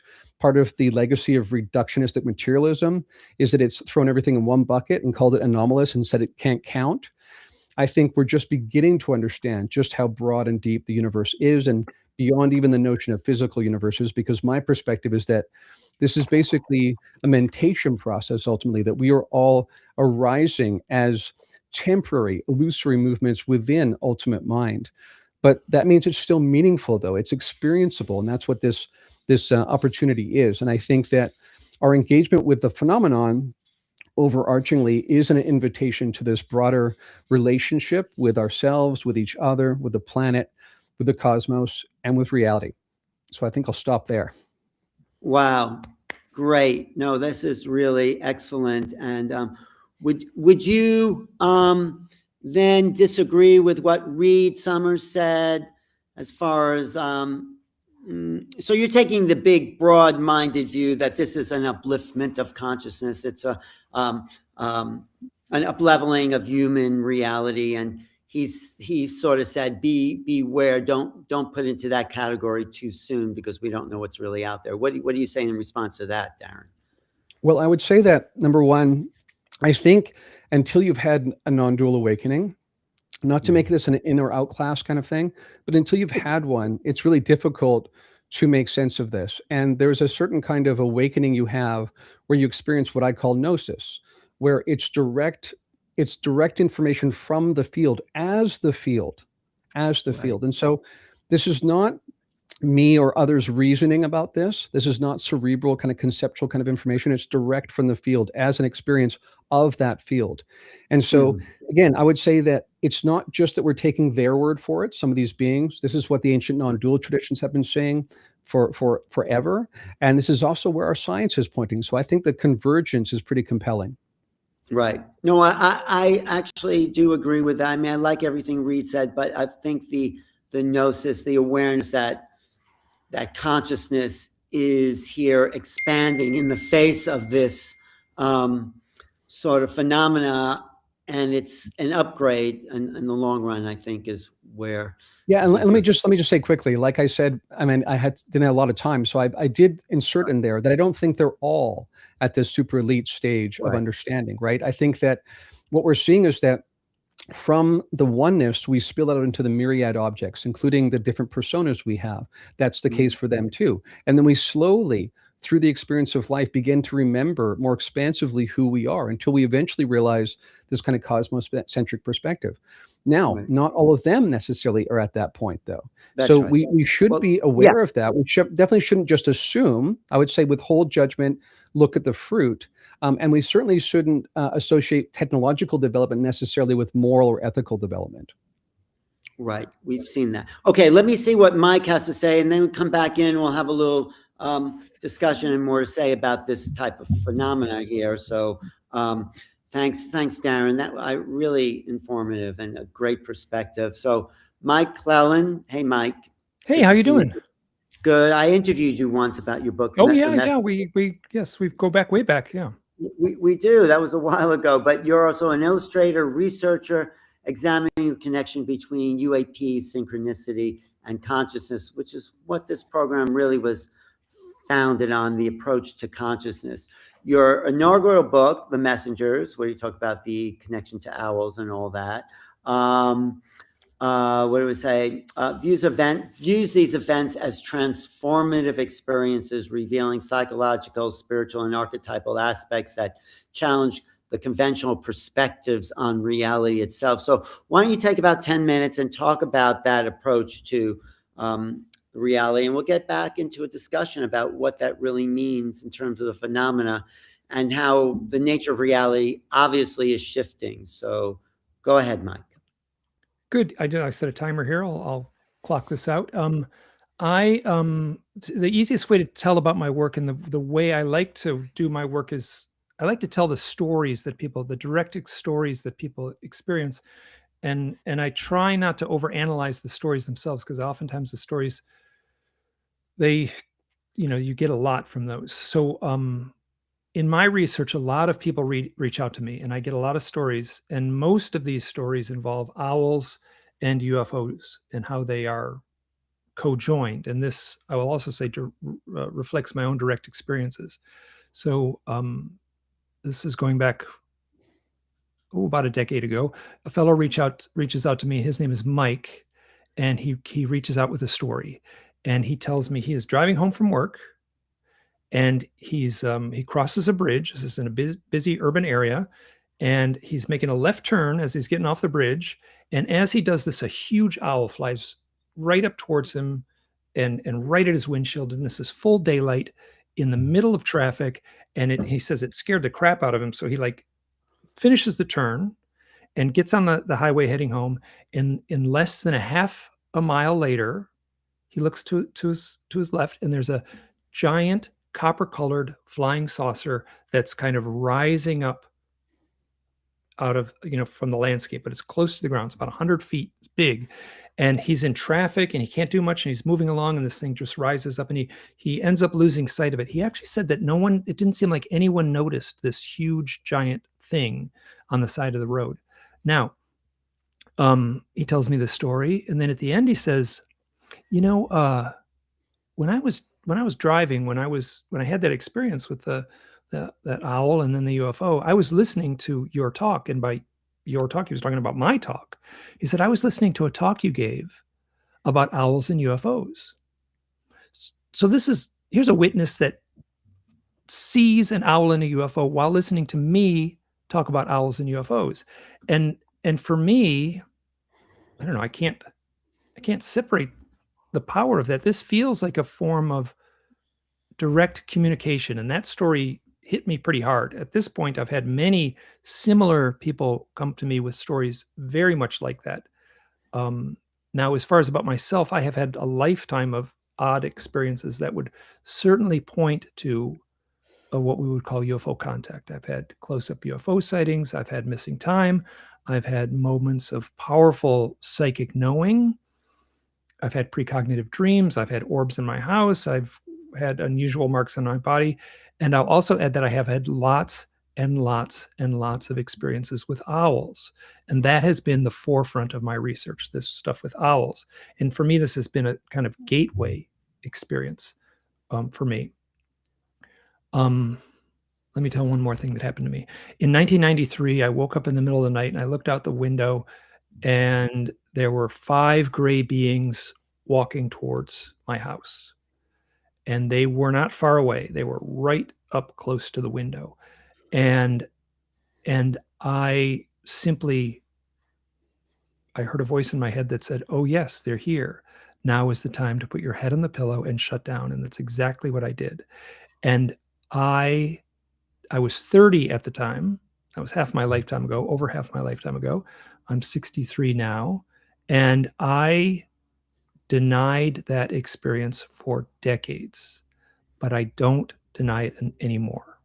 And a lot has happened in my research and in my own direct experience that have forced me to take this seriously. Darren basically said, the ontological shock. There is the wow, do we have the ability to deny these things that we see as observably so, and at the same time we find a way to deny them. And I was swimming in that for a long time. I've crossed that line. I'm no longer in that place now. So for me and my work, I see these experiences as both emotional, terribly emotional, and terribly challenging. And it's this challenge, this emotional challenge, that I have tried to express in my research and in my books. So let me just also say, if you Google UFOs and owls, I am the first thing that comes up, and I'm about the next 25 things underneath that. And so if anyone anywhere in the world has an experience with a UFO and an owl, they're going to find me. And it's going to take about 2 mouse clicks, and they're going to get to my website. And at the top of my website, it says, I want to hear your owl stories. And consequently, I am flooded with stories, with remarkable stories. And these stories are so rich and so full of mythic power, of such symbolic power. It keeps me going in this research, the power of these stories. Now, presently, I'm getting about 2 or 3 good stories a day, sometimes more, and sometimes 6 stories a day is not uncommon. And this has been going on for about 16 years. So do the math. That's a lot of stories. And I am showing up in these stories, like the experience that Mike had with the owl after coming off the bridge and then seeing the giant copper-colored UFO, flying saucer, that he was listening to my voice while experiencing that. This happens a lot. And this tells me that I am somehow connected to this mystery, deeply connected to it. And this also tells me that I have a responsibility. Now, as far as the stories, there is a power and a value to these stories. And I really feel it's important to share them. And I don't want them hidden away. I want them to be alive and shared. Now, it's about myself. I am not a scientist. I am not an academic. I came into this research as an artist. I had spent my whole life doing creative work. And I now see this research work as a creative act. And I will also say I'm being selfish because I've had the direct experience, including a lot of experiences with owls. So not only am I digging into the research, it's for deeply personal reasons, because in essence, I'm researching myself. And I'm in a place now where I have nothing to prove. Like, I've already had my proof that this is a real experience. And I'm not trying to convince anyone. And as far as all the talk about disclosure, it feels like, wow, I have had my own disclosure, and I don't need anyone else out there to confirm what I already know. So, like, that is someone else's job to take on that side of the argument. And let me also say that the UFO subject is enormous. It's this huge, giant wealth of information. And but I'm not looking at that. I feel like I am pulling on the tiniest little thread. And this small thread would be the owl issues that show up in the UFO lore. Now, let me tell you, it's not just UFOs. They also show up, and I'll do this quick here.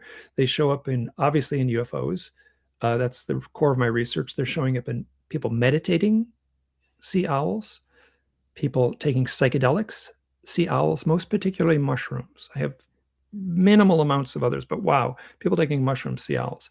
The third would be the shamanic awakening, or the initiation of the shamanic apprentice will see owls. An initiation process for a shaman. They see owls.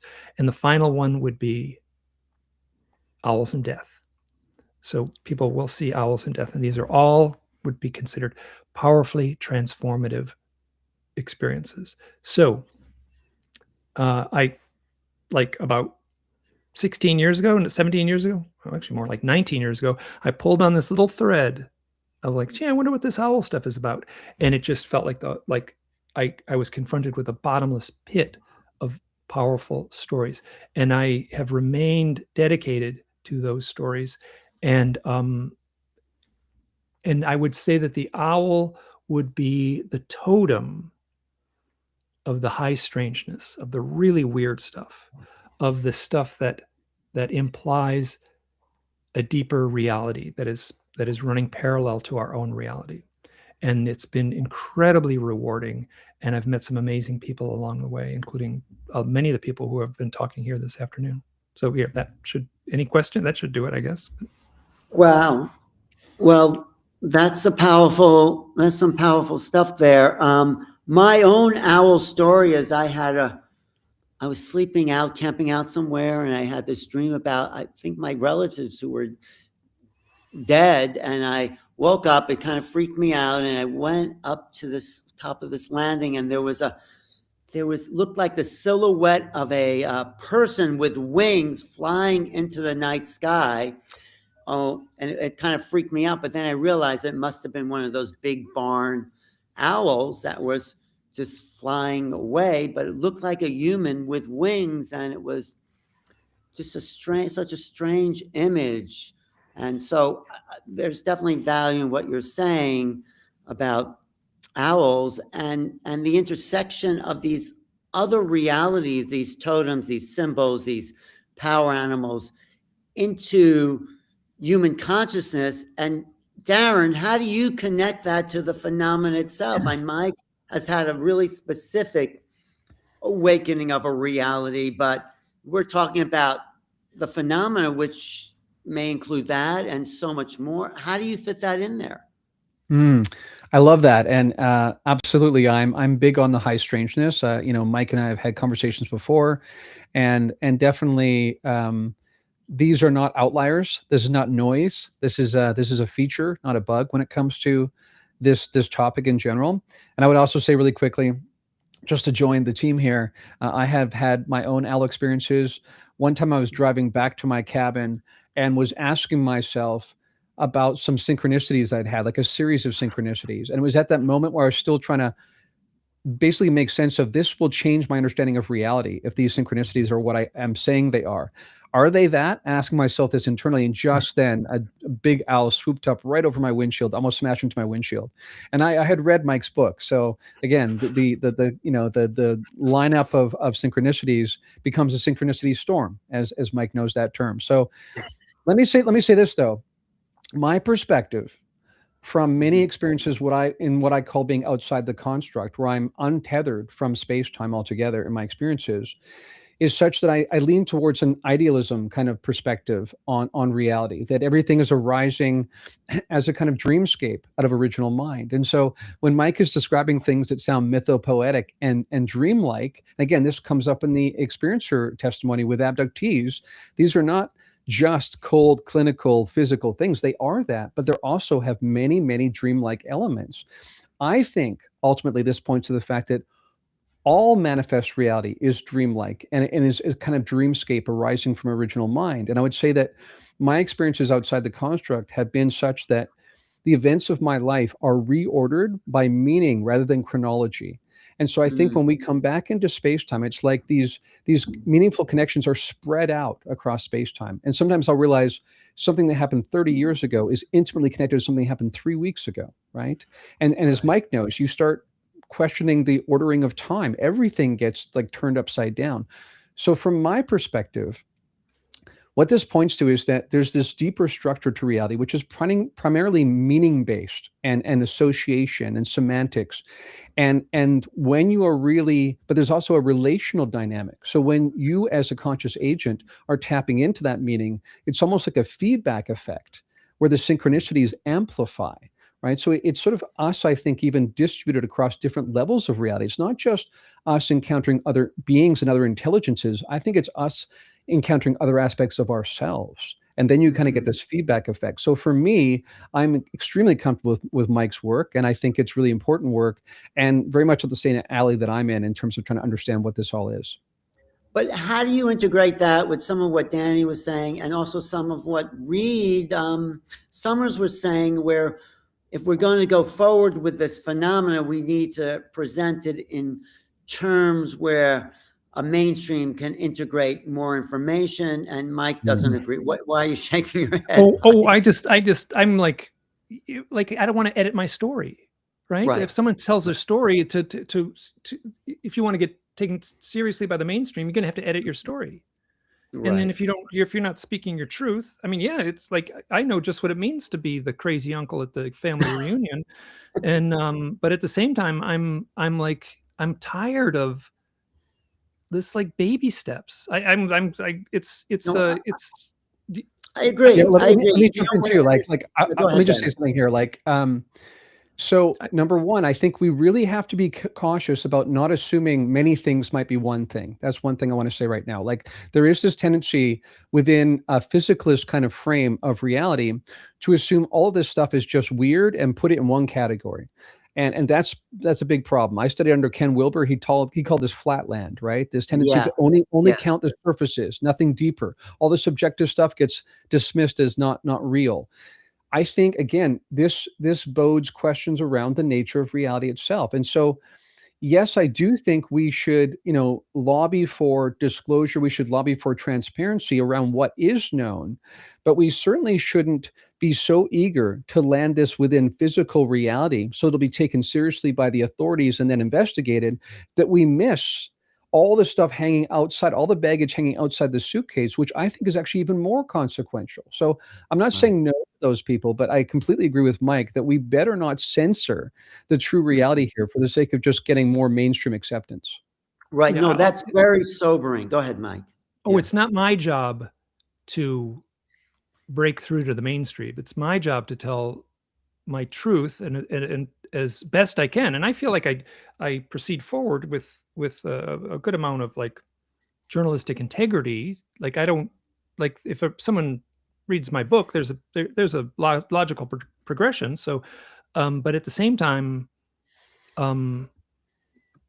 it's so much richer. So you must have this experience, both of you. There's like a mainstream researcher that's totally nuts and bolts, and you sit down with them at the convention, and you sort of sit in the corner, and you kind of turn to them, say, "Any weird experiences?" And they roll their eyes and say, "Oh, I got so many weird experiences." I'm like, Right.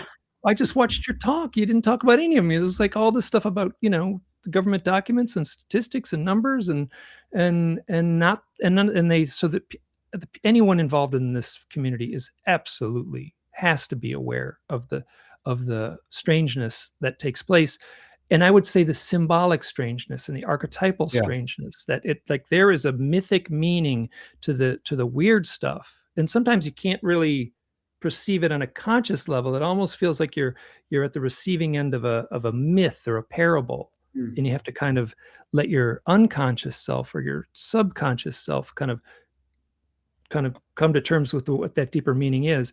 But so, and if someone is not aware of it, wow, they got blinders on, and they're willfully ignoring the strange stuff. And it doesn't it's fit into one.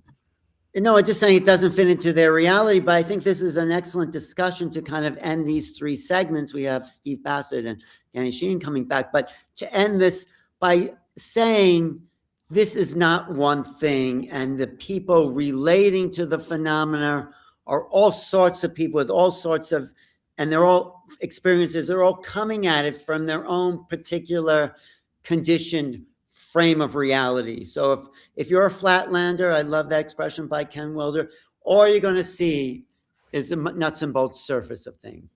And if And you're let me just say Mike, really quickly too, like to Mike's point, like to Jacques Vallée's credit, he was one of the first researchers to say, wait a second, the high strangeness is a feature, not a bug.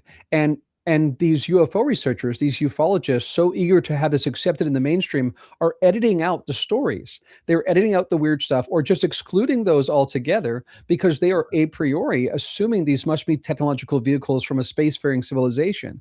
And so his point is that not at all, to the point where if he hears a story, an account, and it's too straight, right, and it's too sci-fi, he tends to not believe it, right? So this is the challenge, and that's why it's so important that Mike and others and myself and you, Alan, are speaking up, because people, I think, still feel the stigma. We've come a long way, but it's one thing to say there was a UFO outside my window, but when you have these like series of synchronicities that unmoor your understanding of who you are and what reality is, then that's another thing entirely. But that's central to the entire thing.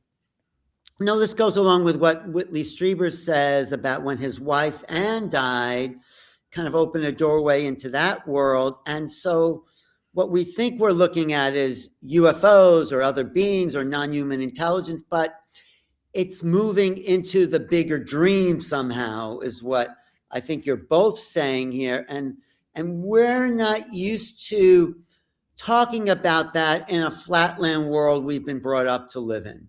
And so the phenomena, maybe like what John Mack says, is here to wake us up into what consciousness really is. Edgar Mitchell said the same thing. And it seems like that might be closer to the truth. And we have to bring all those people in the flatland up to the fact that there's a depth below the surface of reality. And what you're saying, Darren, there's the nature of reality, whatever that means, is shifting as we engage the phenomena. Is that fair to say there? Yeah, absolutely. And I think, again, what's so compelling is that when you look at, for instance, I studied the work of Nima Arkani Hamed, a physicist, and he's saying that the math itself, the numbers themselves are telling us that space-time is not foundational. End of story. Like, so we don't need to spend any more time trying to land this in space-time, because we know space-time is an epiphenomenon of a deeper structure, right? So the same thing, when we look at astronomy, it looks like the universe has a kind of holographic-like nature, which is kind of informational, again, speaking to it arising from a deeper structure, right? Neuroscience, the hard problem of consciousness. You spoke earlier about non-local consciousness, right? Psi tells us these things. So what I, again, find fascinating is even though there is stigma, it is slowly loosening over time, lessening. But what's interesting about all these outliers is they all point to the same kind of reality, which it basically hosts consciousness as fundamental. Right. So, Mike, do you think the phenomena is in our face now in a bigger way because it's time to grow up? I mean, that's just a kind of rough paraphrasing. That's a good way to put it. I would say that we're now in a new era where we have the internet, and I would say the internet more than anything has made this information much more easily accessible. I mean, we've been able to get books by John Keel and Jacques Vallée for over 50 years. So the information's been out there. I think it's just information moves around in a different way now. And so, yeah. And then as far as Darren talking about the physicist, struggling with the nature of reality, the witness, the UFO witness, will tell things like this. I just wrote some things down here. It's very common to hear people describe being in the presence of the UFO or being or events in their life as being more real than real, like just not a normal reality, more real than real. Like this reality we are in is the movie screen, and it's two-dimensional, and there's a much richer reality that we simply can't perceive. And then they'll also say that time works very strangely. And then I've heard this, I've heard it a lot where people will say, I had a total, absolute knowing of everything in the universe. And these things are also reflected. Oh, you've had that. But I've heard that more. So all I just listed a few things. Those things are also shared in the near-death experience. People who have the near-death experience describe the same exalted alternate reality that the UFO contactee would describe. Right. So does this all mean, Darren and Mike, that human civilization, human intelligence is moving more into this abstract realm where the dream is more of a reality, where I say apprehension versus comprehension is more the mode, and when you comprehend something, you collapse the wave function, it can only be what it is. But if you apprehend reality, you leave many possibilities that allow us to transcend time and space, which is an illusion.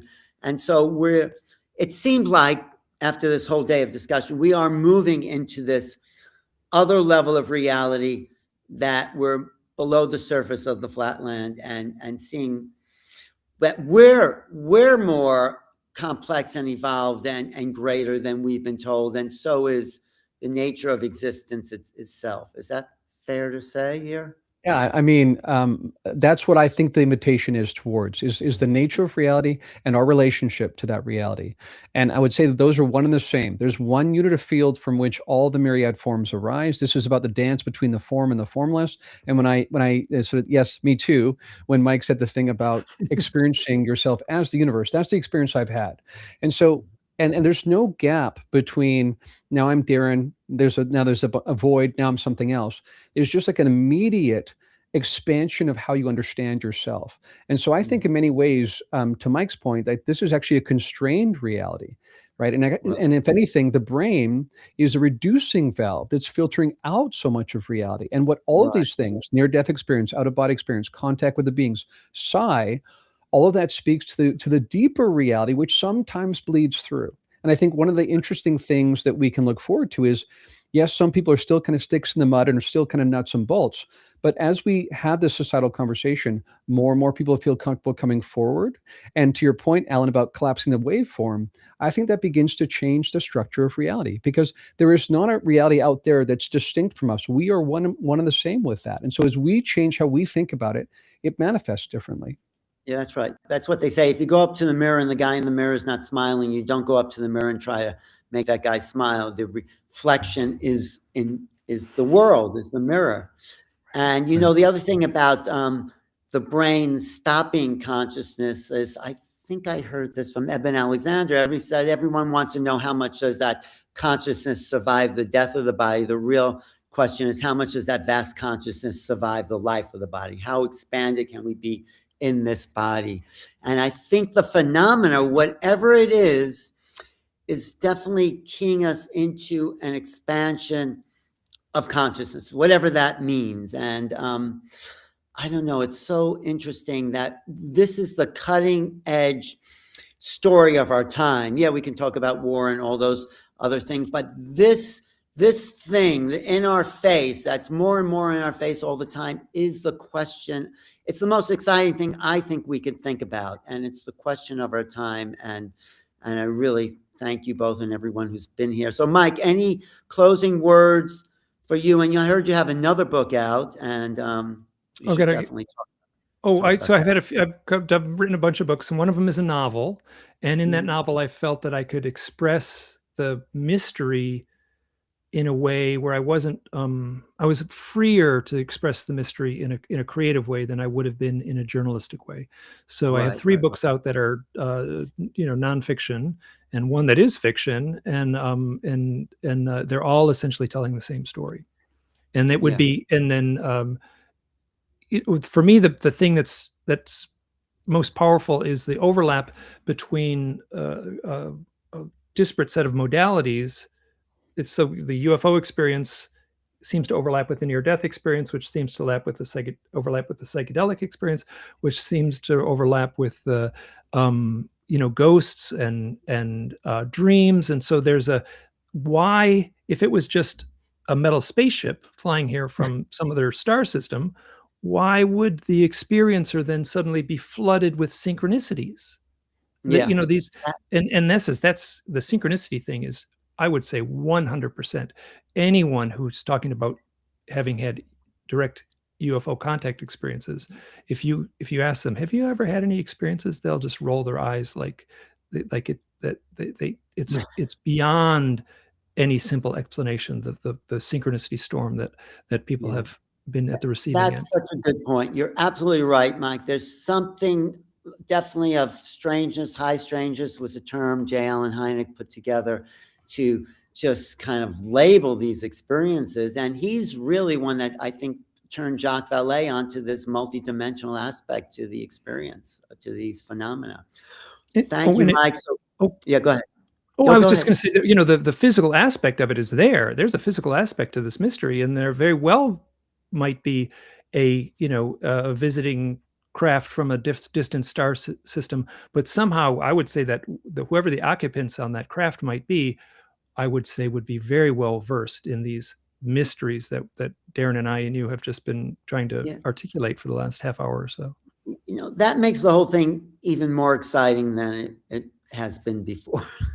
But so Darren, how do you put, yes, of course it's not one thing. We're not one thing. And in a way we are one thing. I'm you, you're me, and everything is just, and there's a multiplicity of universes. So how do you sum it all up, Darren? How do you put it all, I wouldn't say into a box, but into some kind of takeaway that people can then learn from what the phenomena may be trying to tell us? I would say one takeaway that I would offer is spend as much time being willing to unlearn as to learn.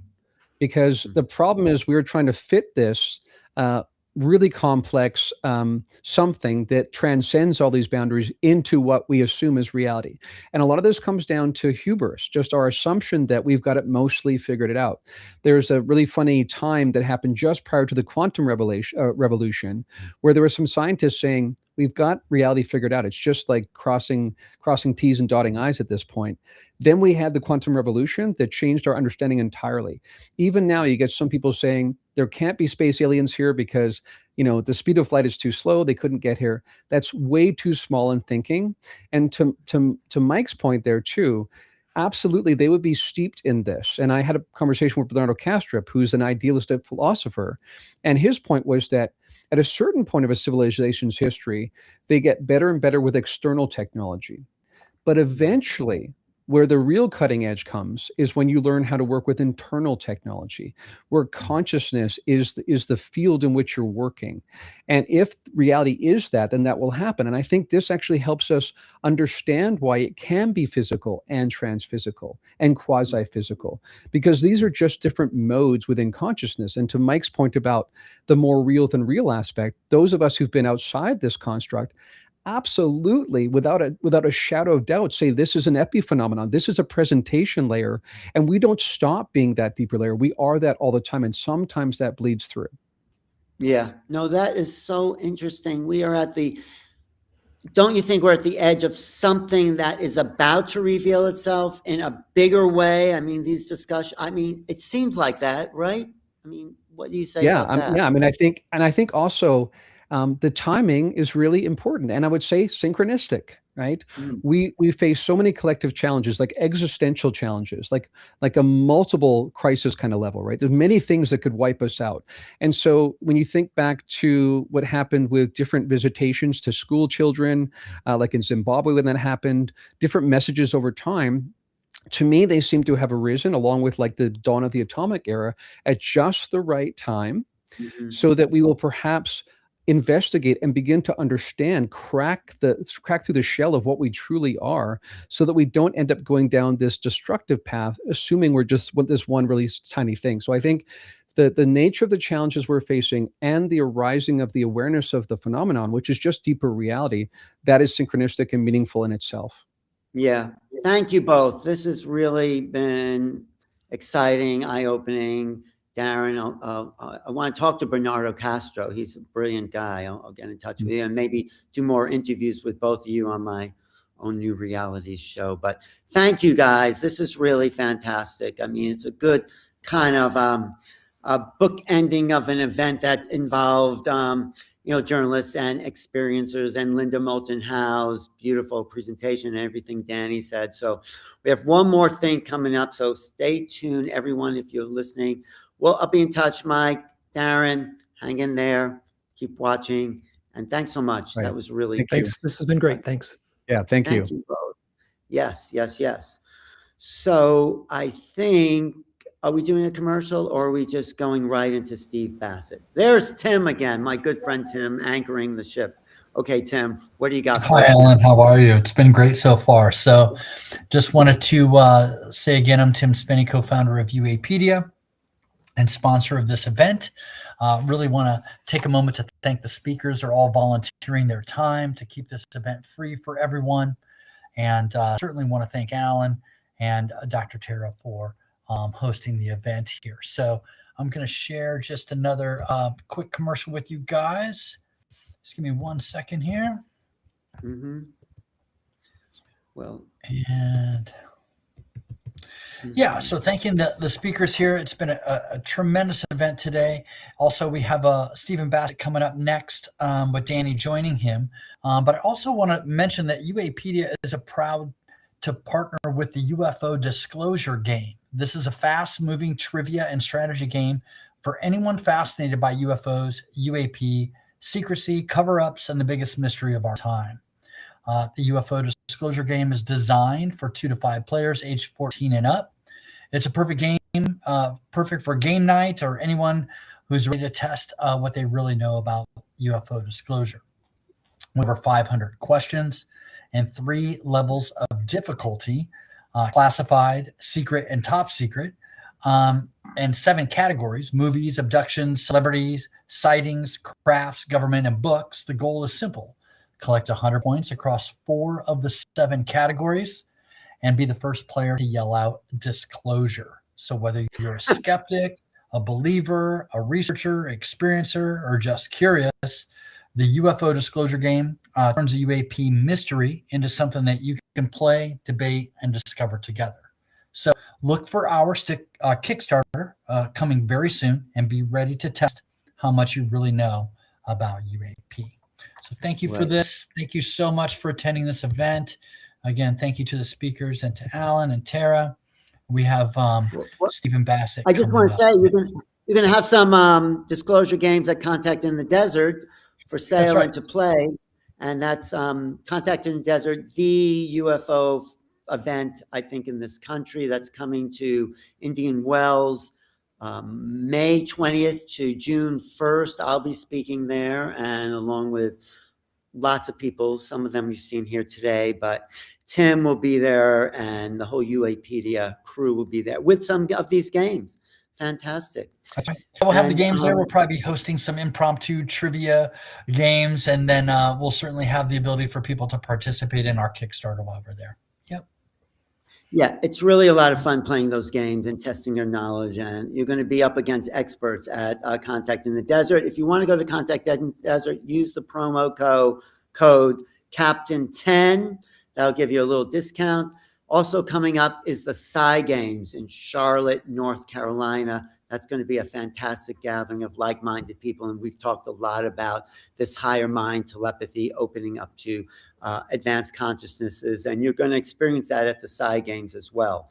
So look for that. And our next to last speaker is Steve Bassett. Should we bring him up here? He's been waiting, and he's very patient. And thanks, Steve. You're looking good. And I'll just do a little introduction, even though everyone knows you, because Steve is probably one of the most passionate, hardworking people in this field. I mean, he's given his life dedication, his mission to bringing disclosure to the world by doing whatever he can behind the scenes in Washington and across the board, appearing around the country at talks and gatherings. He'll be at Contact in the Desert too.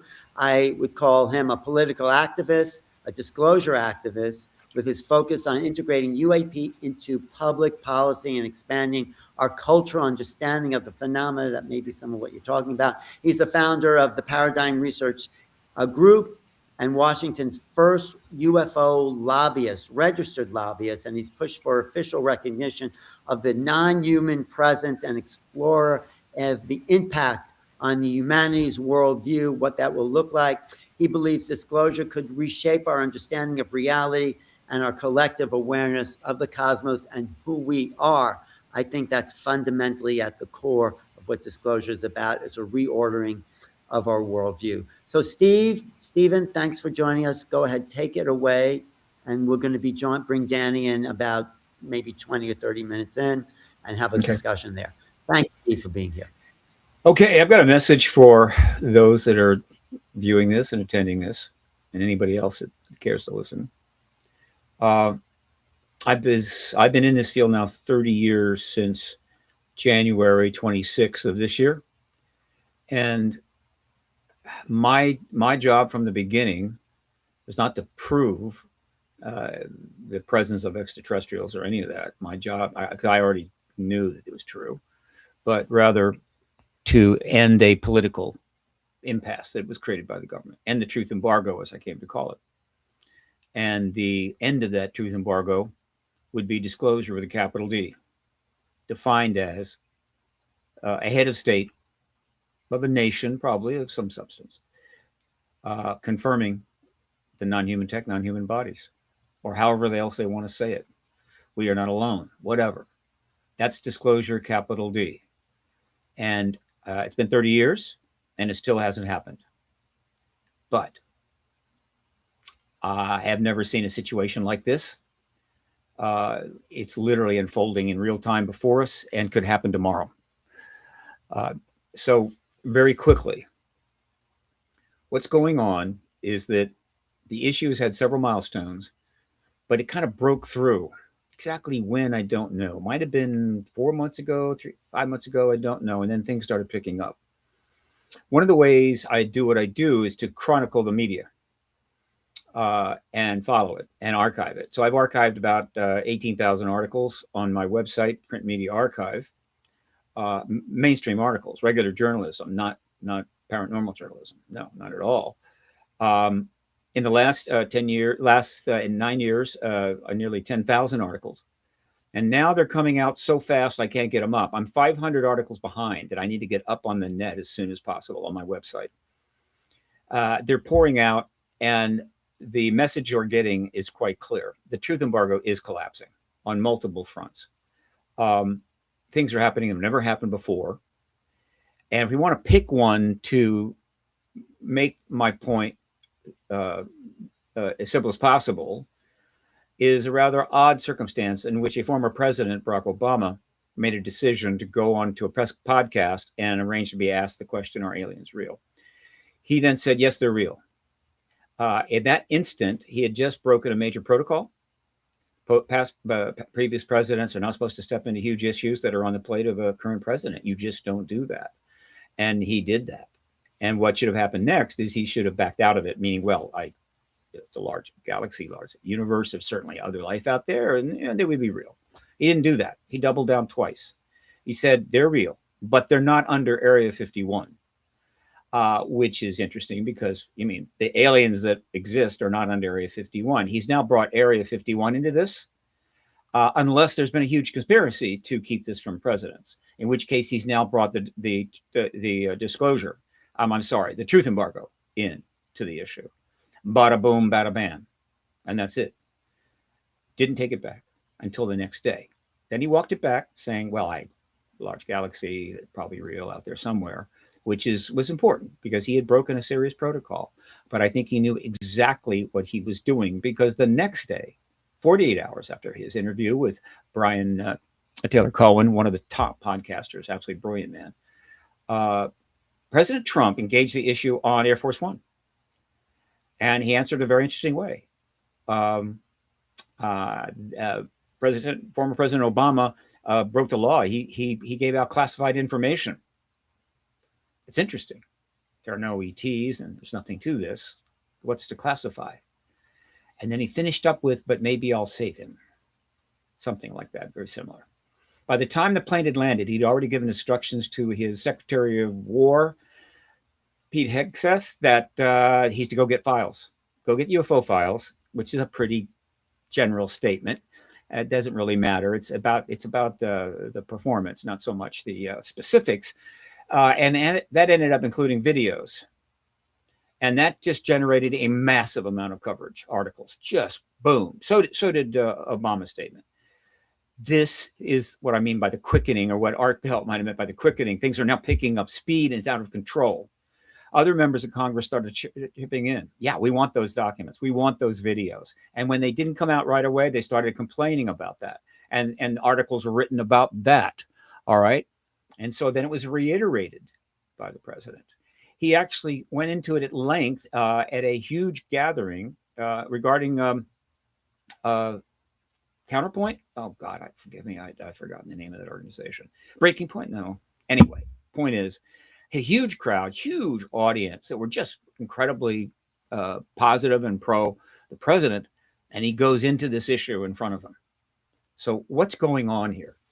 What's going on is that a decision has been made. And there's lots of evidence backing this up, I assure you, in many different ways, to go ahead and get this done. And by getting it done, I mean the president confirms it. And the way they're going about it, he's going to ask for the UFO files and videos. And they're going to come out. And if there's even one pretty much incontrovertible image or particularly video, then he's freed up basically to then confirm. Done. It's done. However he says it. And there's further points to be made here. If that stuff comes out and he doesn't do that, he's put it fully in play. By the way, it's the first time any president has asked for those files to come out. Carter didn't get there. Clinton was asked to get there, didn't make it. He's the first president to do it. It's never happened before. And he has a very, very, how would you say, on board Secretary of War that's going to do what he wants to do. And so whatever the truth embargo guys are thinking about doing, I wouldn't advise it. They're not in a good position at all. They don't have to give out heavy duty stuff. They just have to give out something that gives the president a little extra platform to stand on. And so if he doesn't act, this is out. Another head of state could step in and he loses the legacy. It's gone. Never get it back. So it'll be basically a critical moment. If anything is in those files, particularly the videos that it takes it to another level, he needs to act. And all he has to do is confirm, we do have non-human tech. We do have non-human bodies. Doesn't matter where they're from, right? They're not us, and that's disclosure. Capital D, formal confirmation. That ends the truth embargo, and we're in the post-disclosure world. I am thinking it could happen at any moment. And if you give me 2 hours, I'll back it up with more stuff. We don't have that time. But I'll tell you, if I can get those 400 articles up, it'll give me a few days, read those, and then read the 500 behind them, and you will literally see it unfolding through the media, which includes embedded videos of members of Congress speaking out, making demands, and on and on and on. I mean, it's an avalanche of what you would say engagement of the issue, unprecedented. So that's my message. All right. Now, a couple of things. If disclosure takes place, I'm going to immediately open the largest Zoom call I can do. I may add some money and build it, and announce that through my email list and so forth, and invite people to drop in. Just drop in, say hello, hang out for a while, talk to some other people, and celebrate the end of the post-disclosure world together. That's one thing. All right. But the other thing is this, a very important point to get across, is that one of the reasons where we are is that many more organizations is formed. They include high-level people, well-known people, degrees, high-level academics, high-level military, people with clearances, on and on and on, just piling up. And they're creating organizations. Not surprising.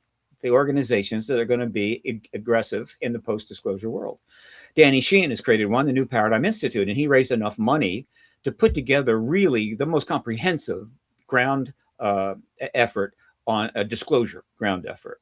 All right, citizens for disclosure. God knows how many chapters they're going to have soon. They'll be in all 50 states. Something I could not do. This requires money. It requires a lot. And he's created that to get disclosure. Great. I'm glad he did. All right. There is a Canadians for Disclosure. I just spoke to a few of them right now, and they've been trying to get the issue out for a while. What's my message? My message is this. You won, right? And we're glad that you exist. We don't want you to shut down when the president confirms. You need to immediately transition to citizens for post-disclosure, Canadians for post-disclosure, UK for post-disclosure, because the political need post-disclosure for that kind of ground action will be 10 times more needed and valuable than pre-disclosure. Why?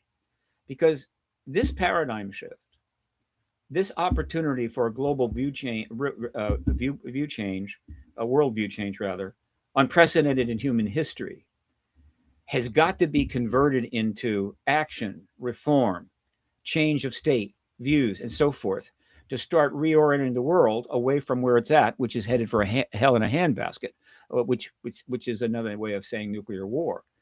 And so, to the extent that those that have wanted disclosure, know this issue, are now organized post-disclosure and going to their members of Congress and doing all the things that a ground movement like that would do, they're going to start influencing them and saying what we want.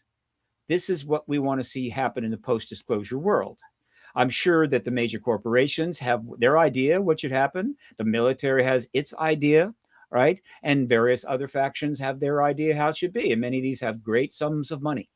In fact, in general, everybody has great sums of money instead of the just general population. But they can mass together in organizations. And one of those, I hope, will be the Citizens for Post-Disclosure World or Post-Disclosure Policy. Because you can't be citizens for disclosure. Disclosure will be over. Got it done. Moving on. And of course, that's where I'm going to go and do what I can do in the post-disclosure world. How can I play a role? I don't have multiple PhDs. I don't have lots of money. I don't have any Nobel Prize nominations or any of that good stuff. I'm just a crazy activist who knows some stuff and is a good communicator. And the principal task that I'm going to try to do, particularly if funding comes in, is about making sure that all of the individuals, living or dead, that have pursued this truth since 1947 at least, are not simply shoved aside, ignored by the, quote, post-disclosure, how would you say, leaders and so forth. It's easy to do, right? Yeah, it's a great job. Thank you so much. But we'll take it from here, right? I'm sure you've got a second job or something that, a lot of money put aside, big 401k. No, it is imperative. And this is doable. This couldn't have been done back in the 60s, 70s, 80s. No way. But in the modern era, in the 21st century, oh yeah, we have the means to ensure that a major portion of the population of this planet learns who Alan Hynek was, right? And Keogh was, and Dolan was, and I could go on and on and on. And all the ones that are on my in memoriam page, about 100, right, that contributed to this, but certainly the major players. So they are recognized, and future generations can expect the same treatment if they're willing to devote their life to getting social justice and change, right? And not just be thrown aside. We'll take it from here. We'll take it from here. You're going to be hearing it. You're going to be getting versions of it. And we just can't let that happen. And so I'm going to devote most of my time and resources because I don't have a lot of time left. No time to go get that PhD and maybe become a researcher for the Pentagon. I don't think so. But I can definitely do that through conferences and promotions and other things. So that's kind of what I'll be doing. What will you be doing? Right? So I'm inviting people to accept the fact that it's about to go down. Prepare for that. Think about what you will do afterwards, right? What kind of organizations will you form? How would you transcend the organization or transition the organization you're in now, right? What will MUFON do? I mean, we could go on and on and on. But how much will there be participation by the world's people, the general citizens of the world? There are about over 8 billion in a extraordinary new era, or maybe all things are possible. Are they going to be forced to sit back, or are they just going to sit back on their own?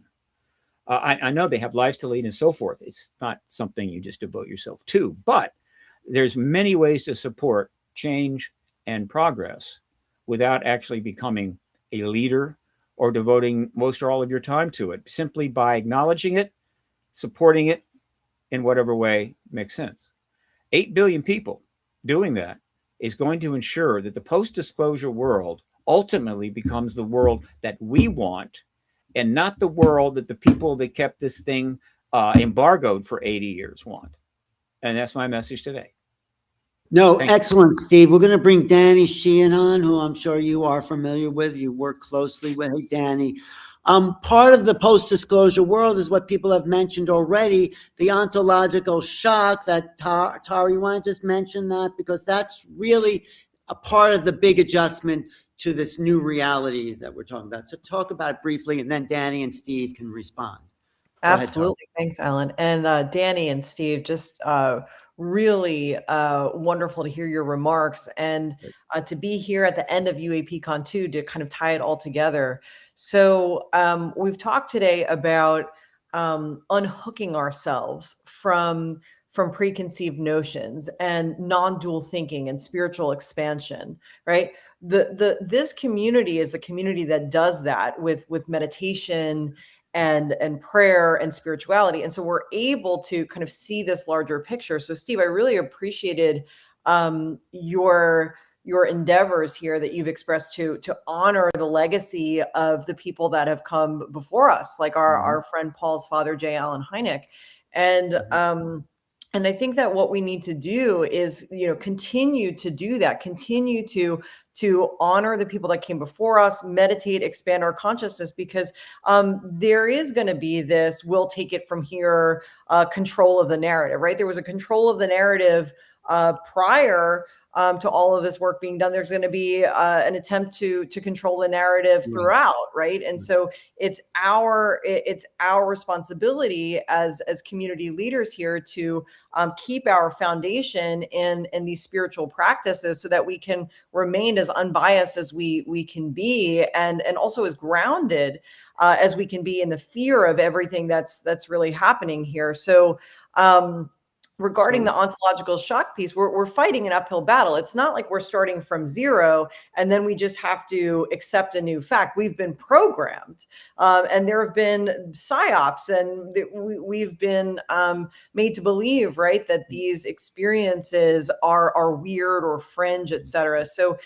when we're thinking about kind of deprogramming our own minds, and therefore helping to foster the deprogramming of the collective, we have our work cut out for us. And so again, honoring the legacy. Say that's where Danny's work in a New Paradigm Institute, and of course Steve's organization called New Paradigm Group. So let's talk to Danny. The New Paradigm Institute is exactly the issue we face in the post-disclosure world, isn't it, Danny? That is exactly right, and that's why while the Citizens for Disclosure is a sub program of the New Paradigm Institute, the institute is the New Paradigm Institute.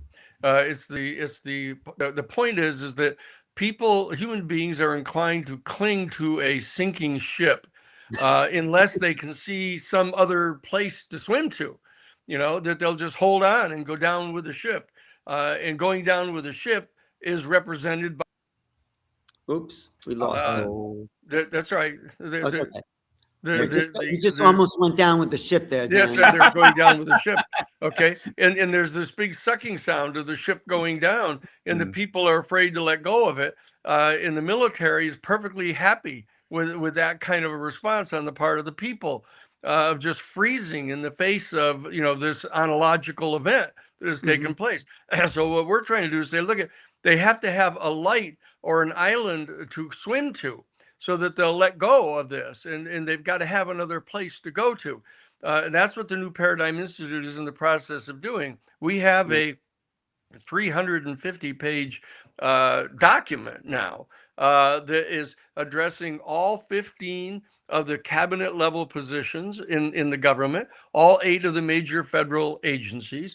We're attempting to elucidate what the principles, policies, and programs are that would be necessary to amend the institutions, to be able to absorb this information, and to deal with the consciousness challenge that's going to be occurring to the regular people. Now, obviously, one of the major set of institutions are the religious institutions. They're the spiritual institutions that have kind of locked down on positions like 3,000, 2,000 years ago.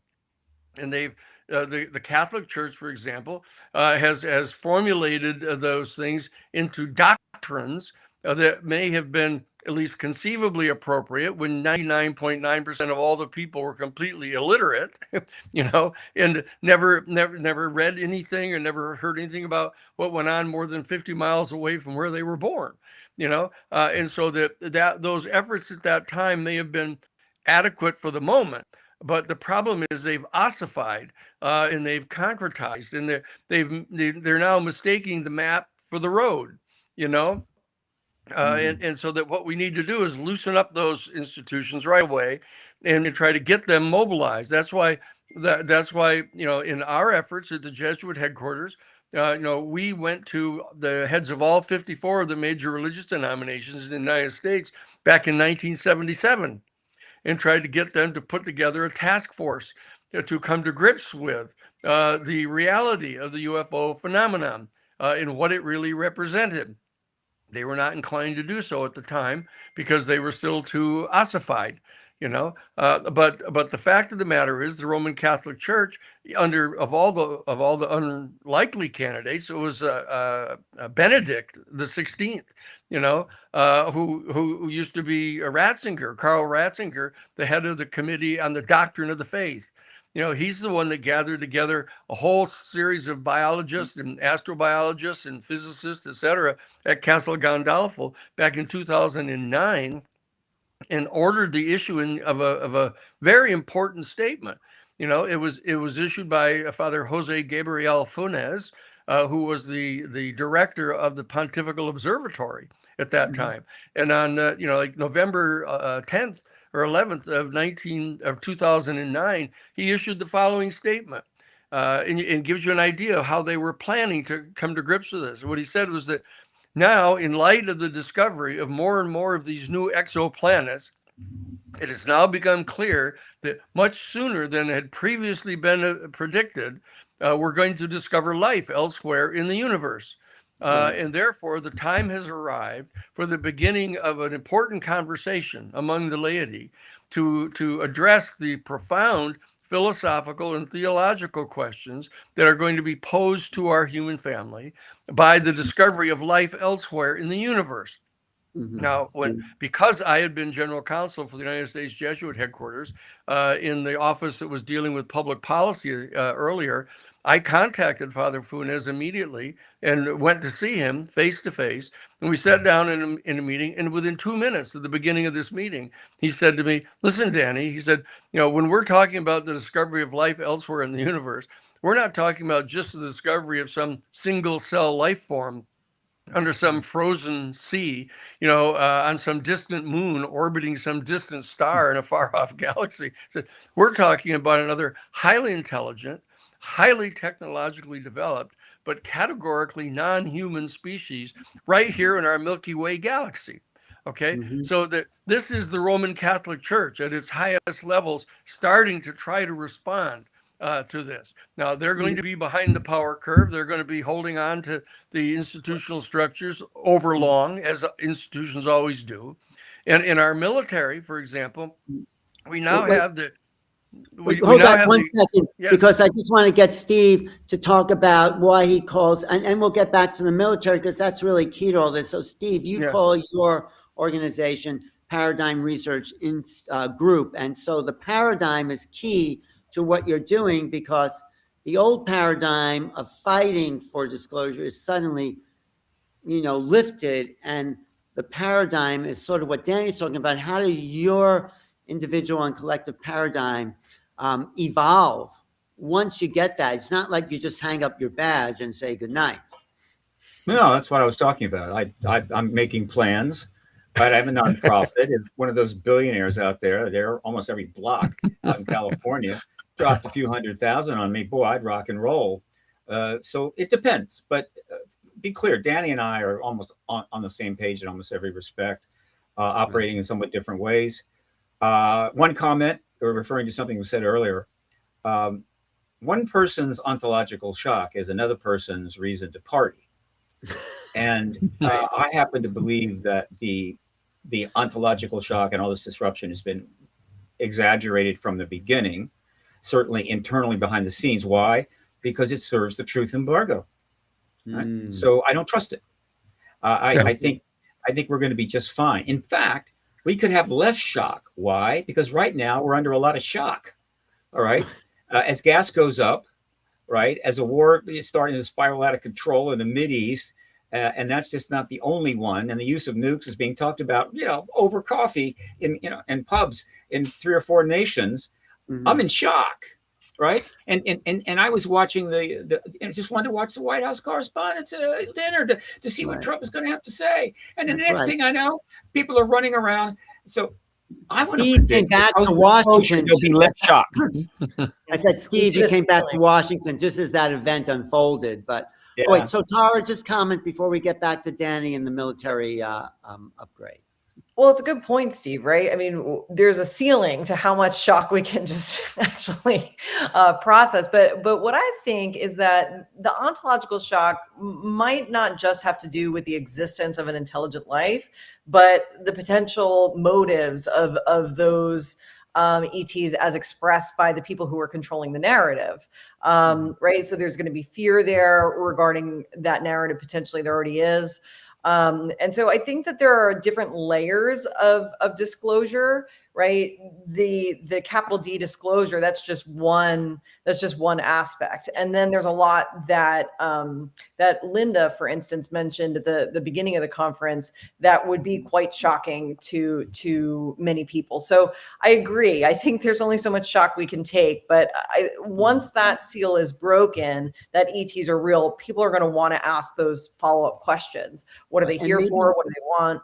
Etc. Right. And maybe that's where the military will actually be shocked that people are not freaking out, Danny. Back to the military, if you want to add that. Well, they've got a plan that is quite different than just having the president, come into the Oval Office and announce that they've discovered life elsewhere in the universe. That what they're doing right now is they're moving into place in a full battle plan. That they've seized UFOs, they've reverse engineered some of the technology, they've designed fighter spacecraft, that can take off without rockets, just take off on a regular landing strip and fly into orbit and engage in combat there. They've got a whole base set up out at Peterson Air Force Base out in Colorado, training space fighters, to actually engage in this. They've now, just as of May 1st, just so you'll know, the way they're engaged in the disclosure, the Defense Department has now authorized the release of a document on May 1st.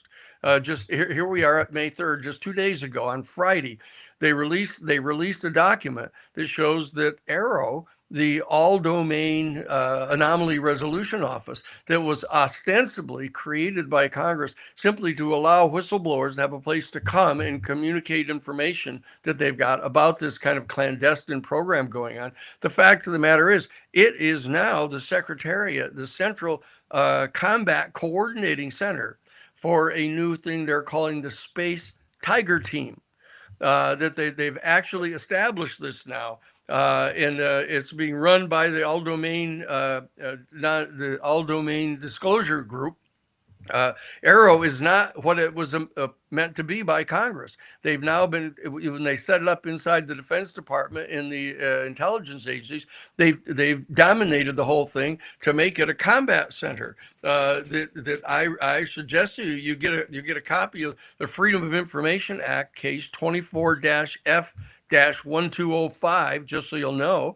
And it's a document, a one-page document that actually sets forth. Let me find it here for you, just so you'll see it. Here, are you aware of this, Steve? Are you aware of what Danny's talking about, Steve? Here it is. I'm aware. I have a take on it. That's probably here's the document. Here's the document right here. And what this is an action. It's an action document from the military command structure of the United States military. It's recommending that they set up a process for a space-based UAP detection support for other domains. And they're listing who the other domains are, and they are the U.S. Space Force, the command center, their military operations, preparing for a mitigation and response to the UFO phenomenon. Okay, and this is a warrior group that they're moving this into place behind the scenes, and they're leaking out documents like this that most people can't even understand what they're saying. But those of us here at the New Paradigm Institute and the Paradigm Research Group, et cetera, we're looking at these documents, and we can tell what's happening here is that what they're doing is not only are they preparing to mount a military response to the UFOs, but that they're in fact leaking out the documents as a form of disclosure, okay, rather than the president coming out and announcing it. And they're in the Congress are the frogs being, boiled in the pot as the pot's getting hotter and hotter. And every single time that they disclose one of these public documents, and the Congress doesn't rise up and revolt against them and take and seize control over the disclosure process, it's being cited as acquiescence on the part of the Congress, and therefore them basically agreeing with the program that the military is initiating without any oversight or authorization from Congress. This is just the same kind of action as Donald Trump launching a military attack against Iran without any authorization from Congress whatsoever. the national security state is running completely out of control, and that they're trying to get control over this entire UFO issue. And they're doing so secretly behind the scenes. So what I'm saying is that Stephen and I and others, some others, have been devoted to trying to get our Congress to stand up and confront this. Not all of the more esoteric dimensions of this, of having to get them to adopt the spiritual insight that the avatars have been trying to communicate to us for millennia, but they've got to come to grips with stopping the United States military in the highly militarized intelligence agencies from engaging the UFO community, militarily. Yeah, you and Steve are in there talking to congressmen. How come nothing's being done? Well, we don't begin because they've acquiesced for so long that they're afraid of the national security state. The national security state, all of a sudden, millions of dollars will show up in their congressional campaign against them. Like they did with Church, Frank Church, who chaired the Church committee that was allegedly investigating UFO or CIA abuses. All of a sudden, the very next campaign he had, after winning three senatorial elections in a row by like 75% of the vote, he was ushered right out of office because millions of dollars showed up into his campaign. That's not an answer to the question. The answer is, what are we going to do about it, Danny?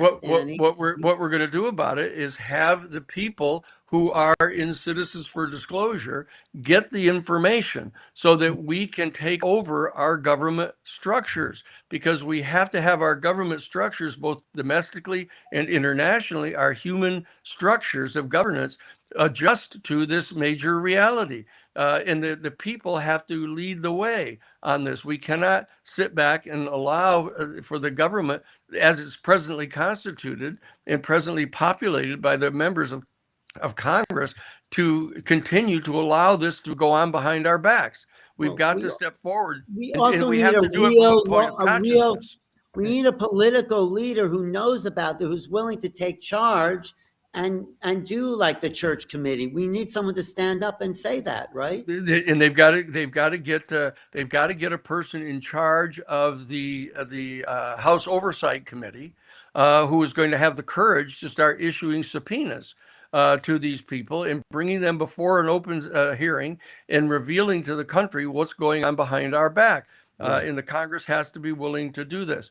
And I'm saying is that, the erratic conduct of Donald Trump, individually, about whether he's going to, actually deliver the order, that Hegseth has asserted that he hasn't even received any order as such to go and put together these documents. That Trump has said, I'm going to do so in the future sometime. And then everybody's covering it as this. He's actually given them the order, and it's getting ready to happen almost any day right now. I say anybody who believes anything that Donald Trump says ought to have their head examined. The bottom line is that what we've got to do is we've got to deal with the disclosure step at the same exact time that we're preparing the new paradigm. So we've got to be able to come up with concrete proposals and structures, policies and programs that need to adjust the present institutions to absorb this information in a very practical way. And the religious institutions have to be the ones that lead, because this is a spiritual undertaking. It's not just a political undertaking. Go ahead, Tara.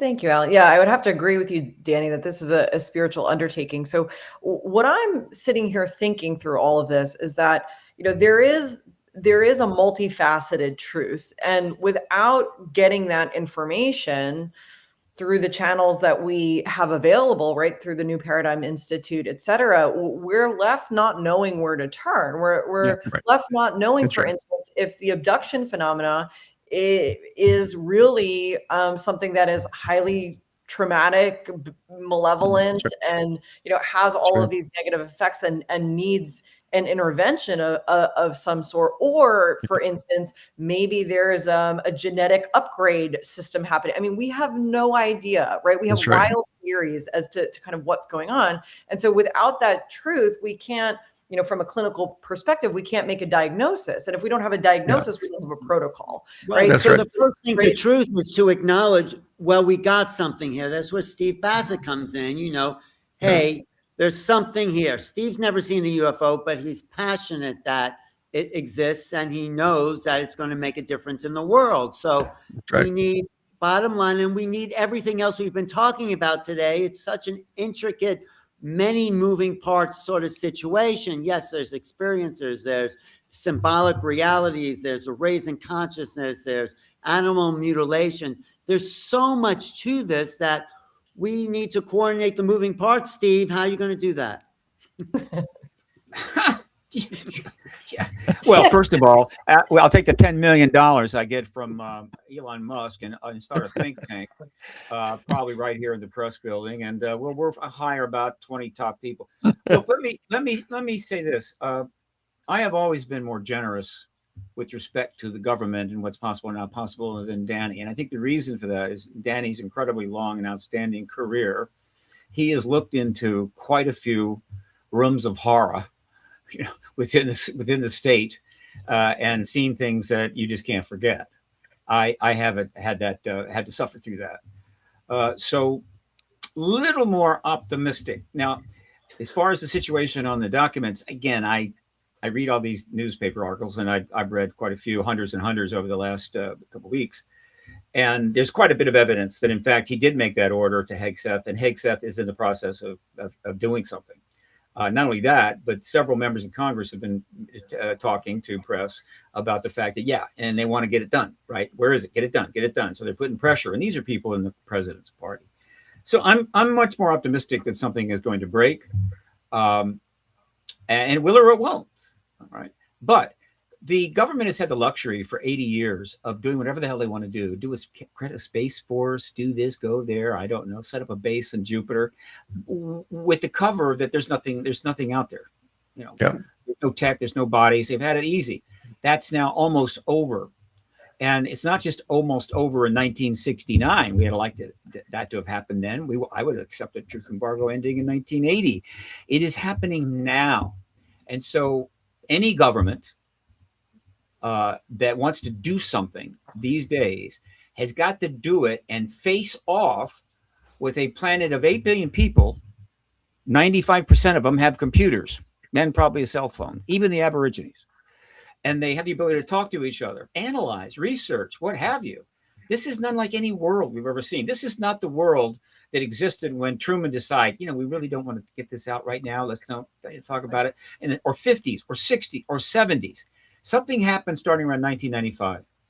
And now we got AI, right? Unless they take that away from us, you can use AI to go find out if, I don't know, some secretary to the Secretary of State was thrown out of high school for being a jerk, whatever. And so their ability to play these games is about to really be diminished. Now, if we move quickly, as along the lines I said, Danny, of course, will do that, so that we're marshaling people to start paying attention and start thinking policy. What are the laws we should pass? What should we change? It could work out. You know, it could work out. I'm trying to be optimistic here. You can't. You don't want to get too optimistic. You want to keep your eye open for shenanigans.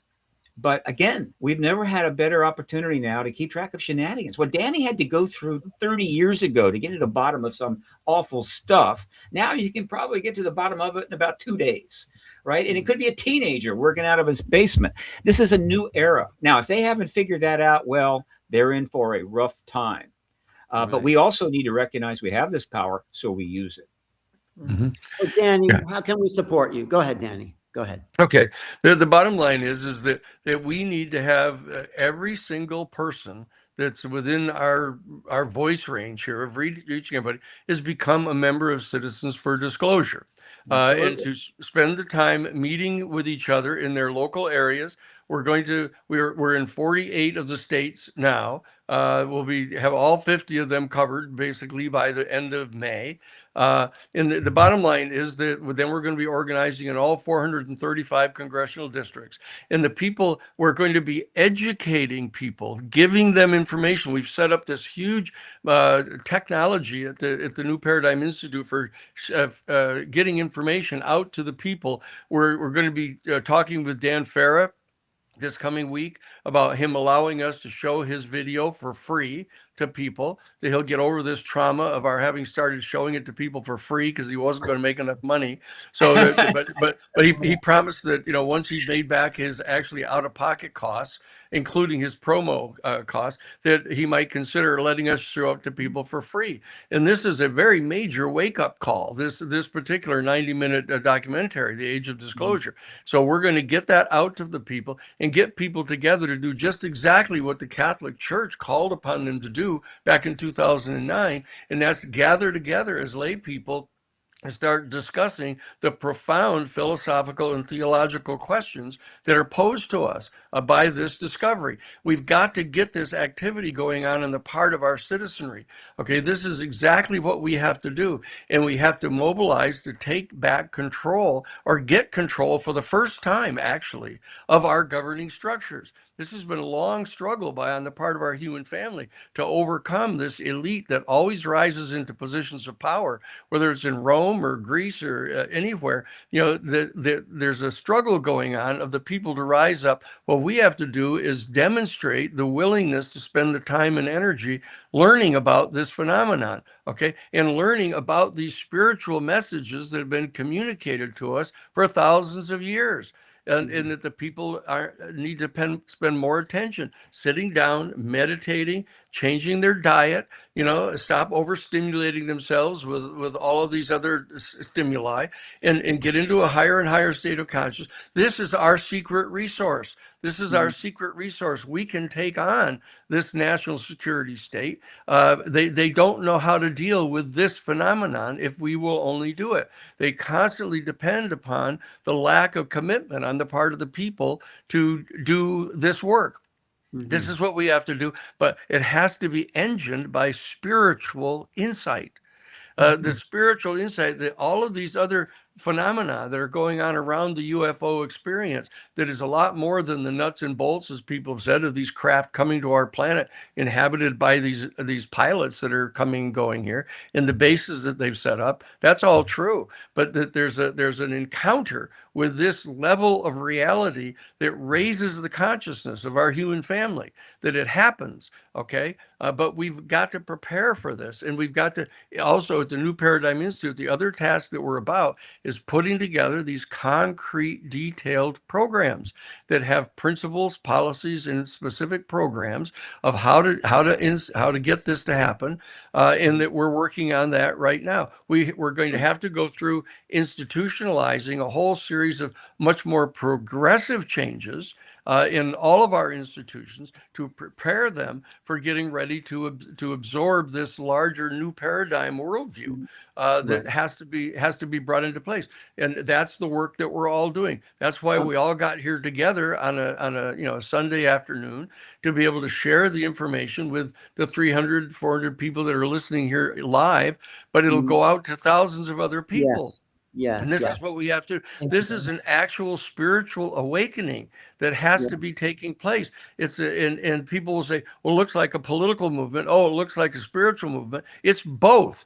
It's spiritual politics is what we're talking about. It is. The UFO phenomenon presents the absolute ideal window through which to go into this building. They've got the front doors locked. Okay, they've locked and barred the front doors. We have to go in through the window. We have to come in through the window of the house and get into the house and say, this is our house. This is our house. This belongs to the whole human family. This news and information has to be shared. And we have to help facilitate making this a positive experience that people have, an enlightening experience, not one filled with fear. And we have to deal with the national security state that is going to be trying to spin this story into them being a threat.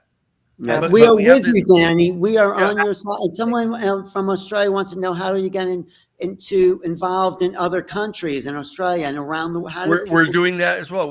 That's how the Canadians for Disclosure got started. Through the Citizens for Disclosure. We've been in communication with people in the UK. We've been in communication with people in other countries. We have to get their legislators operational right now to deal with their national security state people. It's This a is planetary, citizen uprising. it's not the US, it's a planetary human situation. It's a human uprising. Literally, it's an uprising. It's a rising up into a higher level of consciousness and rising up to take control of the instrumentalities that we have put together to govern. This is what has to happen right now. And this is the issue. This is the issue through which the spiritual awakening of our people can happen. Thank Thank you. you so much, Steve, Danny. any Thank final words? Steve. Me? Any final words from you? Yeah, look, all those spiritual people or those that are about to take the spiritual path, I want you to sign up with Danny and support that. I'll just deal with the seculars. Come to me and take all the help you can get, and I'll do my best while you finally figure out whether you're going to, make the transition or not. I will cover all the bases. All I can say, folks, is you heard it here. If Trump were to say something in the next 3 days or 4 days, remember me. And remember, I will immediately set up a Zoom call so as many people can just come on in and we can celebrate together throughout the night, because I won't be going to bed, that we've just entered a new era, perhaps the most important era of all time, which is pretty cool. Which is the post-disclosure world. Pretty cool. We're lucky to be born. This incarnation that we're in this time, the 4 generations that are incarnated here now have the opportunity, because 1,000 years from now, people will look back at this moment and judge what it is that we do. We have to both at the same time open up a positive relationship with this extraterrestrial civilization, but at the same time, as Reed points out, we have to be careful. We can't just throw ourselves at the mercy of this extraterrestrial civilization. We have to maintain our own human agency, even to make some mistakes. But we can't make the mistake of blowing ourselves up and destroying our planet. That's not a mistake that we can allow them to make. That can't happen here. Well, Danny, your work is cut out for you. Steve, it's the whole world is waiting for this. And we support you, Danny. Whatever you want, our organization here, UAP, to do to help, do whatever we can. And everyone listening to get behind the Paradigm Institute, Paradigm Research Group. Where do we go? What's your website, Danny? It's newparadigminstitute.org. And you'll see there a place to sign up to be a member of the Citizens for Disclosure. It's completely free. We'll provide all the evidence and information to you for free. We're going to have access to all of the other, the UAPpedia, the websites that Steve has gotten. He's collected all this additional information. Dolan is working on all this. All of us have to work together to get this thing to happen. And that's why we're here today, to try to mobilize the people that are listening to go talk to your friends and neighbors and get on board this thing while there is still time. That's right. Yeah. That's Thank right, you, Danny. Danny. We really love everything you're standing for. You and Sarah Nelson are an incredible team, and everybody you have, your kids working, everyone in your organization that you've been working for 40 years since you discovered the UFOs with the Carter administration. It's been That's right. Anyway, that is right. Danny's been at this longer than probably most people watching were born. So anyway, so is Don't forget Dr. Tara now. She hasn't given her closing remarks. Well, we're going to do a little wrap up, me and Dr. Tara here. We're doing Oh, I see. Okay, Yeah. fine. You have her all to yourself. Fine, that's fine. Tara, it's been a long day, hasn't it? But it's what's your final takeaway from all this, Tara? I have a few. For those listening who might not understand this intersection between spirituality and ETs, they seem like really, disparate concepts. What I'll say is that when we are untethered from beliefs and programming, what we can do is what Darren was talking about earlier, which is access information directly from the field. And when we are able to do that, these experiences, these odd experiences that are actually not odd at all, right? They're features, not bugs. They happen. We experience interdimensional beings, angels, UFOs. These things do happen, and we're at a point, as Steve was saying, in history where we can connect with one another. We can use AI. We can share our stories, and we can triangulate what's happening, what our experiences are. And so when Danny was talking about kind of going in through the window because the doors are locked, well, the way that we can do that, as Danny was saying, is through spirituality, is through clearing one's mind and raising one's consciousness. And throughout the day today, we heard from Linda Moulton Howe, who is, of course, a legendary reporter. She was talking about the facts that she learned, and then the experiencers discussed their experiences, their personal facts. And Richard talked about personal disclosure, which I just love as a term. Personal disclosure is really something that needs to be coined and discussed from here on out. Right. And then we heard from our documentarians on how to tell that story, how to use these facts and experiences and convey that to a larger audience. And then, of course, we heard from Danny on the more political constitutional law front, and Steve on the advocacy front. And taking all of this together, we can each take away what type of disclosure we feel that we need to embody and contribute. And we can do this as a collective. This is something that needs to be done as a collective and as a grounded collective, and we can help ground one another. There have been times, speaking from personal experience, where I've felt afraid to be involved in this topic, right? There's a lot of fear that is circulating around in the current news cycle. Linda alluded to it earlier. And I think that what we need to do is come together, support one another through the fear that we might feel, the ontological shock that may happen in different waves as disclosure unfolds and as we move into this post-disclosure world.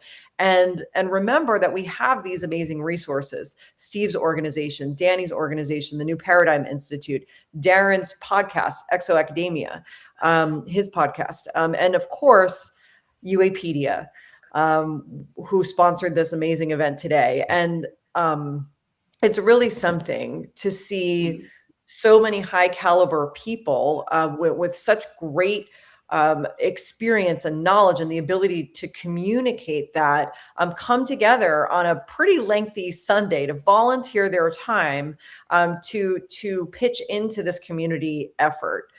These are not competing organizations. There's not somebody that kind of wants more airtime than the other. We're all here. We're all contributing, and this is exactly the way. This is the way to do it.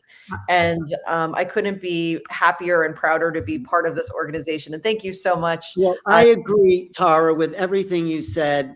And for me, this feeds me. The information everyone said here over the last 6 hours, it's been almost 6 hours now. And I feel more excited about this phenomena and the intelligent people that are working in this field. You know, these are people willing to look at a multiple of perspectives and share their conscious awareness with the public. This is the kind of intelligence that we need on all levels. I mean, the experiencers, for one, coming forward, and researchers and journalists. This is a group effort, and it shows us how intricate this phenomenon is that we're dealing with, and what it's going to take from all walks of society, all levels of our culture, to deal with an integration process of this next level of civilization into the human consciousness. That's really what we're going. You know, we went from hunters and gatherers to agriculturists to industrialists to digital, but now something unknown, and I think probably the most exciting part of who we are as human beings, finally realizing we're not alone in the universe, that they've been waiting for us to grow up, and that there's a great and positive future, I think, awaiting us, welcoming into a kind of galactic, what J.J. Hurtak calls Galactus Universalis, you know, Homo Universalis. Homo Universalis. Yes, the citizens of the universe. And it sounds like science fiction, but we're talking about that. We're about to go score the touchdown, Steve. That's And, right. and we're going to celebrate with Steve and throw that ball around. But no, I'm going to watch this again. And I think everyone watching should share this with people who are really just waking up to the fact that this is a phenomenon, because everything we covered here presents a groundwork understanding of where the situation is now and where we're going to. So it's been my pleasure and honor to help facilitate this with you, Tara, and all our these are the all-stars of our team right there. That's right. That's right. Steve Bassett, Annie Sheehan, Linda Moulton, Howe, everyone who's talked here today, they've given their hard-earned mental energy to understanding us and emotional, and we're about to enter a new era. I really feel something else is going to happen for all of us. So thank you both. Thank you, Ellen. Thank you, Dr. Tara. Thanks, everybody, for putting this thing together and giving everybody the opportunity to share this information. Terrific. It's exciting, isn't it? Yes, Exciting. exciting. It's exciting. Yep, it is. It's a privilege. It's a privilege to get to participate in this. It's our privilege to have you both and everyone. And thank you to Eduardo, who's been manning behind the scenes, and Penny, right. Brian, who's you know, just a great resource. Richard Monk. Who else is there with us behind? Shelley Reed, who actually just got her own show on the Shift Network. She's a sound healer extraordinaire. She's been manning our green room. And to everybody who's Martha Mace is there. It takes a team, you know, to score a touchdown. You know that. So we're there you right go. Terrific gang. Thank you so much. Thank you, everyone. I'm Alan Steinfeld. You can find me at newrealities.com and my YouTube channel, New Realities, youtube.newrealities/newrealities. So good job. It's an honor. Enjoy the rest of your Sunday, gang. Terrific. Thanks. You too, Danny. Until the next UAPCon. Thanks everyone for watching.